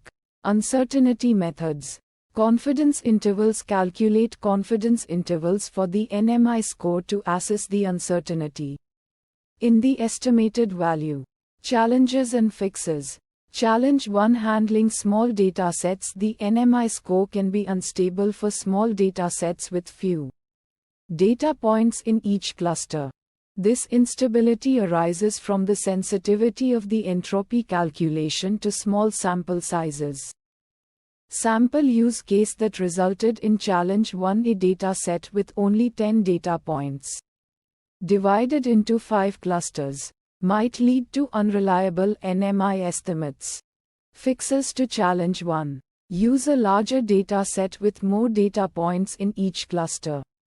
Apply smoothing techniques to the entropy calculation to improve robustness to small sample sizes. Challenge 2. Sensitivity to noise. The NMI score can be sensitive to noise in the data. Noise can lead to misclassifications, which can significantly reduce the NMI score. Sample use case that resulted in challenge 2. A data set with noisy features might result in misclassifications, leading to a lower NMI score. Fixes to challenge 2. Pre-process the data to reduce noise by applying techniques like outlier removal or feature scaling. Use clustering algorithms that are robust to noise, such as K-medoids or DBSCAN.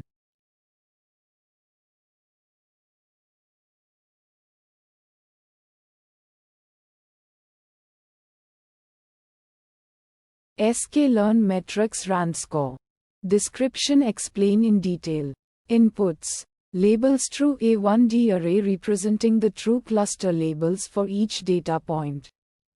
Label spread. A1D array representing the predicted cluster labels for each data point. A float value representing the RAND index. A metric for evaluating the similarity between two clusterings. Steps. Calculate the number of pairs of data points that are in the same cluster in both the true labels and the predicted labels TP. Calculate the number of pairs of data points that are in different clusters in both the true labels and the predicted labels TN. Calculate the number of pairs of data points that are in the same cluster in the true labels but different clusters in the predicted labels Calculate the number of pairs of data points that are in different clusters in the true labels, but the same cluster in the predicted labels Fn. Compute the RAND index using the formula TPTN TPTN Fn. Metrics. RAND index Re. Visualization plots. Confusion matrix visualizes the true positive TP, true negative TN, false positive and false negative Fn counts for different cluster assignments. None. Challenge 1. The RAND index can be influenced by the number of clusters in the dataset. Sample use case that resulted in challenge 1. If there are only a few clusters, even a random clustering might have a high RAND index. Fixes to challenge 1. Consider using other metrics like adjusted RAND index RE or normalized mutual information NMI that take into account the number of clusters. Challenge 2. The RAND index is not sensitive to the structure of the clusters. Only the pairwise agreement. Sample use case that resulted in challenge 2. Two clusterings with the same RAND index might have different shapes and structures. Fixes to challenge 2. Consider using other metrics like silhouette score or Kalinske-Haraba's index that assess the quality of the clusters based on their internal cohesion and separation.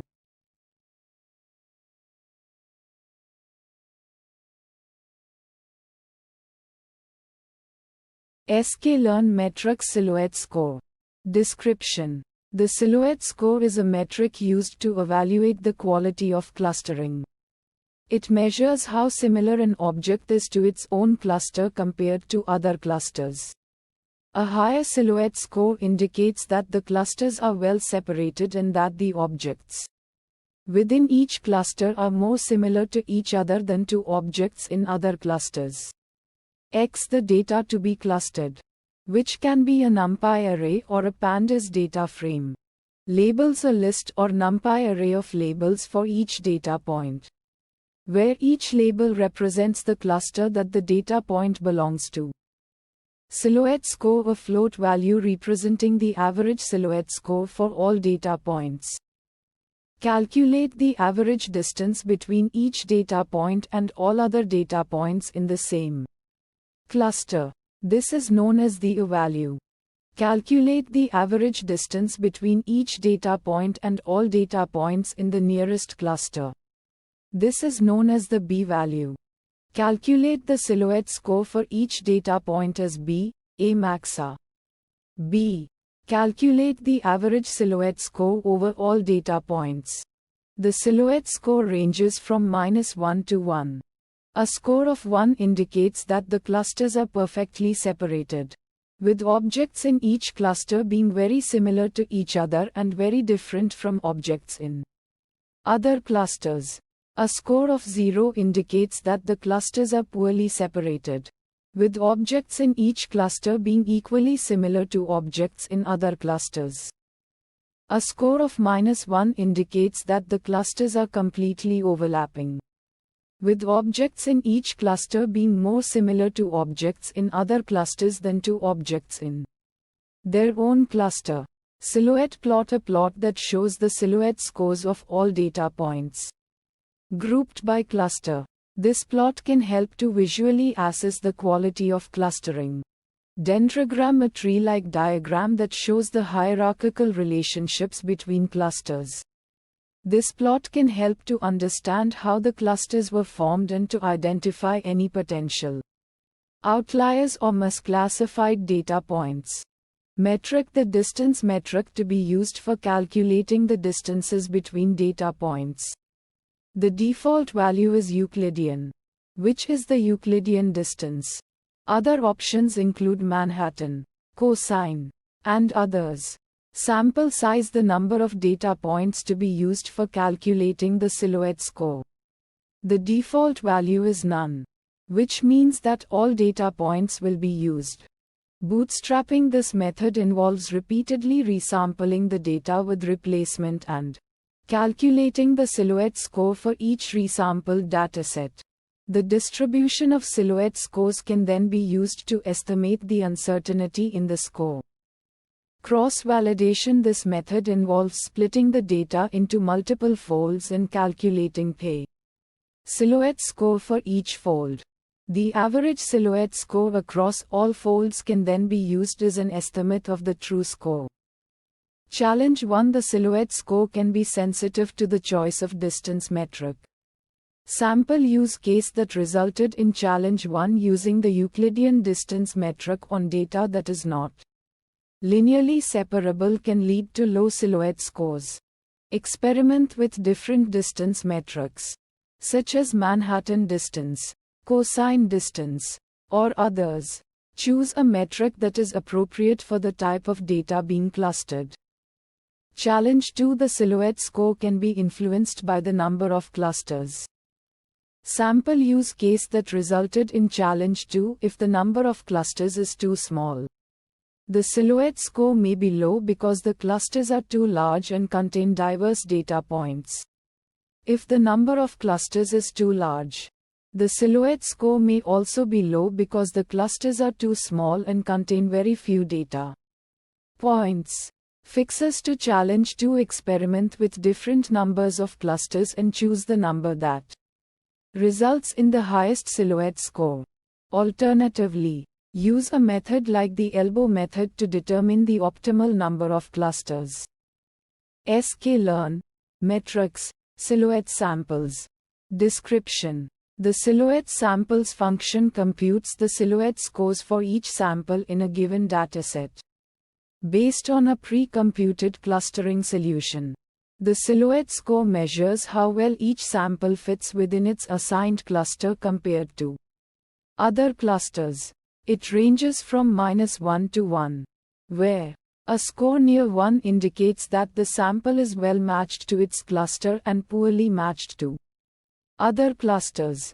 A score near 0 indicates that the sample is close to the decision boundary between two clusters. A score near -1 indicates that the sample might have been assigned to the wrong cluster. Inputs: X. The data matrix labels the cluster labels for each sample. Outputs: silhouette samples, a NumPy array containing the silhouette scores for each sample. Steps: for each sample, calculate the average distance to all other points within its assigned cluster A. For each sample, calculate the average distance to all other points in the next nearest cluster B. Compute the silhouette score for each sample using the formula B, A maxa. B. Metrics. Silhouette score, a metric that measures how well each sample fits within its assigned cluster compared to other clusters. Visualization plots. Silhouette plot, a visualization that shows the silhouette scores for each sample. Grouped by cluster. It can help to identify clusters that are well separated, clusters that are poorly separated, and samples that might be misclassified. Dendrogram. A hierarchical clustering dendrogram can visualize the relationships between clusters and help to determine the optimal number of clusters. Fine-tune parameters. Metric. The distance metric to use when computing the average distances between samples. Common options include Euclidean, Manhattan, cosine, etc. Uncertainty methods. Bootstrapping. Repeatedly sample the data with replacement and calculate the silhouette scores on each sample. The distribution of silhouette scores can be used to estimate the uncertainty in the clustering. Results. Challenges and fixes. Challenge 1: poorly separated clusters. When clusters are poorly separated, the silhouette scores may be close to 0 or even negative, indicating that samples may be misclassified. Sample use case that resulted in challenge 1: clustering data with overlapping clusters using k-means. Fixes to challenge 1. Choose a different clustering algorithm that is better suited for handling overlapping clusters, such as DBSCAN or Gaussian mixture models. Consider using a different distance metric that is more sensitive to the specific characteristics of the data. Try increasing the number of clusters to improve the separation between clusters. Challenge 2: outliers. Outliers can significantly impact the silhouette scores and make it difficult to interpret the clustering results. Sample use case that resulted in challenge 2: clustering data containing a few outlier samples that are far from other samples. Fixes to challenge 2. Remove outliers from the data before clustering. Use a clustering algorithm that is robust to outliers, such as DBSCAN or K-medoids. Adjust the parameters of the clustering algorithm to make it more tolerant of outliers, such as increasing the epsilon parameter in DBSCAN.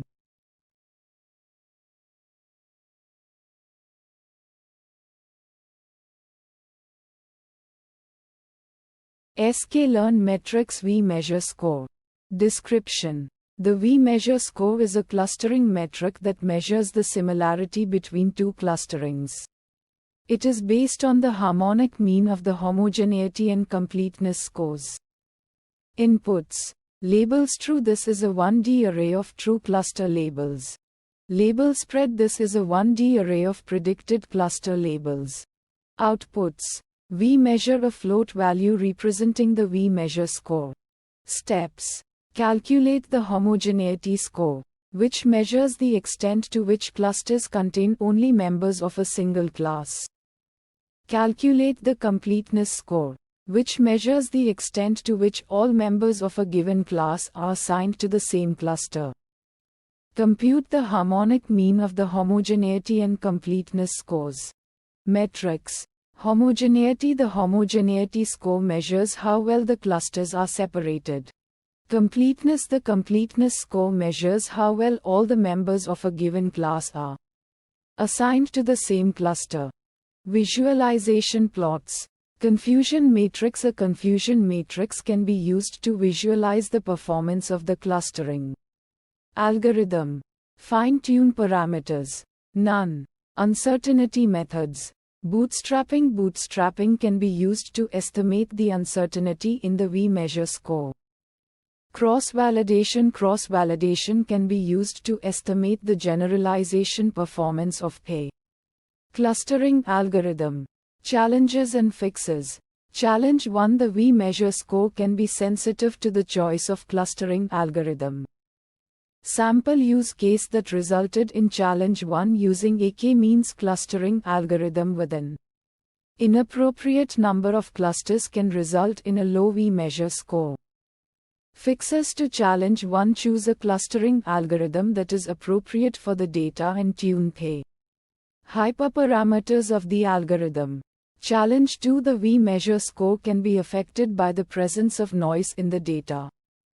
Sample use case that resulted in challenge 2: noise in the data can lead to clusters being formed that are not representative of the true underlying structure. Fixes to challenge 2: pre-process the data to remove noise or use a clustering algorithm that is robust to noise. sklearn. Metrics. Consensus score. Description: this metric evaluates the consensus of multiple classifiers or estimators by comparing their predictions.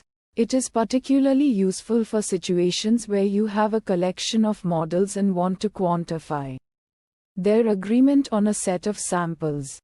Inputs: y true, the true labels or target values for the samples. It should be a 1D array. Ypred, a list of predicted labels or target values from each classifier. It should be a list of 1D arrays, where each array corresponds to the predictions of a single classifier. The length of the list should be equal to the number of classifiers. Outputs: score, a single scalar value representing the consensus score. Higher values indicate better agreement among the classifiers. This score ranges from 0 to 1, where 0 represents no agreement and 1 represents perfect agreement. Steps: for each sample, count the number of times each unique predicted label appears in the list of predictions from all classifiers. Calculate the consensus score as the ratio of the most frequent predicted label, the label with the highest count, to the total number of classifiers. Metrics. Consensus score: this is the primary output of the metric, ranging from 0 to 1. It quantifies the agreement between the classifier's predictions. Visualization plots. Confusion matrix: this plot can visually represent the agreement between classifiers.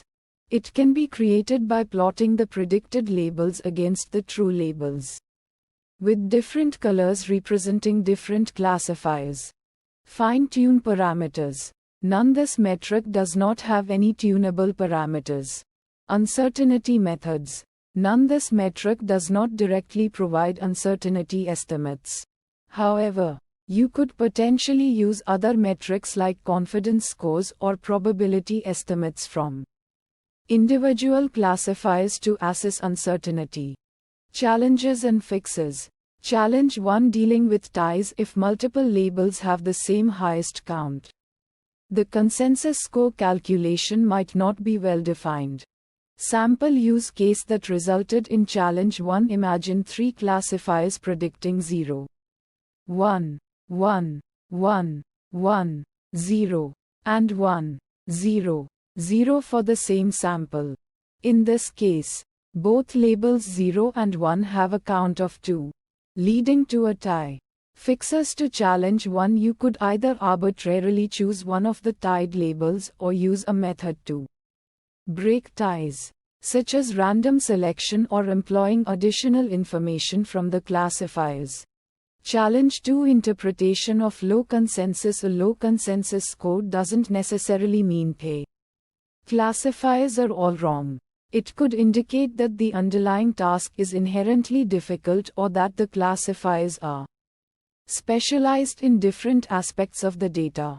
Sample use case that resulted in challenge 2. If you have classifiers trained on different datasets or with different objectives, they might have differing predictions even if they are all performing reasonably well.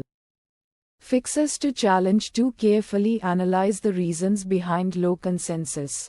Consider examining the predictions of individual classifiers, their training data, and the task's complexity to understand the underlying cause.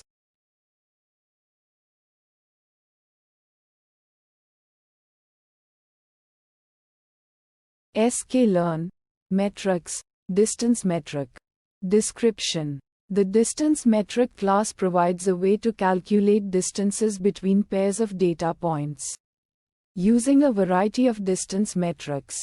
It allows you to specify a metric either by name, e.g., Euclidean, Manhattan, or by providing a custom function. Inputs. Metric. The distance metric to use. This can be a string representing a built-in metric, e.g., Euclidean, Manhattan, cosine, or a callable function that takes two arrays and returns the distance between them. Data. The data points for which you want to calculate distances. This can be a two-dimensional array or a list of arrays. Outputs. Distance matrix. A matrix where each element represents the distance between two data points. The rows and columns of the matrix correspond to the indices of the data points. Steps. Initialize. Create an instance of the distance metric class, specifying the desired metric. Compute. Call the pairwise method of the distance metric instance, passing the data points as input. This method calculates the distances between all pairs of data points and returns a distance matrix. Metrics. Euclidean distance. The straight line distance between 2 points. Manhattan distance. The sum of the absolute differences between the coordinates of 2 points. Cosine distance. The angle between two vectors. Chebyshev distance. The maximum absolute difference between the coordinates of 2 points. Visualization plots. Scatter plot. A scatter plot can be used to visualize the data points and their distances. Fine-tune parameters. Metric. You can choose from a wide range of distance metrics, including built-in ones like Euclidean, Manhattan, cosine, or provide a custom function. P for Minkowski distance. The parameter P controls the order of the norm. Uncertainty methods. Not directly applicable. The distance metric class does not directly support uncertainty estimation. Challenges and fixes. Challenge 1. Choosing the right distance metric for your problem. Sample use case. If you are working with data that has different scales, e.g., one feature is measured in meters and another in kilometers, using the Euclidean distance might not be appropriate, as it gives equal weight to all features. Fixes to challenge 1. You can use a metric like the Manhattan distance, which is less sensitive to differences in scale. You can also normalize your data before calculating distances. Challenge 2. Handling missing values. Sample use case. If your data has missing values, you need to handle them appropriately before calculating distances. Fixes to challenge 2. You can either impute the missing values or exclude data points with missing values from the distance calculation. sklearn, metrics, pairwise, additive chi2 kernel. Description. The additive chi-squared kernel is a popular kernel function used in machine learning for measuring the similarity between two samples. It is particularly well suited for categorical data, such as text documents or images represented as histograms. Inputs. X. A NumPy array or sparse matrix representing the first set of samples.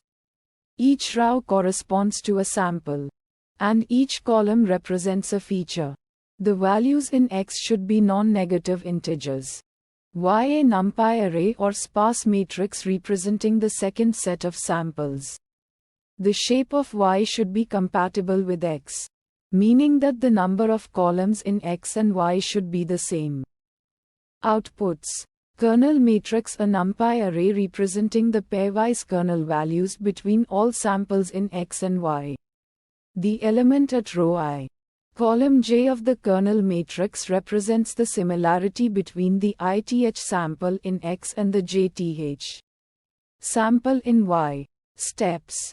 Calculate the sum of squared differences between the corresponding elements of each pair of samples. Divide each sum of squared differences by the sum of the corresponding elements. Take the exponential of the negative of the result to obtain the kernel value. Metrics. Accuracy measures the proportion of correctly classified samples. Precision measures the proportion of correctly predicted positive samples among all samples predicted as positive. Recall measures the proportion of correctly predicted positive samples among all actual positive samples. F1 score. A harmonic mean of precision and recall. Visualization plots. Heatmap visualizes the kernel matrix, highlighting areas of high similarity. Scatter plot visualizes the relationship between the samples in X and Y, colored according to their kernel values. Fine-tune parameters. None. This kernel does not have any fine-tune parameters. Uncertainty methods. None. This kernel does not have any built-in uncertainty methods. Challenges and fixes. Challenge 1. Data sparsity. When dealing with sparse data, the additive chi-squared kernel can result in overly optimistic similarity scores, as it ignores the zero-valued features. Sample use case. A text classification task with documents represented as bag of words vectors, where most features have zero values. Fixes to challenge 1. Consider using alternative kernels, such as the linear kernel, which account for sparsity. Preprocess the data by removing features with very low frequencies. Challenge 2. High dimensionality in high-dimensional spaces. The additive chi-squared kernel can become computationally expensive, as the number of pairwise comparisons grows quadratically with the number of samples. Sample use case. Image classification with high-resolution images, where each pixel represents a feature. Fixes to challenge 2. Utilize dimensionality reduction techniques, such as principal component analysis (PCA), to reduce the number of features. Employ efficient kernel approximations, such as the Nystrom method.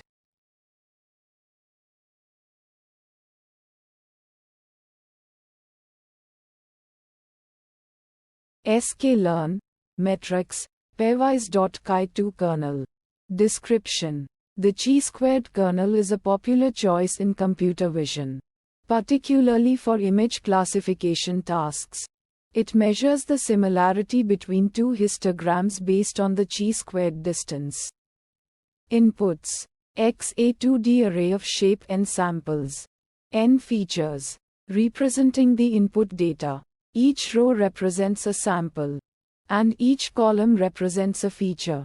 Features are expected to be non-negative and represent histograms. Y an optional 2D array of shape n samples to n features. If provided, it represents a second set of samples. If not provided, it defaults to X, meaning the similarity between samples within X will be computed. Outputs: kernel a 2D array of shape n samples. N samples 2 if Y is provided. Or n samples if Y is not provided. The values in this array represent the pairwise chi-squared kernel values between the samples in X and Y or X itself if Y is not provided. Steps: calculate the sum of elements. Calculate the sum of all elements in each histogram. Compute the chi-squared distance for each pair of histograms. Calculate the chi-squared distance using the formula SUMX, Y2XY, where X and Y are the corresponding elements in the two histograms. Exponentiate the distance. Exponentiate the negative chi-squared distance by a given gamma value. Gamma 1 by default. This transformation ensures that similar histograms have higher kernel values closer to 1 and dissimilar histograms have lower kernel values closer to 0. Return the kernel matrix. Return the computed kernel matrix, where each entry represents the similarity between two histograms. Metrics. None. This kernel is designed for similarity computation, not directly for evaluation. Visualization plots. Heat map. A heat map can be used to visualize the kernel matrix, where each cell represents the similarity between two samples. Brighter colors indicate higher similarity. Fine-tune parameters. Gamma, a float value default one that controls the exponential scaling of the chi-squared distance. Higher gamma values emphasize smaller distances, leading to a more sensitive kernel. Lower gamma values dampen the effect of distance, resulting in a less sensitive kernel. Uncertainty methods. None. This kernel is a deterministic method and does not inherently involve uncertainty. Challenges and fixes. Challenge 1: high dimensionality. If the input histograms have a very high number of bins, the chi-squared kernel can be computationally expensive to compute. Sample use case: image classification with very fine-grained color histograms. Fixes. Feature selection. Reduce the number of features bins by applying feature selection techniques. This can significantly speed up the computation. Dimensionality reduction. Apply dimensionality reduction techniques such as PCA or T-SNE to the histograms before computing the kernel. Challenge 2: sparse histograms. If the histograms are sparse, i.e., contain many zero values, the chi-squared kernel can be unstable. Sample use case: text classification, where words are represented by their frequencies. Histograms in documents. Fixes. Smoothing. Apply smoothing techniques to the histograms, such as adding a small constant value to all bins. This helps to prevent division by zero and makes the kernel more robust to sparse data. Alternative kernels. Consider using alternative kernels that are more robust to sparse data, such as the cosine kernel or the Jensen-Shannon divergence kernel. Challenge 3: unbalanced data. If the histograms are unbalanced, i.e., some bins have significantly more counts than others, the chi-squared kernel can be biased towards histograms with higher counts. Sample use case: image segmentation, where one class has significantly more pixels than others. Fixes. Normalization. Normalize the histograms before computing the kernel. This ensures that all histograms have the same total count, reducing the bias towards histograms with higher counts. Weighted kernel. Use a weighted version of the chi-squared kernel where each bin is weighted based on its relative frequency in the data. This can help to reduce the impact of unbalanced histograms.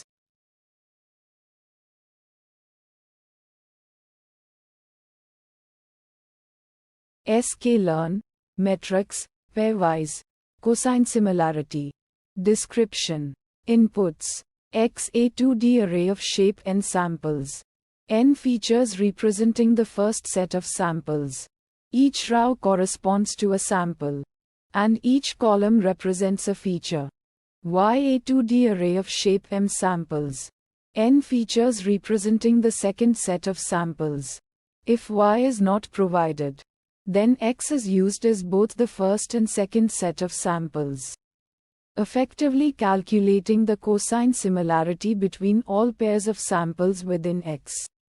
Similarity matrix a 2D array of shape n samples. M samples representing the cosine similarity scores between all pairs of samples from X and Y. Each element in the matrix represents the cosine similarity between the corresponding row in X and the corresponding column in Y. Steps. Normalization. The input arrays X and Y are normalized by dividing each sample vector by its L2 norm, effectively converting them to unit vectors. Dot product. The normalized vectors from X and Y are then multiplied element-wise to calculate the dot product for each pair of samples. Cosine similarity. The dot products obtained in the previous step are then divided by the product of the L2 norms of the corresponding samples from X and Y, resulting in the cosine similarity scores. Metrics. Cosine similarity. A measure of similarity between two vectors based on the angle between them. Values range from -1 to 1, with 1 indicating perfect similarity, 0 indicating orthogonality no similarity, and -1 indicating perfect dissimilarity. Visualization plots. Heatmap. A visual representation of the cosine similarity matrix, where each cell represents the similarity score between a pair of samples. None. The cosine similarity function does not have any tunable parameters. None. The cosine similarity function does not directly provide uncertainty estimates. Challenge 1. Handling missing values. Sample use case that resulted in challenge 1. If the input arrays X and Y contain missing values, the cosine similarity function may produce unexpected results. Fixes to challenge 1. Impute missing values using techniques like mean imputation, median imputation, or k-nearest neighbors KNN imputation before applying cosine similarity. Challenge 2. Scalability for large datasets. Sample use case that resulted in challenge 2 for very large datasets. The calculation of cosine similarity can become computationally expensive, especially when using the default implementation. Fixes to challenge 2. Use optimized implementations like those available in libraries like SciPy or Number. Consider using approximate methods for large-scale computations, such as locality-sensitive hashing LSH. Challenge 3. Feature scaling. Sample use case that resulted in challenge 3. Features with different scales can disproportionately affect the cosine similarity scores. Fixes to challenge 3. Perform feature scaling techniques like standardization or normalization before calculating cosine similarity to ensure that features are on a comparable scale.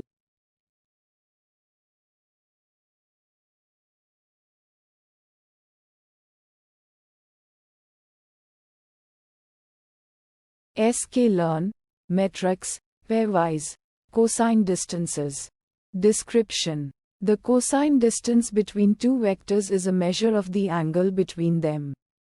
It is a value between 0 and 1, where 0 indicates that the vectors are identical and 1 indicates that the vectors are orthogonal. Perpendicular. Cosine distance is often used in text analysis to measure the similarity between documents or words. It is also used in other applications such as image recognition and recommendation systems. Inputs. X a 2D array of shape n samples 1. N features representing the first set of vectors. Y a 2D array of shape n samples 2. N features representing the second set of vectors. Outputs. Distances A to D array of shape N samples 1. N samples 2 containing the pairwise cosine distances between the vectors in X and Y. Steps. For each pair of vectors X, Y in X and Y, the cosine distance is calculated as 1x, yxy. Metrics. Cosine distance. The cosine distance between two vectors is a measure of the angle between them. Visualization plots. Heat map. A heat map can be used to visualize the pairwise cosine distances between a set of vectors. Scatter plot. A scatter plot can be used to visualize the relationship between two vectors, where the x-axis represents the cosine distance and the y-axis represents another feature. Fine-tune parameters. None. Uncertainty methods. None. Challenges and fixes. Challenge 1. The cosine distance can be sensitive to the scale of the vectors.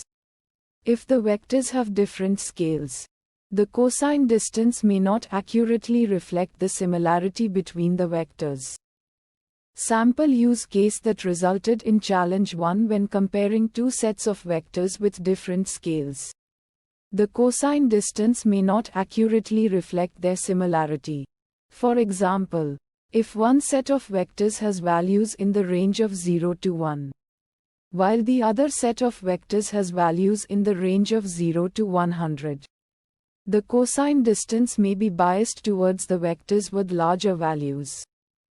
Fixes to challenge 1. Normalize the vectors before calculating the cosine distance. This can be done using methods such as min-max scaling or standardization. Challenge 2. The cosine distance can be sensitive to outliers.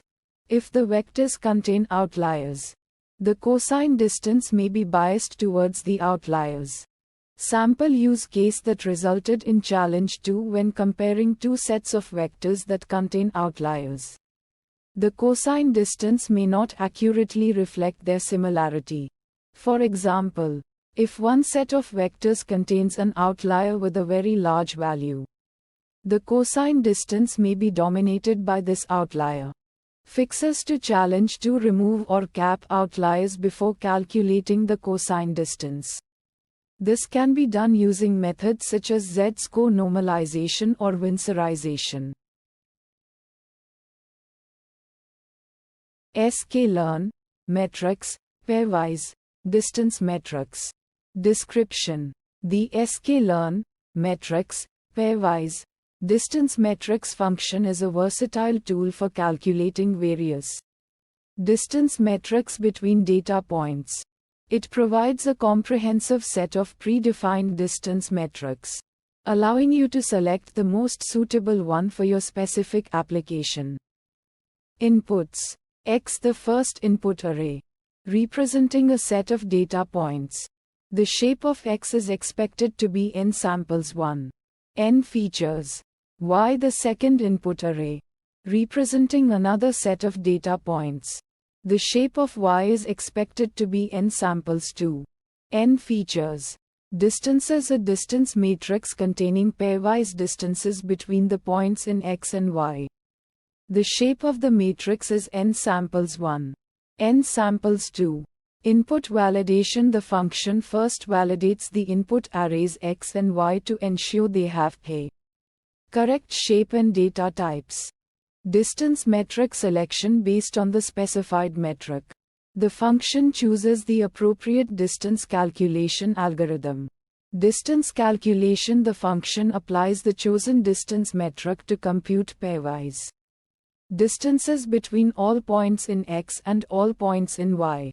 Result output. The computed distances are returned in a matrix format. Euclidean distance computes the straight line distance between 2 points in Euclidean space. Manhattan distance calculates the sum of absolute differences between coordinates of 2 points. Chebyshev distance determines the maximum absolute difference between coordinates of 2 points. Minkowski distance. A generalized distance metric that includes Euclidean and Manhattan distances. As special cases, Cosine distance measures the angle between two vectors, ranging from 0 identical to 1 completely different. Hamming distance counts the number of differing bits between two binary strings. Jacquard distance calculates the dissimilarity between two sets, based on the ratio of their intersection to their union. Scatterplot visualization of data points with distances represented by lines or colors.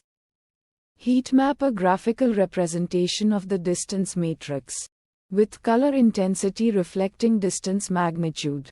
Dendrogram, a hierarchical tree diagram that visually clusters points based on their distances.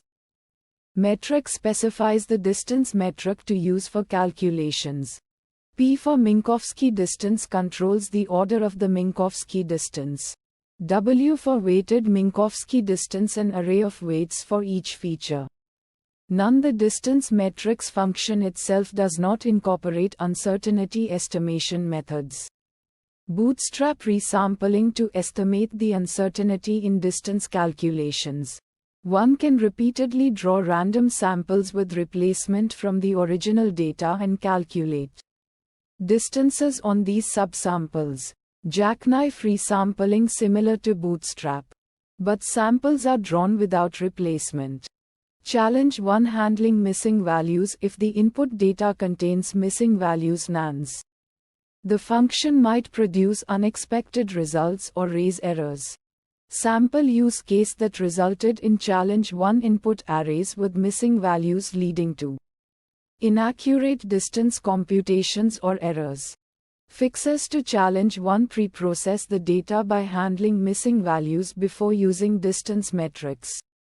This can involve imputation techniques like mean-median imputation or dropping rows columns with missing values.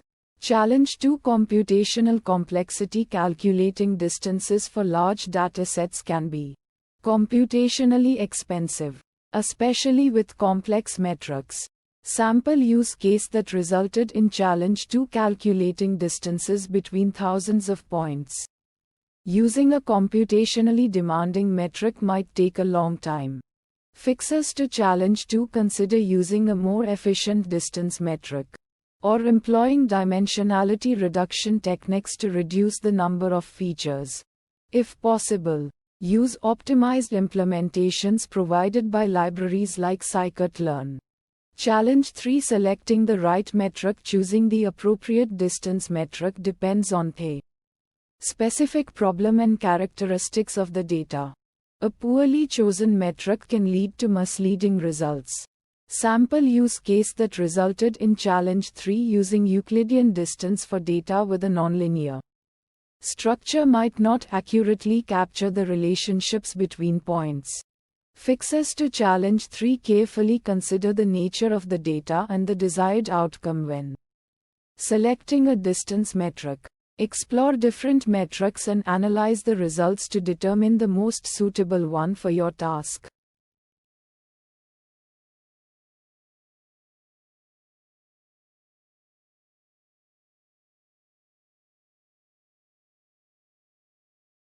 sklearn, metrics, pairwise, Euclidean distances. Description: the Euclidean distances function in scikit-learn calculates the pairwise Euclidean distances between two sets of points. It uses the efficient implementation of the Euclidean distance formula, which is the square root of the sum of the squared differences between corresponding coordinates. Inputs: X, a 2D array representing the first set of points. Each row represents a point in multidimensional space. Y, a 2D array representing the second set of points. If Y is none, then the pairwise distances between the points in X are computed. Outputs: distances: a 2D array containing the pairwise Euclidean distances. If X and Y are both specified, the shape of the array is len X. Len E. If only X is specified, the shape is len X. Len X. Steps: calculate the squared difference between each coordinate of the points in X and Y. Sum the squared differences across all coordinates. Take the square root of the sum to get the Euclidean distance. Metrics. None. Visualization plots. Heat map. A heat map visualization can be used to represent the distances between all pairs of points. Scatter plot. A scatter plot with the points colored based on their distances can be used to visualize the relationships between points. Fine-tune parameters. None. Uncertainty methods. None. Challenges and fixes. Challenge 1. Memory issues for large datasets. Sample use case that resulted in challenge 1 when dealing with very large datasets of points. The computation of pairwise distances can require significant memory. This could lead to memory errors or slow performance. Fixes to challenge 1. Use a specialized distance computation library like FAISS or ANOI, which are optimized for handling large datasets. Implement a batched computation approach, where the pairwise distances are calculated in smaller batches to reduce memory consumption. Challenge 2. Computational cost. Sample use case that resulted in challenge 2. Computing pairwise distances for a large number of points can be computationally expensive, especially for high-dimensional data. Fixes to challenge 2. Use a dimensionality reduction technique like PCA or TSNE to reduce the number of dimensions. Before computing distances, use approximate nearest neighbor search algorithms like KD trees or ball trees to reduce the number of distance calculations needed.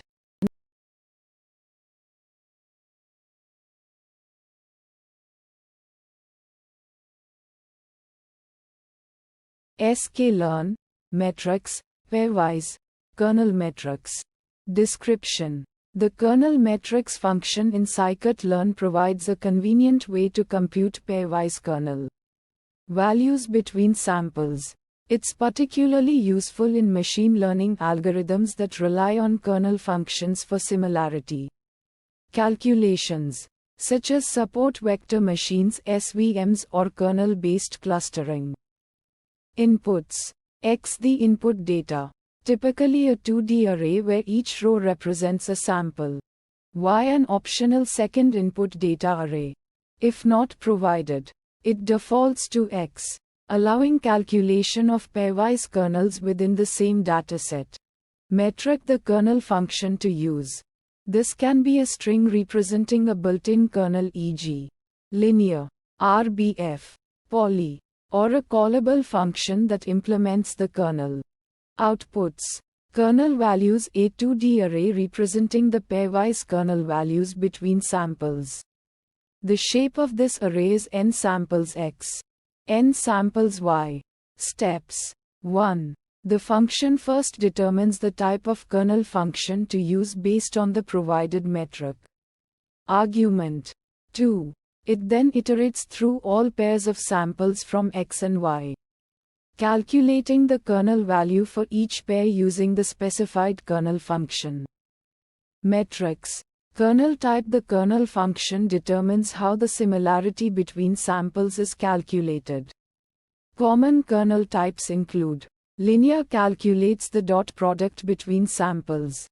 RBF radial basis function measures similarity based on the distance between samples, using a Gaussian-like function. Polynomial calculates a polynomial function of the dot product between samples. Visualization plots. Kernel heat map. A heat map can be generated to visually represent the pairwise kernel values. This can help in understanding the relationships between samples based on the chosen kernel. Fine-tune parameters. Kernel parameters. Many kernel functions have parameters that can be adjusted to influence their behavior. For example, the RBF kernel has a gamma parameter that controls the width of the Gaussian function. Metric argument. You can customize the kernel by specifying a custom callable function as the metric argument. Uncertainty methods. Kernel regularization techniques like adding a small amount of noise to the kernel values can help reduce overfitting and improve model robustness. Challenges and fixes. Challenge 1. Computational complexity. Calculating pairwise kernels can be computationally expensive for large datasets, especially when using more complex kernels. Sample use case training a SVM with a large dataset and an RBF kernel. Fixes. Subset sampling. Randomly select a subset of samples for kernel computation, especially during model training. Approximate kernels use approximate kernel methods that trade off accuracy for speed. Challenge 2. Choosing the right kernel. Selecting the appropriate kernel for a given problem can be crucial for model performance. Sample use case. Using a linear kernel for data that is highly nonlinear. Fixes. Cross-validation. Use techniques like cross-validation to evaluate different kernels and their parameters. Domain knowledge. Utilize domain knowledge to guide kernel selection.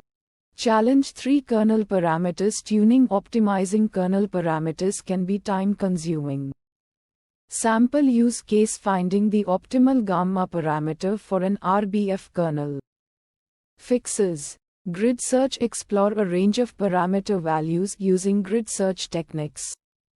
Random search. Randomly sample parameter values for efficient exploration.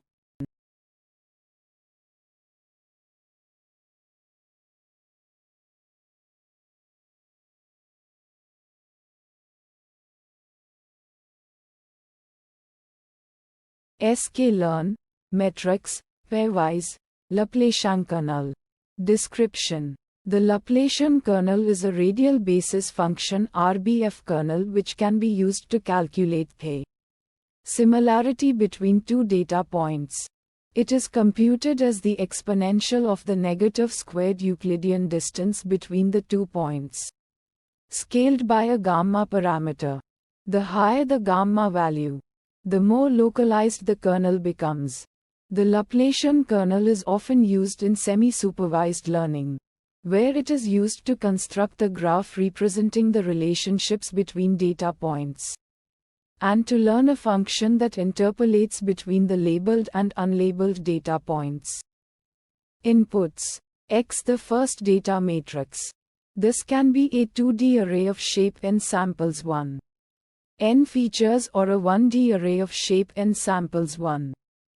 In which case it is assumed that each sample is a single feature. Y. The second data matrix. If Y is none, then it is assumed to be equal to X. This can be a 2D array of shape n samples 2. N features or a 1D array of shape n samples 2.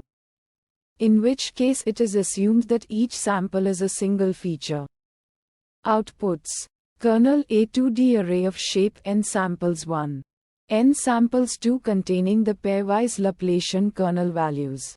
Steps. The function first calculates the squared Euclidean distance between each pair of samples in X and Y. Then it calculates the exponential of the negative squared distance, scaled by the gamma parameter. Metrics. The Laplacian kernel does not have any associated metrics. Visualization plots. The Laplacian kernel can be visualized as a heat map, where each cell represents the similarity between two data points. Fine-tune parameters. Gamma. The gamma parameter controls the width of the kernel. A higher gamma value results in a more localized kernel, while a lower gamma value results in a more global kernel. Uncertainty methods. The Laplacian kernel does not have any associated uncertainty methods. Challenges and fixes. Challenge 1. The Laplacian kernel can be computationally expensive to compute for large datasets. Sample use case that resulted in Challenge 1. A dataset with millions of samples. Fixes to Challenge 1. The gamma parameter can be used to trade off between computational cost and kernel width. A higher gamma value will result in a more localized kernel, which will be faster to compute, but may also result in a less accurate kernel. Challenge 2. The Laplacian kernel is sensitive to the choice of the gamma parameter. Sample use case that resulted in challenge 2. A dataset with a wide range of distances between samples. Fixes to challenge 2. The gamma parameter can be tuned using cross-validation. Alternatively, the gamma parameter can be chosen based on the distribution of distances between samples in a dataset.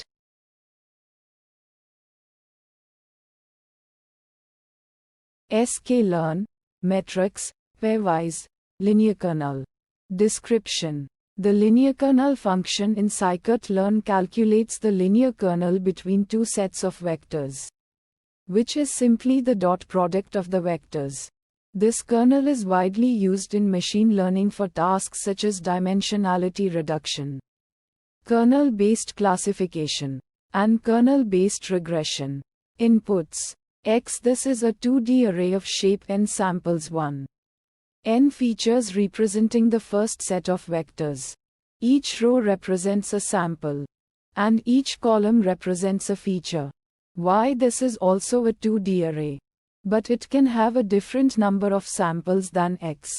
If Y is none, the function calculates the kernel between X and itself, i.e., it computes the pairwise dot products of all vectors in X. Outputs. Gram matrix. This is a 2D array of shape n samples 1. N samples 2 containing the dot product of each pair of vectors from X and Y. Steps.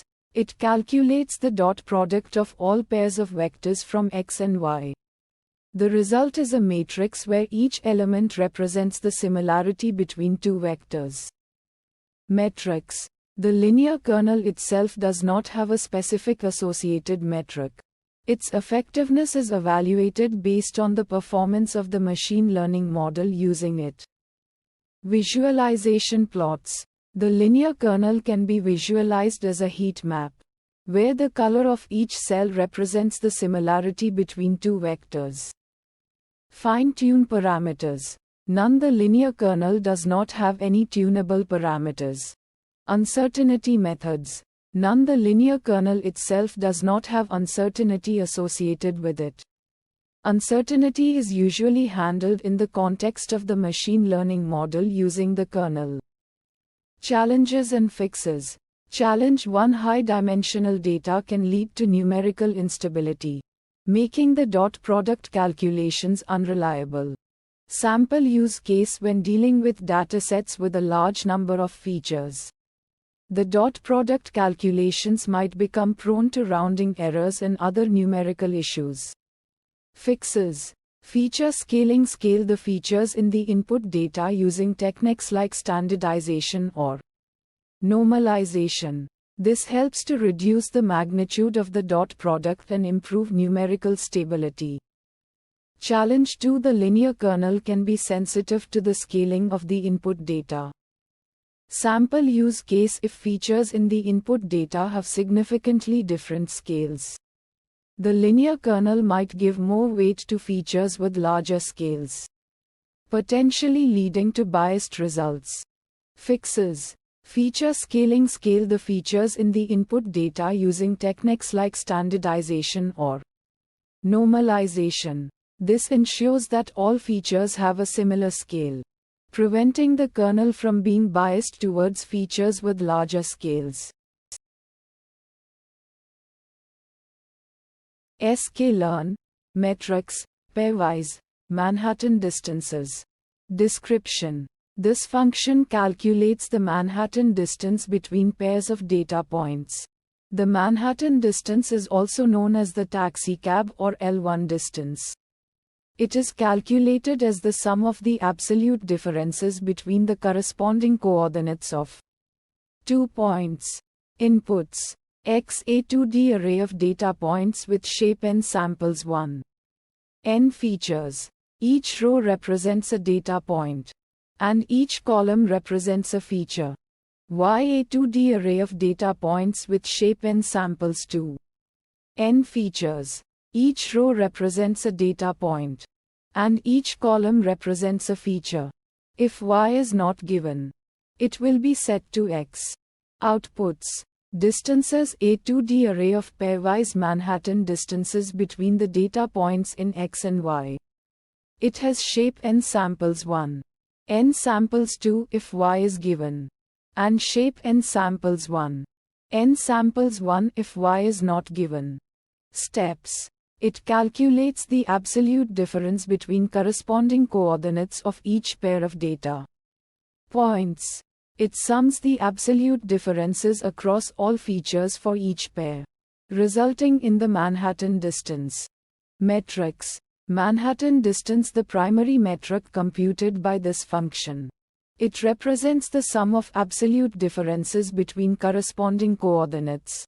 Visualization plots. Scatter plot, visualizing the data points in a scatter plot where the distance between points reflects the Manhattan distance, can provide insights into the distribution of the data and pay relationships between points.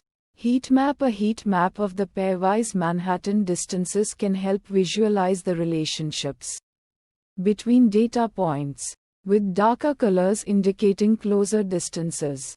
Fine-tune parameters. None. The function does not have any parameters for fine-tuning. Uncertainty methods. None. This function does not directly provide uncertainty measures. To estimate uncertainty, you might consider using bootstrapping or other resampling techniques. Challenges and fixes. Challenge 1. High dimensionality. When dealing with data in very high dimensions, the Manhattan distance can become less informative as it becomes more sensitive to small differences in individual features. Sample use case that resulted in challenge 1. Analyzing text data with a large number of unique words or features. Fixes to challenge 1. Feature selection. Reduce the dimensionality of the data by selecting the most relevant features. Dimensionality reduction. Apply techniques like principal component analysis (PCA) to project data into a lower dimensional space while preserving important variance. Challenge 2. Scale of features. The Manhattan distance is sensitive to the scale of features. If features have very different scales, the distance will be dominated by the feature with the largest scale. Sample use case that resulted in challenge 2. A dataset with features representing age, income, and number of purchasers, where the scales are significantly different. Fixes to challenge 2. Feature scaling. Apply standardization or normalization to ensure that features are on a comparable scale. Weighted Manhattan distance. Assign weights to each feature based on its relative importance to adjust the distance calculation. sklearn. Metrics, pairwise, non-Euclidean distances. Description. This function computes the pairwise Euclidean distances between two arrays of vectors.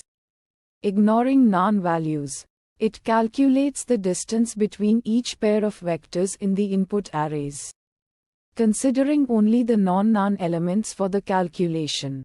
The resulting output is a distance matrix where each element represents the Euclidean distance between the corresponding vectors in the input arrays. Inputs. X. An array of vectors with shape n samples 1. N features. Each row represents a vector. It can contain non-values. Y. An array of vectors with shape n samples 2. N features. Each row represents a vector. It can contain non-values. Outputs. Distances. A distance matrix with shape n samples 1. N samples 2. Each element represents the Euclidean distance between the corresponding vectors in X and Y. Steps. For each pair of vectors X, Y in X and Y, iterate through each feature dimension. If both X and Y have non-none values at the current dimension, compute the squared difference. Sum the squared differences across all features with non-none values. Take the square root of the sum to obtain the Euclidean distance between X and Y. Metrics. Euclidean distance. This metric measures the straight line distance between 2 points in Euclidean space. It is commonly used for measuring similarity or dissimilarity between vectors. Visualization plots. Heat map. A heat map can visualize the distance matrix, representing the distances between vectors with different colors. Fine-tune parameters. None. There are no fine-tune parameters for this function. Uncertainty methods. None. There are no specific uncertainty methods associated with this function. However, you can consider using techniques like bootstrapping or cross-validation to estimate uncertainty in the distance calculations. Challenges and fixes. Challenge 1. Handling missing values. None in the input data. Sample use case that resulted in challenge 1. Input arrays contain missing values, which can lead to incorrect distance calculations if not handled appropriately. Fixes to challenge 1. The non-Euclidean distances function explicitly handles none values by considering only the non-none elements during distance computation.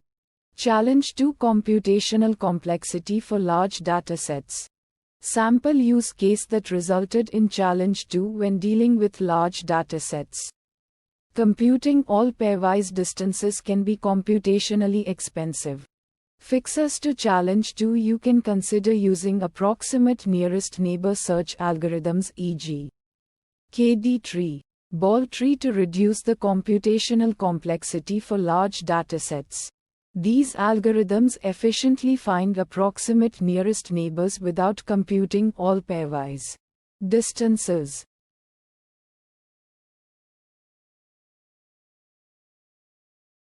sklearn, metrics, pairwise kernels. Description. The pairwise kernels function calculates the pairwise kernel between samples in two arrays, X and Y. It provides flexibility by allowing the user to choose a specific kernel function and adjust its parameters.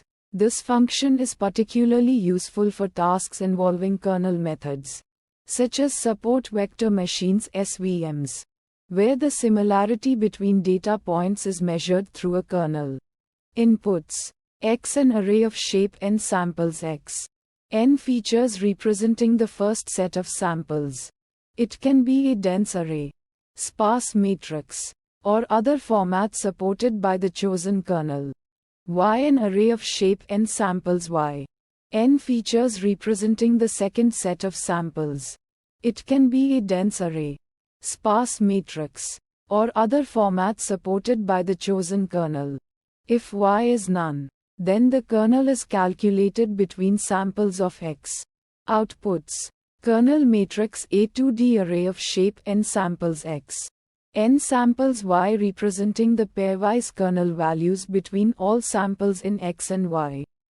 Steps: the function iterates through each pair of samples from X and Y.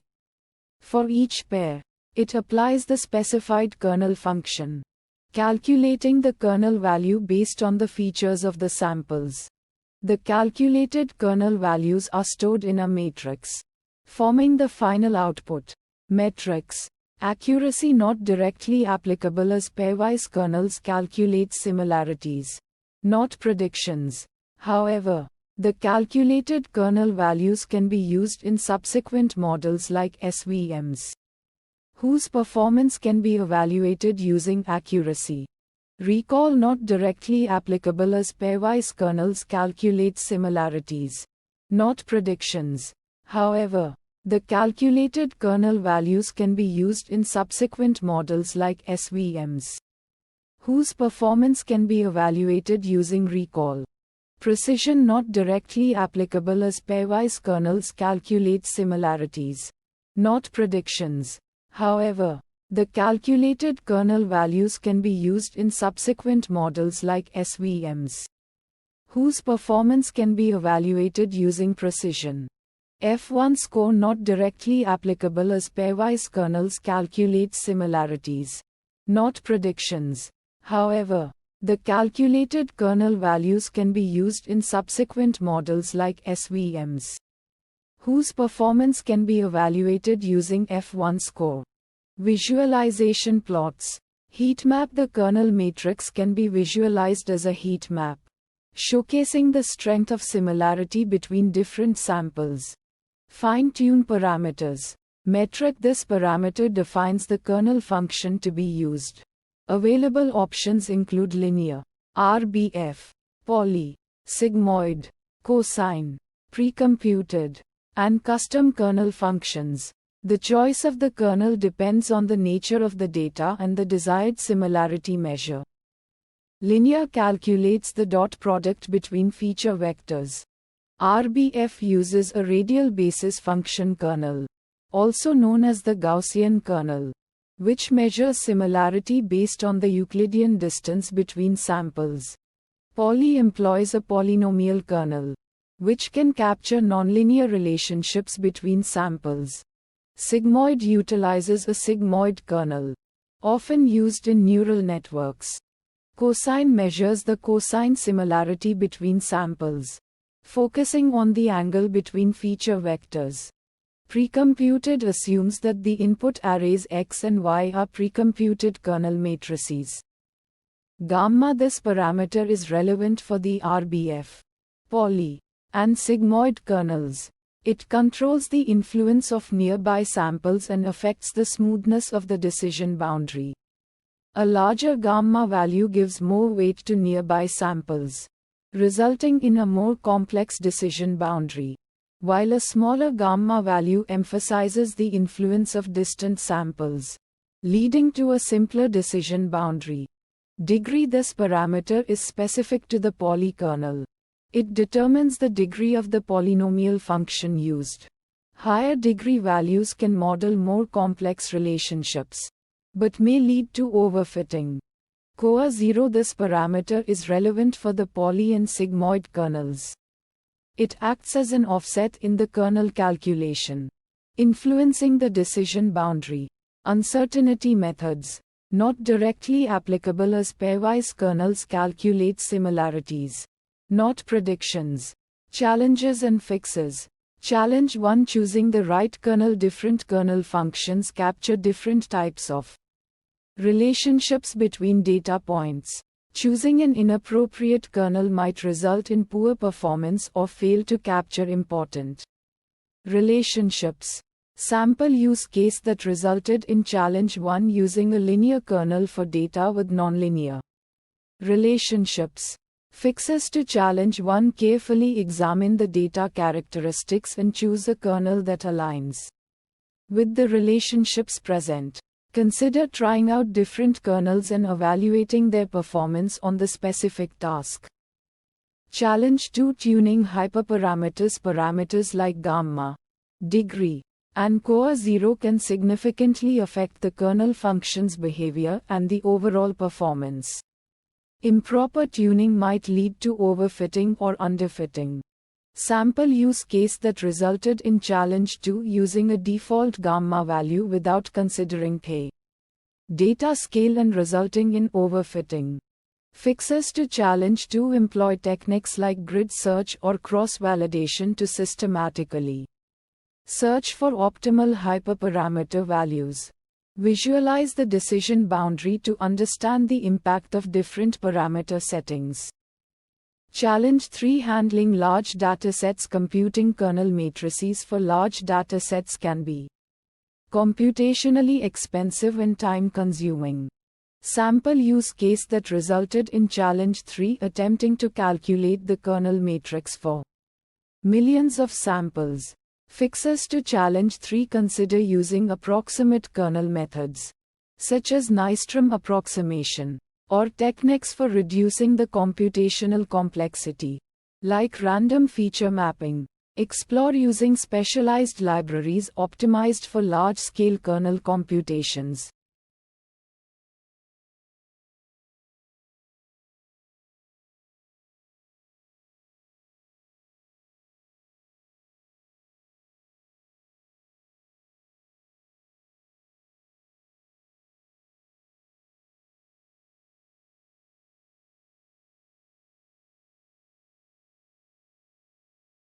sklearn Metrics, pairwise, polynomial kernel. Description. The polynomial kernel is a popular kernel function used in support vector machines, SVMs, and other kernel methods. It computes the similarity between two data points by raising their dot product to a certain power, effectively capturing nonlinear relationships between the data inputs. X a 2D array representing the first set of data points. Each row corresponds to a data point. Y a 2D array representing the second set of data points. Each row corresponds to a data point. If Y is not given, then it is assumed to be the same as X. Outputs. Kernel a 2D array containing the pairwise kernel values between all pairs of data points in X and Y. The shape of the array is len X. Lenny. Steps. Calculate the dot product between each pair of data points in X and Y. Raise the dot product to the power specified by the degree parameter. Add a constant term specified by the gamma parameter to the result. Scale the result by the factor specified by the coa 0 parameter. Metrics. Accuracy measures the proportion of correctly classified data points. Precision measures the proportion of correctly predicted positive cases out of all positive cases. Predicted. Recall measures the proportion of correctly predicted positive cases out of all actual positive cases. F1 score harmonic mean of precision and recall.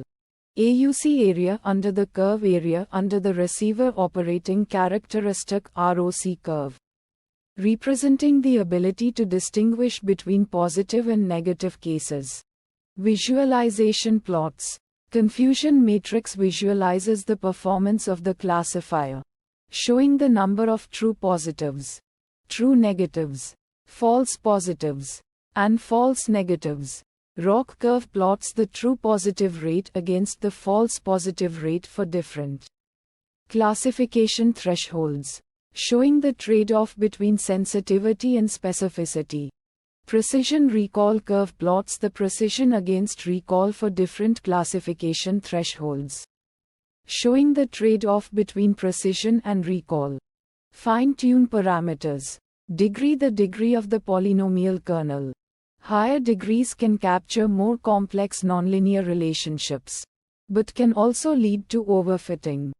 Gamma. The constant term added to the dot product. It can influence the bias of the kernel. Coa 0. The scaling factor applied to the kernel. It can be used to adjust the influence of the constant term.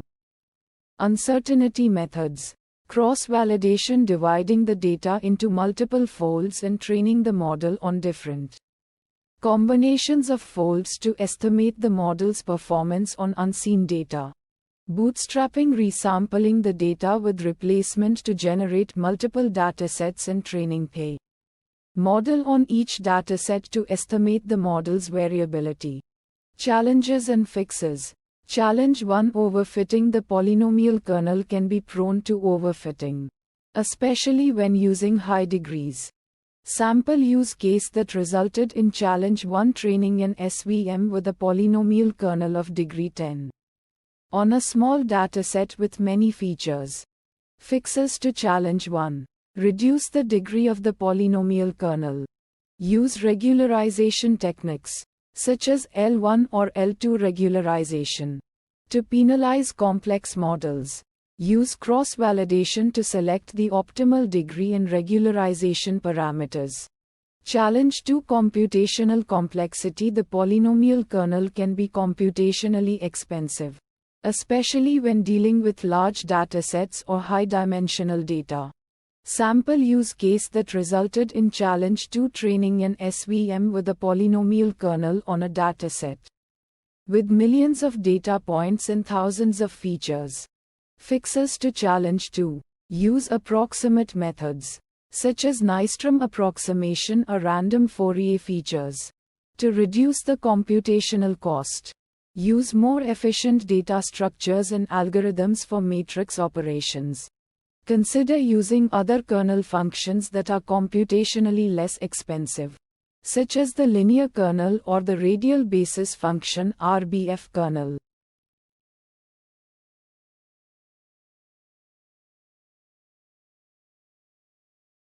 sklearn, metrics, pairwise, RBF kernel. Description: the radial basis function RBF kernel, also known as the Gaussian kernel, is a popular kernel function used in machine learning for measuring the similarity between two data points. It is commonly used in support vector machines (SVMs) and other kernel methods. Inputs: X, a 2D array of shape n samples 1. N features representing the first set of data points. Y, a 2D array of shape n samples 2. N features representing the second set of data points. If Y is none, it is assumed to be equal to X, resulting in a pairwise kernel computation between all pairs of points in X. Gamma, a float value representing the gamma parameter of the RBF kernel. Gamma controls the width of the Gaussian function. A smaller gamma value results in a wider Gaussian function, leading to greater similarity between distant points. A larger gamma value results in a narrower Gaussian function, leading to higher similarity between closer points. Outputs: K, a 2D array of shape n samples 1. N samples 2 containing the pairwise RBF kernel values for all pairs of data points in X and Y. Each element key J represents the similarity between the ith sample in X and the jth sample in Y. Steps: calculate the Euclidean distance between all pairs of data points in X and Y. Apply the Gaussian function to the calculated distances using the specified gamma parameter. The Gaussian function has the form express gamma distance 2. The resulting values from the Gaussian function are the pairwise RBF kernel values, stored in the output array K.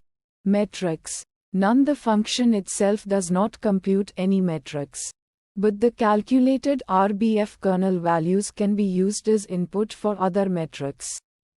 Visualization plots: heat map. A heat map can be used to visualize the pairwise RBF kernel values. The X and Y axes represent the data points in X and Y, respectively, and the color intensity represents the similarity between the corresponding points. Scatter plot: a scatter plot can be used to visualize the relationship between two features in X and Y. The color of each point can be determined by the corresponding RBF kernel value, indicating the similarity between pairs of points. Fine-tune parameters: gamma. The gamma parameter controls the width of the Gaussian function and thus the similarity between points. A smaller gamma value results in a wider Gaussian function and a larger gamma value in a narrower Gaussian function. Experiment with different gamma values to find the optimal value for your dataset and task. Uncertainty methods: none. The function does not directly provide uncertainty estimates. However, uncertainty can be estimated by using bootstrap resampling or Bayesian methods. Challenges and fixes: challenge 1: choosing the optimal gamma parameter can be challenging and require trial and error. Sample use case that resulted in challenge 1: using a gamma value that is too small can lead to a large number of similar pairs, making it difficult to distinguish between distinct patterns in the data. Conversely, using a gamma value that is too large can result in a small number of similar pairs, limiting the ability to capture complex relationships. Fixes to challenge 1: use cross-validation or grid search to evaluate the performance of the RBF kernel with different gamma values and select the best performing value.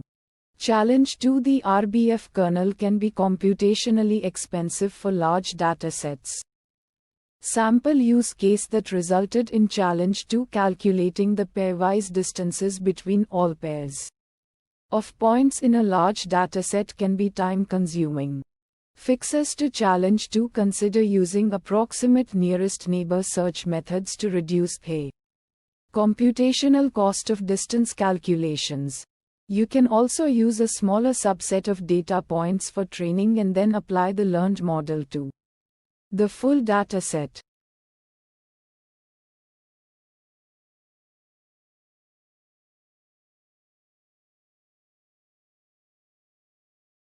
sklearn, metrics, pairwise, sigmoid kernel. Description: the sigmoid kernel is a similarity function that takes two vectors as input and returns a value between 0 and 1, representing their similarity. It is based on the sigmoid function, which is a smooth S-shaped curve. The sigmoid kernel is often used in machine learning to measure the similarity between data points. It is particularly useful in applications where the data is nonlinear, such as image recognition or natural language processing. Inputs: X, a 2D array of shape n samples. N features, representing the first set of data points. Y, a 2D array of shape m samples. N features, representing the second set of data points. Outputs: kernel, a 2D array of shape n samples. M samples containing the similarity scores for all pairs of data points. Steps: the kernel function first calculates the dot product of each pair of data points. The dot product is then scaled by a factor of gamma, which is a hyperparameter that controls the width of the sigmoid function. The result is then passed through the sigmoid function, which produces a value between 0 and 1. Metrics: accuracy measures the percentage of correctly classified instances. Precision measures the proportion of true positives among all instances predicted as positive. Recall measures the proportion of true positives among all actual positive instances. F1 score harmonic mean of precision and recall.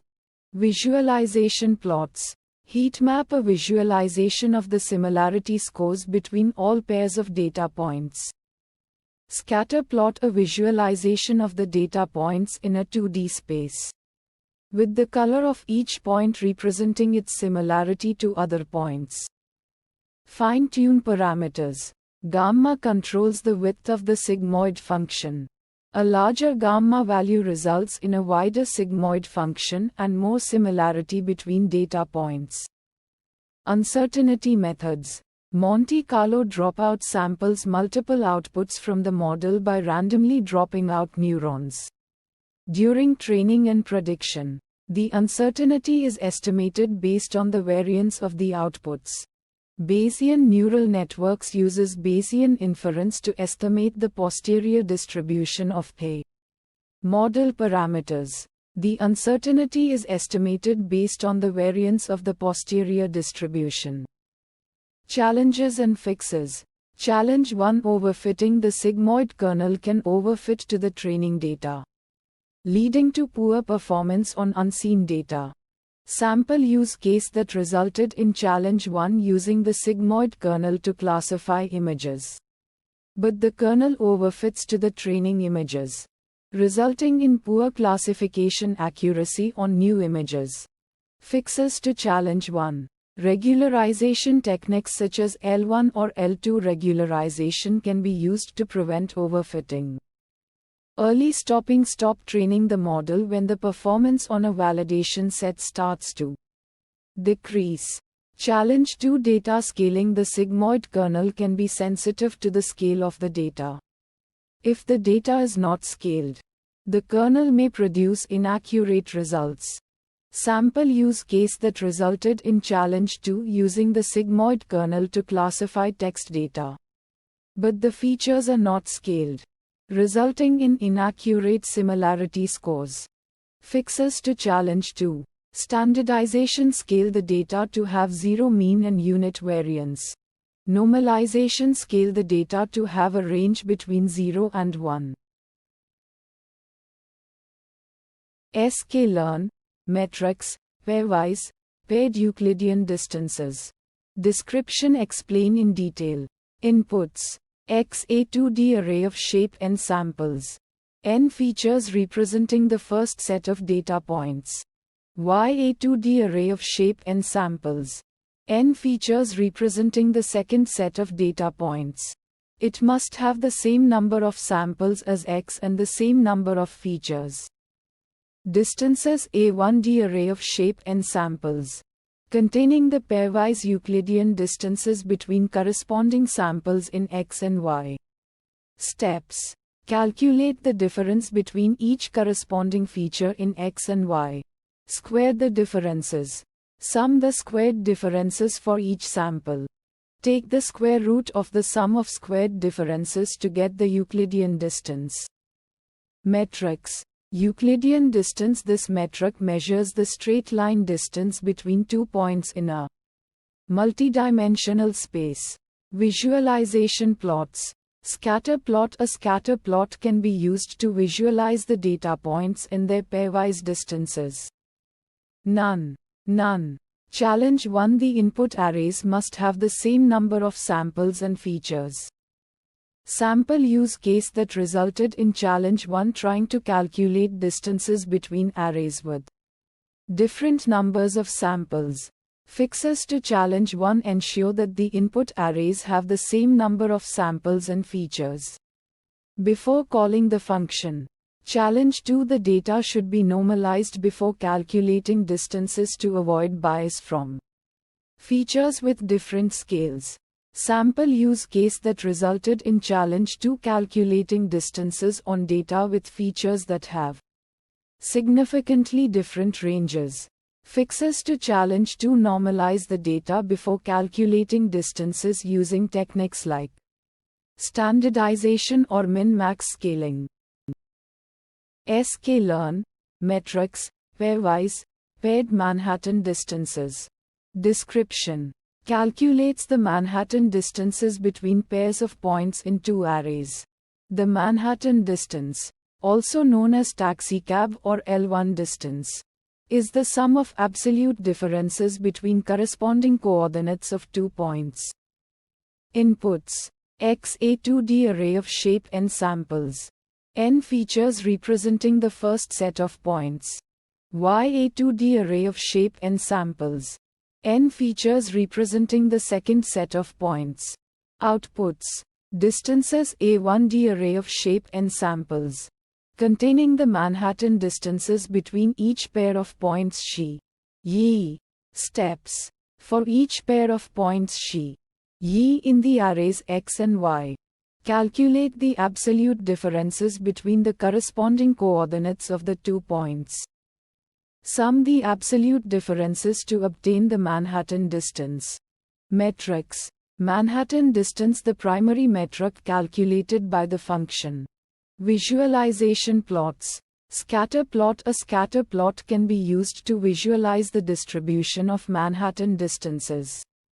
Fine-tune parameters. None. Uncertainty methods. None. Challenges and fixes. Challenge 1. The input arrays must have the same number of samples and features. Sample use case that resulted in challenge 1. Providing arrays with different dimensions. Fixes to challenge 1. Ensure that both input arrays have the same shape n samples. N features. Challenge 2. If the input arrays contain missing values none, the calculation may produce unexpected results. Sample use case that resulted in challenge 2. Including none values in the input arrays.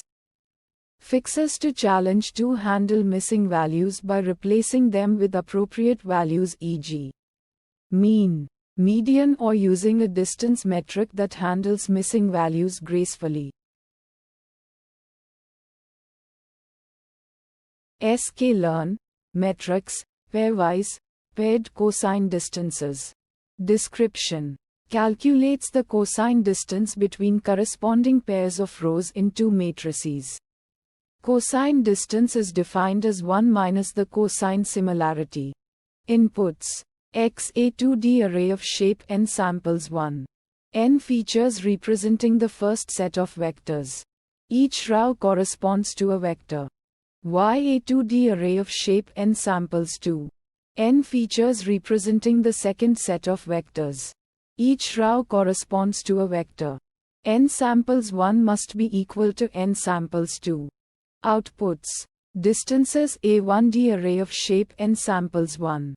Containing the cosine distances between the corresponding pairs of vectors in x and y. Steps. Calculates the dot product of each pair of vectors in x and y. Calculates the norms of each vector in x and y. Divides the dot product by the product of the norms to obtain the cosine similarity. Subtracts the cosine similarity from 1 to get the cosine distance. Metrics. Cosine similarity, a measure of similarity between two vectors, ranging from -1 to 1, with 1 indicating perfect similarity and -1 indicating perfect dissimilarity. Cosine distance, a measure of dissimilarity between two vectors, ranging from 0 to 2, with 0 indicating perfect similarity and 2 indicating perfect dissimilarity. Visualization plots. Scatter plot visualizes the relationship between the cosine distances and the corresponding pairs of vectors. Fine-tune parameters. None. Uncertainty methods. None. Challenges and fixes. Challenge 1, handling non-values. Sample use case that resulted in challenge 1 if either x or y contains non-values. The calculation of cosine distance will result in non-values. Fixes to challenge 1: replace non-values with 0 or a small value before calculating the cosine distance. Challenge 2: numerical stability. Sample use case that resulted in challenge 2 if the norms of vectors are very small. The calculation of cosine distance can become numerically unstable. Fixes to challenge 2: use a small constant value to prevent division by 0.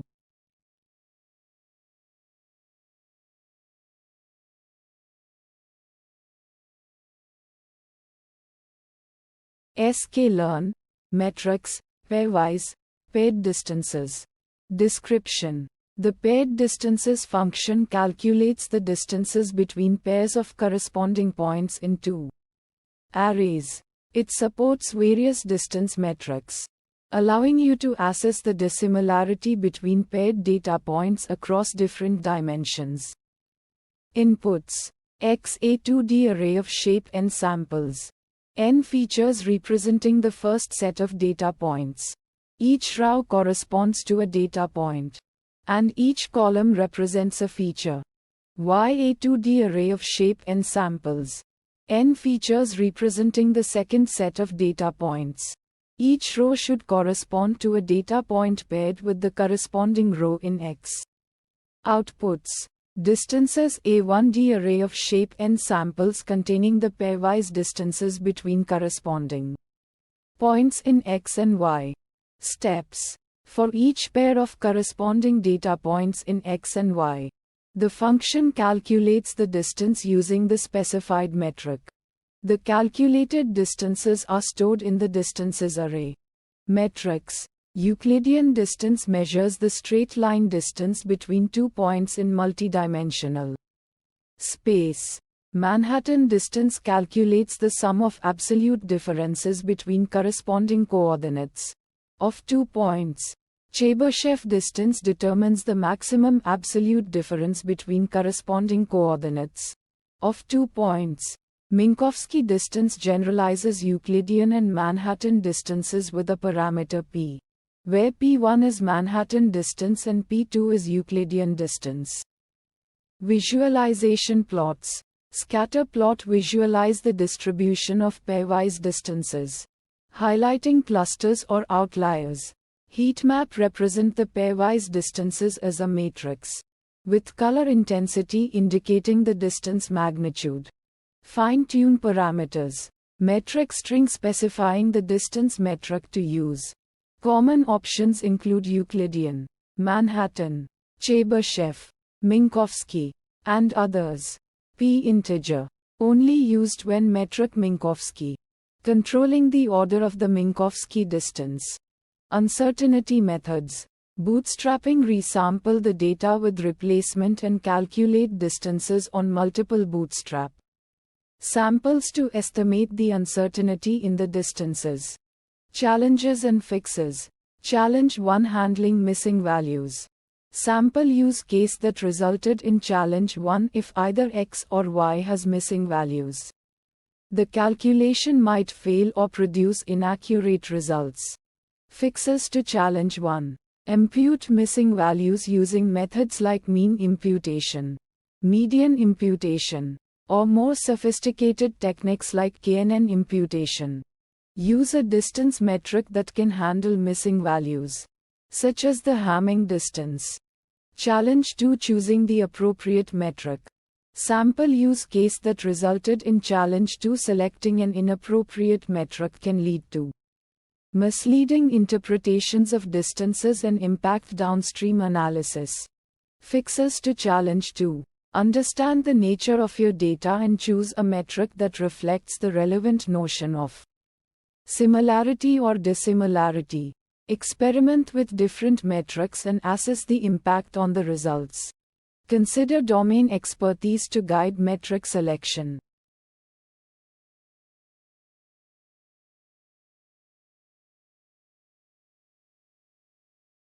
sklearn. Metrics. Pairwise distances. Description. The pairwise distances function calculates the distance between all pairs of data points in a dataset. It supports various distance metrics, including Euclidean distance, Manhattan distance, and cosine similarity. The function is useful in clustering, classification, and other machine learning tasks where understanding the relationships between data points is crucial. Inputs. X. This input is a 2D array of shape n samples. N features representing the dataset. Each row corresponds to a data point, and each column represents a feature. Y. This input is an optional 2D array of shape m samples. N features. If provided, the function calculates the pairwise distances between the data points in X and the data points in Y. If not provided, it calculates the distances between all pairs of data points within X. Outputs. Distances. This output is a 2D array of shape n samples. M samples or n samples. N samples depending on whether Y is provided. Each element I, j of this array represents the distance between the ith data point in X and the jth data point in Y, or the jth data point in X if Y is not provided. Steps. The function iterates over all pairs of data points in the dataset. For each pair, it calculates the distance between the two data points using the specified metric. The calculated distances are stored in a matrix. Metrics. Euclidean distance. This metric is the standard straight line distance between 2 points. Manhattan distance. This metric is the sum of the absolute differences between the coordinates of 2 points. Cosine similarity. This metric measures the angle between two vectors. It is often used to determine the similarity between text documents. Visualization plots. Scatter plot. A scatter plot can be used to visualize the pairwise distances between data points. Each point on the plot represents a data point, and the distance between 2 points is proportional to the length of the line connecting them. Fine-tune parameters. Metric. This parameter specifies the distance metric to use. The default value is Euclidean. N jobs. This parameter specifies the number of jobs to run in parallel. The default value is none, which means that all available processes will be used. Uncertainty methods. Not applicable. Challenges and fixes. Challenge 1: high computational cost for large datasets. Sample use case: calculating distances for a dataset with millions of data points. Fixers consider using approximate distance algorithms or techniques like KD tree or ball tree. Indexing for faster distance calculation. Challenge 2: choosing the appropriate distance metric for a specific task. Sample use case using Euclidean distance for data with categorical features. Fixers select a distance metric that aligns with the nature of your data and the task you are trying to solve. For instance, use Manhattan distance for data with categorical features or cosine similarity for text data.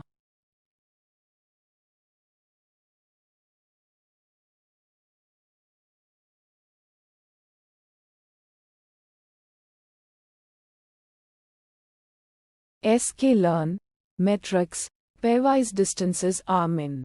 Description: this function calculates the indices of the closest points in a set of data points to a given set of query points.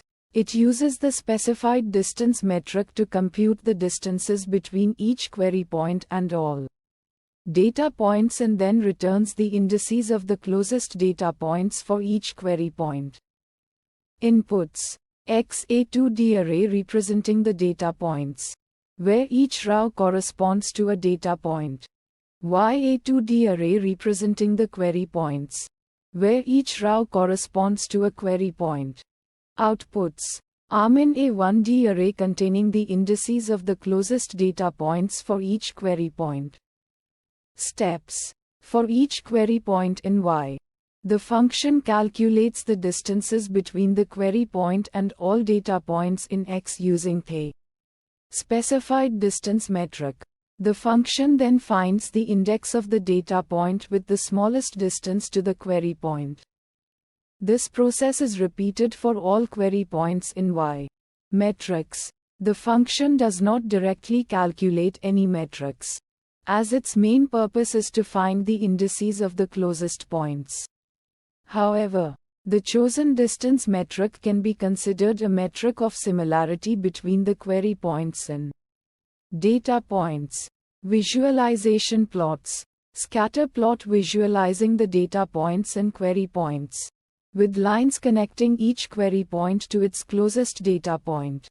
Heat map showing the distances between all pairs of query points and data points, highlighting the minimum distances for each query point. Fine-tune parameters. Metric: the distance metric used to calculate distances between query points and data points. Common options include Euclidean, Manhattan, and cosine. Axis: the axis along which to compute the distances. One means to compute distances between the rows of X and the rows of Y. Uncertainty methods. The function does not provide any uncertainty measures. However, the choice of distance metric and the distribution of the data points can influence the robustness of the results. Challenges and fixes. Challenge 1: high dimensionality of the data can lead to computational inefficiency. Sample use case that resulted in challenge 1: a dataset with thousands of features may take a long time to process. Fixes to challenge 1: consider using dimensionality reduction techniques like PCA before computing distances. Challenge 2: the choice of distance metric can significantly influence the results. Sample use case that resulted in challenge 2: using Euclidean distance for text data might not be optimal as it doesn't account for semantic similarities. Fixes to challenge 2: carefully select the distance metric based on the nature of the data and the desired similarity measure. sklearn, metrics, pairwise distances Armin-Min. Description: explain in detail.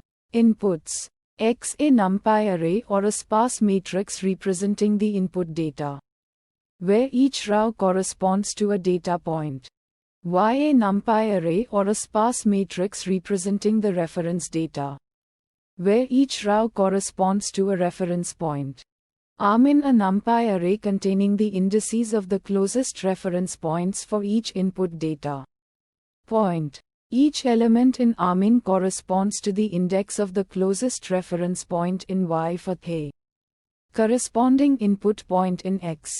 Min distances, a NumPy array containing the minimum distances between each input data point and its closest reference point. The ith element in min distances corresponds to the minimum distance between the ith input data point in X and its closest reference point in Y.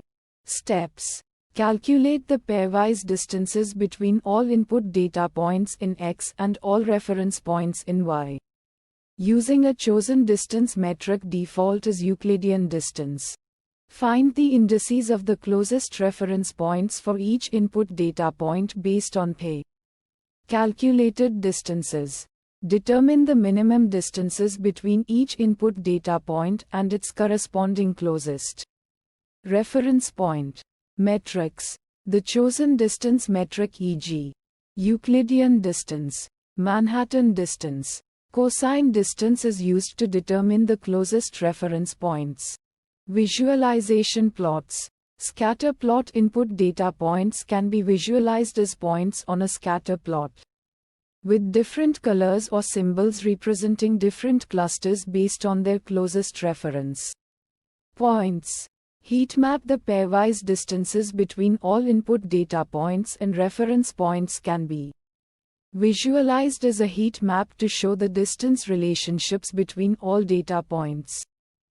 Metric. The distance metric used to calculate the pairwise distances.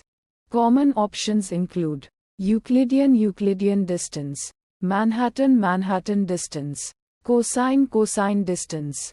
Axis. The axis along which the distances are calculated. Axis 1 calculates distances between each input data point and all reference points. Not directly applicable. Pairwise distances. Armin focuses on determining closest points, not uncertainty measures. Challenge 1 computational complexity. Calculating pairwise distances between large datasets can be computationally intensive. Sample use case that resulted in Challenge 1: working with a dataset of 1 million input data points and 100,000 reference points. Fixes to Challenge 1. Use efficient distance calculation algorithms, e.g., KD tree, ball tree. Consider using a sparse matrix representation for X and Y if there are many zeros in the data. Challenge 2: handling high-dimensional data in high-dimensional spaces. The concept of closeness can be less meaningful due to the curse of dimensionality. Sample use case that resulted in Challenge 2: working with image data, where each data point is represented as a high-dimensional vector. Fixes to Challenge 2. Consider dimensionality reduction techniques, e.g., PCA, before calculating distances. Use distance metrics that are more suitable for high-dimensional data, e.g., cosine distance. Challenge 3: choosing the appropriate distance metric. Selecting a suitable distance metric depends on the nature of the data and the intended application. Sample use case that resulted in Challenge 3: working with text data, where the Euclidean distance might not be appropriate for capturing semantic similarity. Fixes to Challenge 3. Explore different distance metrics relevant to the data type and task, e.g., word movers distance for text data. Consider using domain-specific knowledge to inform the choice of distance metric. Challenge 4: handling missing values. The function might not handle missing values appropriately, leading to incorrect distance calculations. Sample use case that resulted in Challenge 4: working with a dataset containing missing values in the input data or reference points. Fixes to Challenge 4. Impute missing values using techniques like mean imputation or KNN imputation before calculating distances. Use distance metrics that are robust to missing values, e.g., Manhattan distance. Challenge 5: data scaling. The results can be sensitive to the scale of the input data. particularly for metrics like Euclidean distance. Sample use case that resulted in Challenge 5 working with datasets where features have different scales. Fixes to Challenge 5. Scale the input data using standardization or normalization before calculating distances. Consider using metrics that are less sensitive to scale, e.g., cosine distance.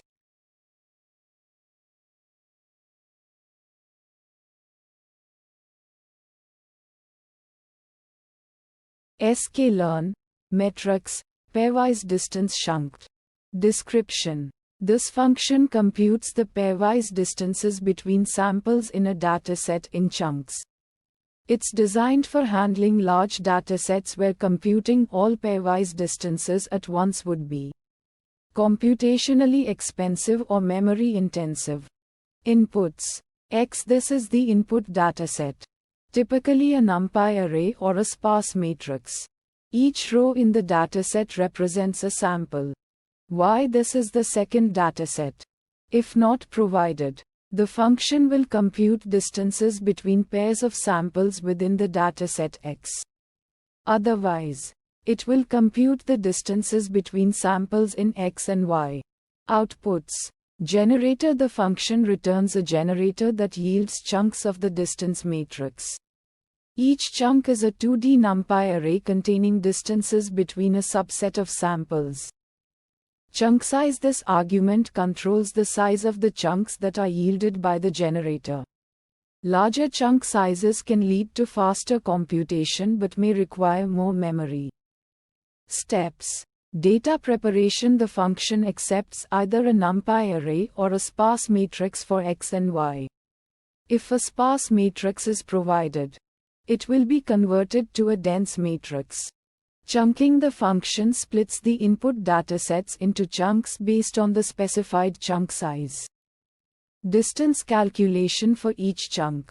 The function computes the pairwise distances between samples using the specified metric. Yielding chunks. The computed distance chunks are yielded by the generator one at a time. Metrics. The function itself doesn't compute any specific metrics. It provides the infrastructure for efficiently calculating distance matrices in chunks, which can be used for various downstream tasks. Visualization plots. Heat maps. The yielded distance chunks can be used to create heat maps that visualize the relationships between samples. Dendrograms. Hierarchical clustering can be applied to the distance matrix to create dendrograms that show the relationships between samples. Fine-tune parameters. Metric. This parameter determines the distance metric used to compute the pairwise distances. Available metrics include Euclidean distance, Manhattan distance, cosine distance, and more. Njobs. This parameter allows parallel processing for faster computation. Specifying a value greater than 1 will use multiple CPU cores. Uncertainty methods. This function does not directly handle uncertainty. Challenges and fixes. Challenge 1. Memory issues when handling very large datasets. Sample use case. Computing pairwise distances between millions of samples, resulting in a distance matrix that is too large to fit in memory. Fixes. Increase the chunk size to reduce the number of chunks processed at once. This can be done by adjusting the chunk size parameter. Consider using a sparse matrix representation for the input datasets to minimize memory usage. Challenge 2. Slow computation time for large datasets. Sample use case. Computing pairwise distances between millions of samples, resulting in a long computation time. Fixes. Increase the number of CPU cores used for parallel processing. This can be achieved by adjusting the Njobs parameter. Utilize a more efficient distance metric if possible, such as the cosine distance for high-dimensional data. sklearn, metrics, confusion matrix display. Description. The confusion matrix display class is a visualization tool within scikit-learn that helps analyze the Performance of a classification model by presenting a confusion matrix. A confusion matrix is a table that summarizes the predictions made by a classification model, comparing them to the actual ground truth labels. Inputs. Why true? This input is a 1D array containing the true labels of the data points. These are the actual classifications. YPRED. This is also a 1D array containing the predictions made by the classification model. These are the model's guesses for each data point. Outputs. Confusion matrix. The visualization is a graphical representation of a confusion matrix, which is a table that shows the number of correct and incorrect predictions for each class. The rows represent the actual classes, while the columns represent the predicted classes. Display object. The confusion matrix display class returns a display object that holds the generated visualization. This object provides methods for further customization and display of the plot. Steps. Data preparation. The input arrays yTrue and yPRED must be properly aligned, meaning that they must represent the true and predicted labels for the same set of data points. Confusion matrix calculation. The confusion matrix display from predictions method, or the confusion matrix display from estimator method, calculates the confusion matrix based on the provided true labels and predicted labels. Visualization. Once the confusion matrix is computed, the confusion matrix display plot method generates the visualization. This method allows for customization of the plot, including its size, colors, and labels. Metrics. Accuracy. The proportion of correct predictions, calculated as the sum of diagonal elements of the confusion matrix divided by the total number of samples. Precision. The proportion of correctly predicted positive cases among all predicted positive cases. For each class, it is calculated by dividing the number of true positives by the total number of predicted positives. Recall. The proportion of correctly predicted positive cases among all actual positive cases. For each class, it is calculated by dividing the number of true positives by the total number of actual positives. F1 score. A harmonic mean of precision and recall. It balances both measures. Support the number of instances for each class. Visualization plots.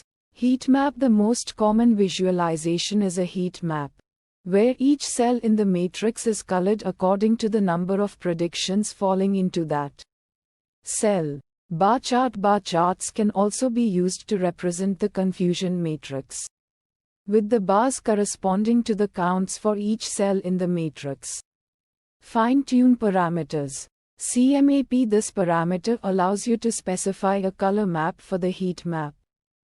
Normalize. If set to true, the confusion matrix is normalized by the sum of each row. This is useful for comparing models with different class distributions. Values format. This parameter allows you to control the formatting of the numbers displayed in a confusion matrix. Display labels allows you to provide custom labels for the classes. Uncertainty methods. Confidence intervals. While confusion matrix visualization doesn't directly incorporate uncertainty, you could use techniques like bootstrap resampling to estimate confidence intervals for the counts in the matrix, conveying a sense of uncertainty in the model's predictions. Bayesian approaches. In some scenarios, Bayesian methods could be used to incorporate prior information and obtain posterior distributions for the confusion matrix entries, reflecting uncertainty about the model's performance. Challenges and fixes. Challenge 1. Imbalanced datasets. Sample use case. If a dataset has a significant imbalance in class distribution, the confusion matrix might be misleading as a performance measure. For example, a model might achieve high overall accuracy by correctly predicting the majority class, while performing poorly on the minority class. Fixes. Use appropriate metrics instead of relying solely on accuracy. Use metrics like precision, recall, F1 score, and AUC, which are more robust to imbalanced data. Resampling techniques. Apply techniques like oversampling, replicating minority class instances, or undersampling, removing majority class instances to create a more balanced dataset. Challenge 2. Multi-class classification. Sample use case with multiple classes. It can be difficult to visualize and interpret a confusion matrix. The number of cells grows quadratically with the number of classes, making it challenging to grasp the overall performance. Fixes. Focus on specific classes instead of trying to analyze the entire matrix. Focus on specific classes of interest. Marginalization. You can sum the counts across rows or columns to obtain marginal distributions. Highlighting the most common predictions or actual labels. Visualization tools. Use specialized visualization tools that support multi-class confusion matrices, allowing for easier interpretation and exploration. Challenge 3. Interpreting large confusion matrices. Sample use case. When dealing with a large number of classes, the confusion matrix can become very large and difficult to interpret visually. Fixes. Data visualization techniques. Employ techniques like heat map clustering or multidimensional scaling to visualize relationships and patterns in the matrix. Summary metrics. Focus on summarizing performance across all classes using metrics like macro average, precision, recall, or F1 score. Interactive visualizations. Use interactive visualization tools that allow you to zoom in on specific sections of the matrix and explore relationships between classes dynamically. sklearn. Metrics. Det curve display. Description. The det curve display class provides a way to visualize the detection error trait of det curve. The det curve is a graphical representation of the performance of a binary classifier. It plots the false positive rate FPR against the false negative rate FNR. Or equivalently, the true positive rate TPR against the false positive rate FPR. Inputs. Estimator. A fitted estimator object that implements the predict-proba method. This method is used to obtain the predicted probabilities for each class. X. The input features for which predictions will be made. Y. True. The true labels for the data. Poslabel. The label of the positive class. Outputs. Figure. A matplotlib figure object containing the det curve plot. Ax. A matplotlib axis object containing the det curve plot. Steps. Calculate the predicted probabilities for each class using the estimator's predict-proba method. Calculate the FPR, FNR, TPR, and FPR based on the predicted probabilities and the true labels. Plot the det curve using the calculated FPR and FNR values. Metrics. False positive rate FPR. The proportion of negative samples that are incorrectly classified as positive. False negative rate FNR. The proportion of positive samples that are incorrectly classified as negative. True positive rate TPR. The proportion of positive samples that are correctly classified as positive. True negative rate TNR. The proportion of negative samples that are correctly classified as negative. Visualization plots. Det curve. A plot showing the trade-off between the false positive rate FPR and the false negative rate FNR. Fine-tune parameters. Poslabel. The label of the positive class. This can be used to specify the class that is considered positive. Uncertainty methods. Confidence intervals. The confidence intervals for the FPR and FNR values can be calculated and visualized on the det curve. This can be used to quantify the uncertainty in the performance estimates. Bootstrap resampling. Bootstrap resampling can be used to generate multiple debt curves and assess the variability of the performance estimates. Challenges and fixes. Challenge 1: Imbalanced datasets. Sample use case that resulted in challenge 1: when the dataset has a large imbalance between positive and negative samples. The debt curve may be skewed and difficult to interpret. Fixes to challenge 1: Use appropriate sampling techniques like oversampling or undersampling to balance the dataset before training the classifier. Challenge 2: Non-informative debt curve. Sample use case that resulted in challenge 2: when the classifier performs poorly. The debt curve may be a straight line, indicating that the classifier is not able to discriminate between positive and negative samples. Fixes to challenge 2: Consider trying different classifiers, adjusting the hyperparameters of the classifier, or adding more features to the dataset. sklearn. Metrics. Precision Recall Display. Description. The Precision Recall Display class visualizes the precision recall curve for a binary classifier. It provides methods to plot the curve, display relevant metrics, and customize the appearance of the plot. Inputs. Precision: a 1D array of precision scores. Precision is the ratio of true positives to the total number of predicted positives. Recall: a 1D array of recall scores. Recall is the ratio of true positives to the total number of actual positives. Outputs. A Matplotlib Access object containing the precision recall curve and other relevant information. Steps. Initialize a precision recall display object with the precision and recall scores.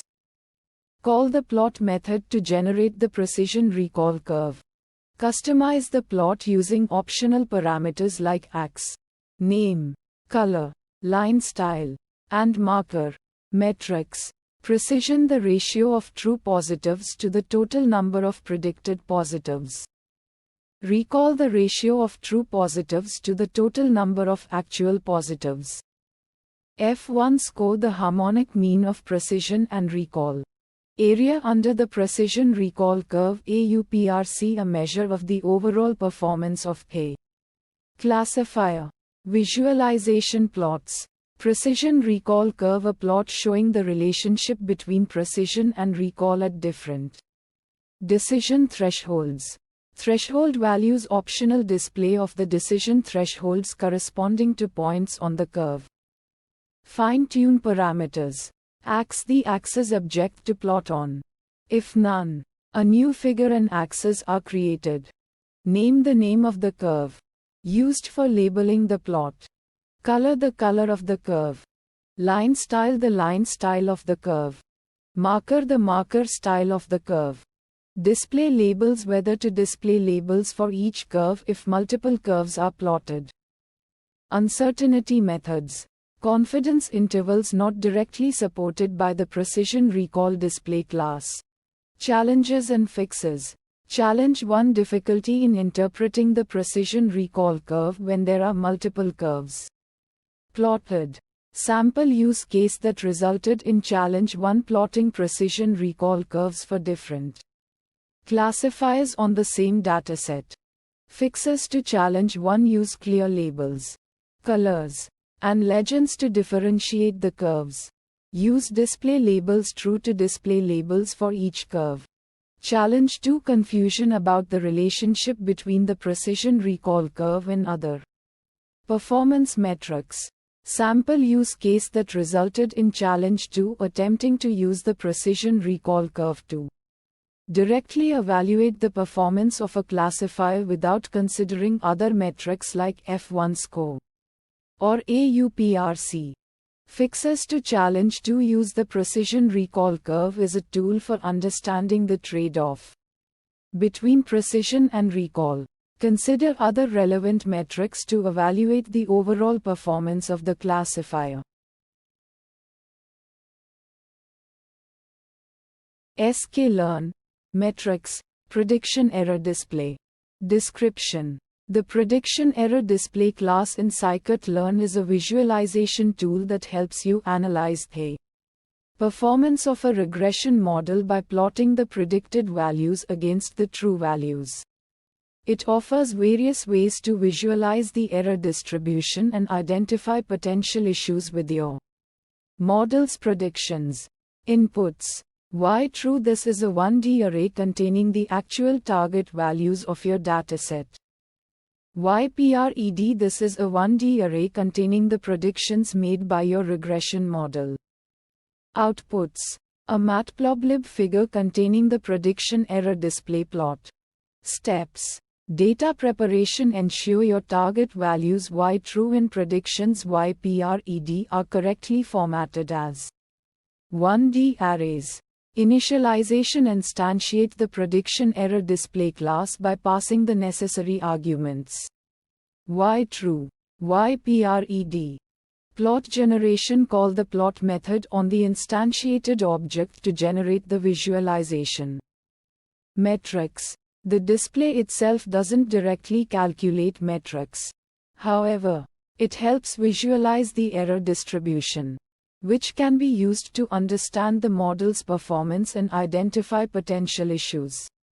Common metrics used in regression include mean squared error (MSE), root mean squared error (RMSE), mean absolute error (MA), and R-squared. Visualization plots. Prediction error display. This plot displays the predicted values versus the true values. The ideal scenario is for the points to fall along a diagonal line indicating perfect predictions. Deviations from this line indicate errors. Fine-tune parameters. Ax allows you to specify a matplotlib axis object to plot the visualization on. Marker determines the marker used for plotting the data points. S controls the size of the markers. C sets the color of the markers. Alpha adjusts the transparency of the markers. Uncertainty methods. Confidence intervals not directly incorporated into the prediction error display class but can be added to the plot using matplotlib functionalities to visualize the uncertainty associated with your predictions. Challenges and fixes. Challenge 1. Overfitting or underfitting. The plot shows significant deviations from the ideal diagonal line, indicating either overfitting model performs well on training data but poorly on new data, or underfitting model doesn't learn the underlying patterns well. Sample use case. A model trained on a limited dataset might exhibit overfitting. Fixes to challenge 1. Regularization techniques. L1 or L2 regularization can help prevent overfitting by penalizing complex models. Cross-validation. Use techniques like k-fold cross-validation to evaluate model performance on unseen data and identify overfitting early. Feature engineering. Explore different features or feature transformations to improve model performance and reduce overfitting. Challenge 2. Outlier detection. The plot reveals unusual data points that deviate significantly from the overall trend. Sample use case. A single data point with an exceptionally large error could distort the visual representation. Fixes to challenge 2. Robust regression methods. Consider algorithms like robust linear regression or Huber regression that are less sensitive to outliers. Outlier removal. If outliers are due to data errors, remove them from the training set. Data transformation. Use log transformations or other transformations to mitigate the impact of outliers. sklearn. Metrics. ROC curve display. Description. The ROC curve display class in scikit-learn provides a convenient way to visualize the receiver operating characteristic ROC curve, which is a fundamental tool for evaluating binary classifiers. Inputs. Y true. This is the true label vector, representing the actual class labels for the data points. It should be a 1D array of binary values 0 or 1 or string labels.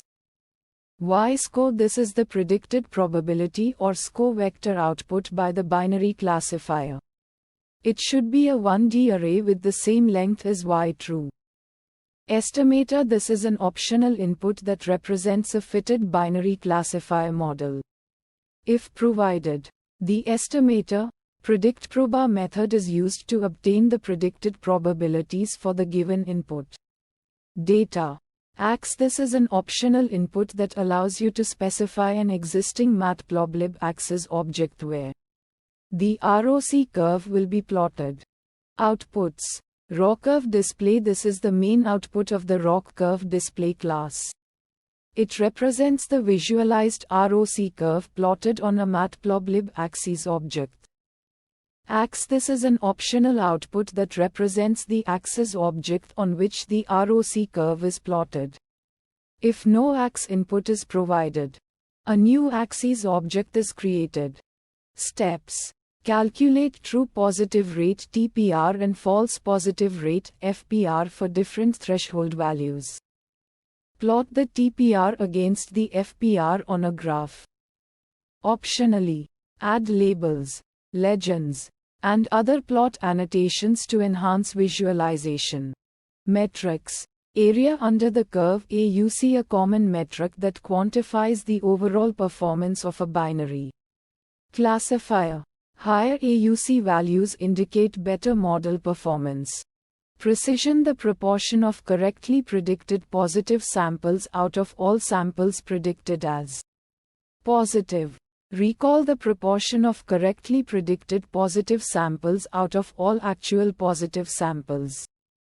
Visualization plots. ROCurve, a graphical representation of the classifier's performance at different threshold values.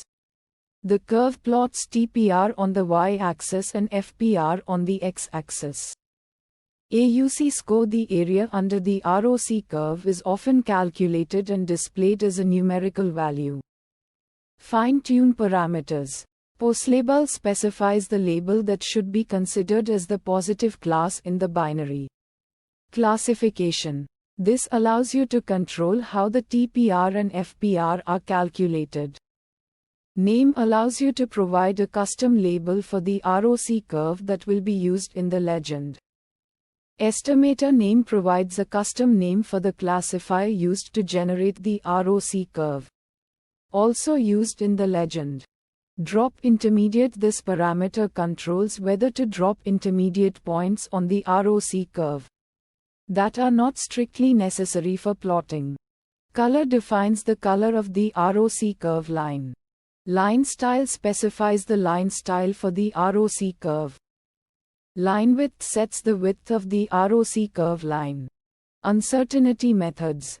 Confidence intervals using techniques like bootstrapping. You can estimate confidence intervals for the ROC curve, indicating the uncertainty in the estimated curve. Calibration curves. These curves show how well the predicted probabilities align with the observed probabilities, providing insight into the reliability of the classifier's predictions. Challenges and fixes. Challenge 1: overfitting to the training data.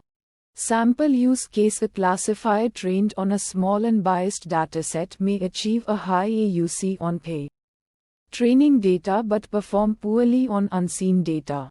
Fixes: use cross-validation techniques to evaluate the model's performance on multiple folds of the data. Reducing overfitting. Employ regularization methods, such as L1 or L2 regularization, to penalize complex models and prevent overfitting. Challenge 2: imbalanced datasets. Sample use case: if one class has significantly more samples than the other, the classifier may be biased towards the majority class, leading to poor performance on the minority class. Fixes: use resampling techniques, like oversampling the minority class or undersampling the majority class, to balance the dataset. Employ cost-sensitive learning techniques that assign higher costs to misclassifications of a minority class. encouraging the model to focus on its accurate prediction. Challenge 3: choosing the optimal threshold. Sample use case. While the AUC provides an overall measure of performance, choosing the optimal threshold for a specific application requires considering the relative importance of precision and recall. Fixes: use metrics like F1 score, which balances precision and recall, to evaluate performance at different thresholds. Consider the specific requirements of the application, such as minimizing false positives or maximizing true positives, to determine the most appropriate threshold.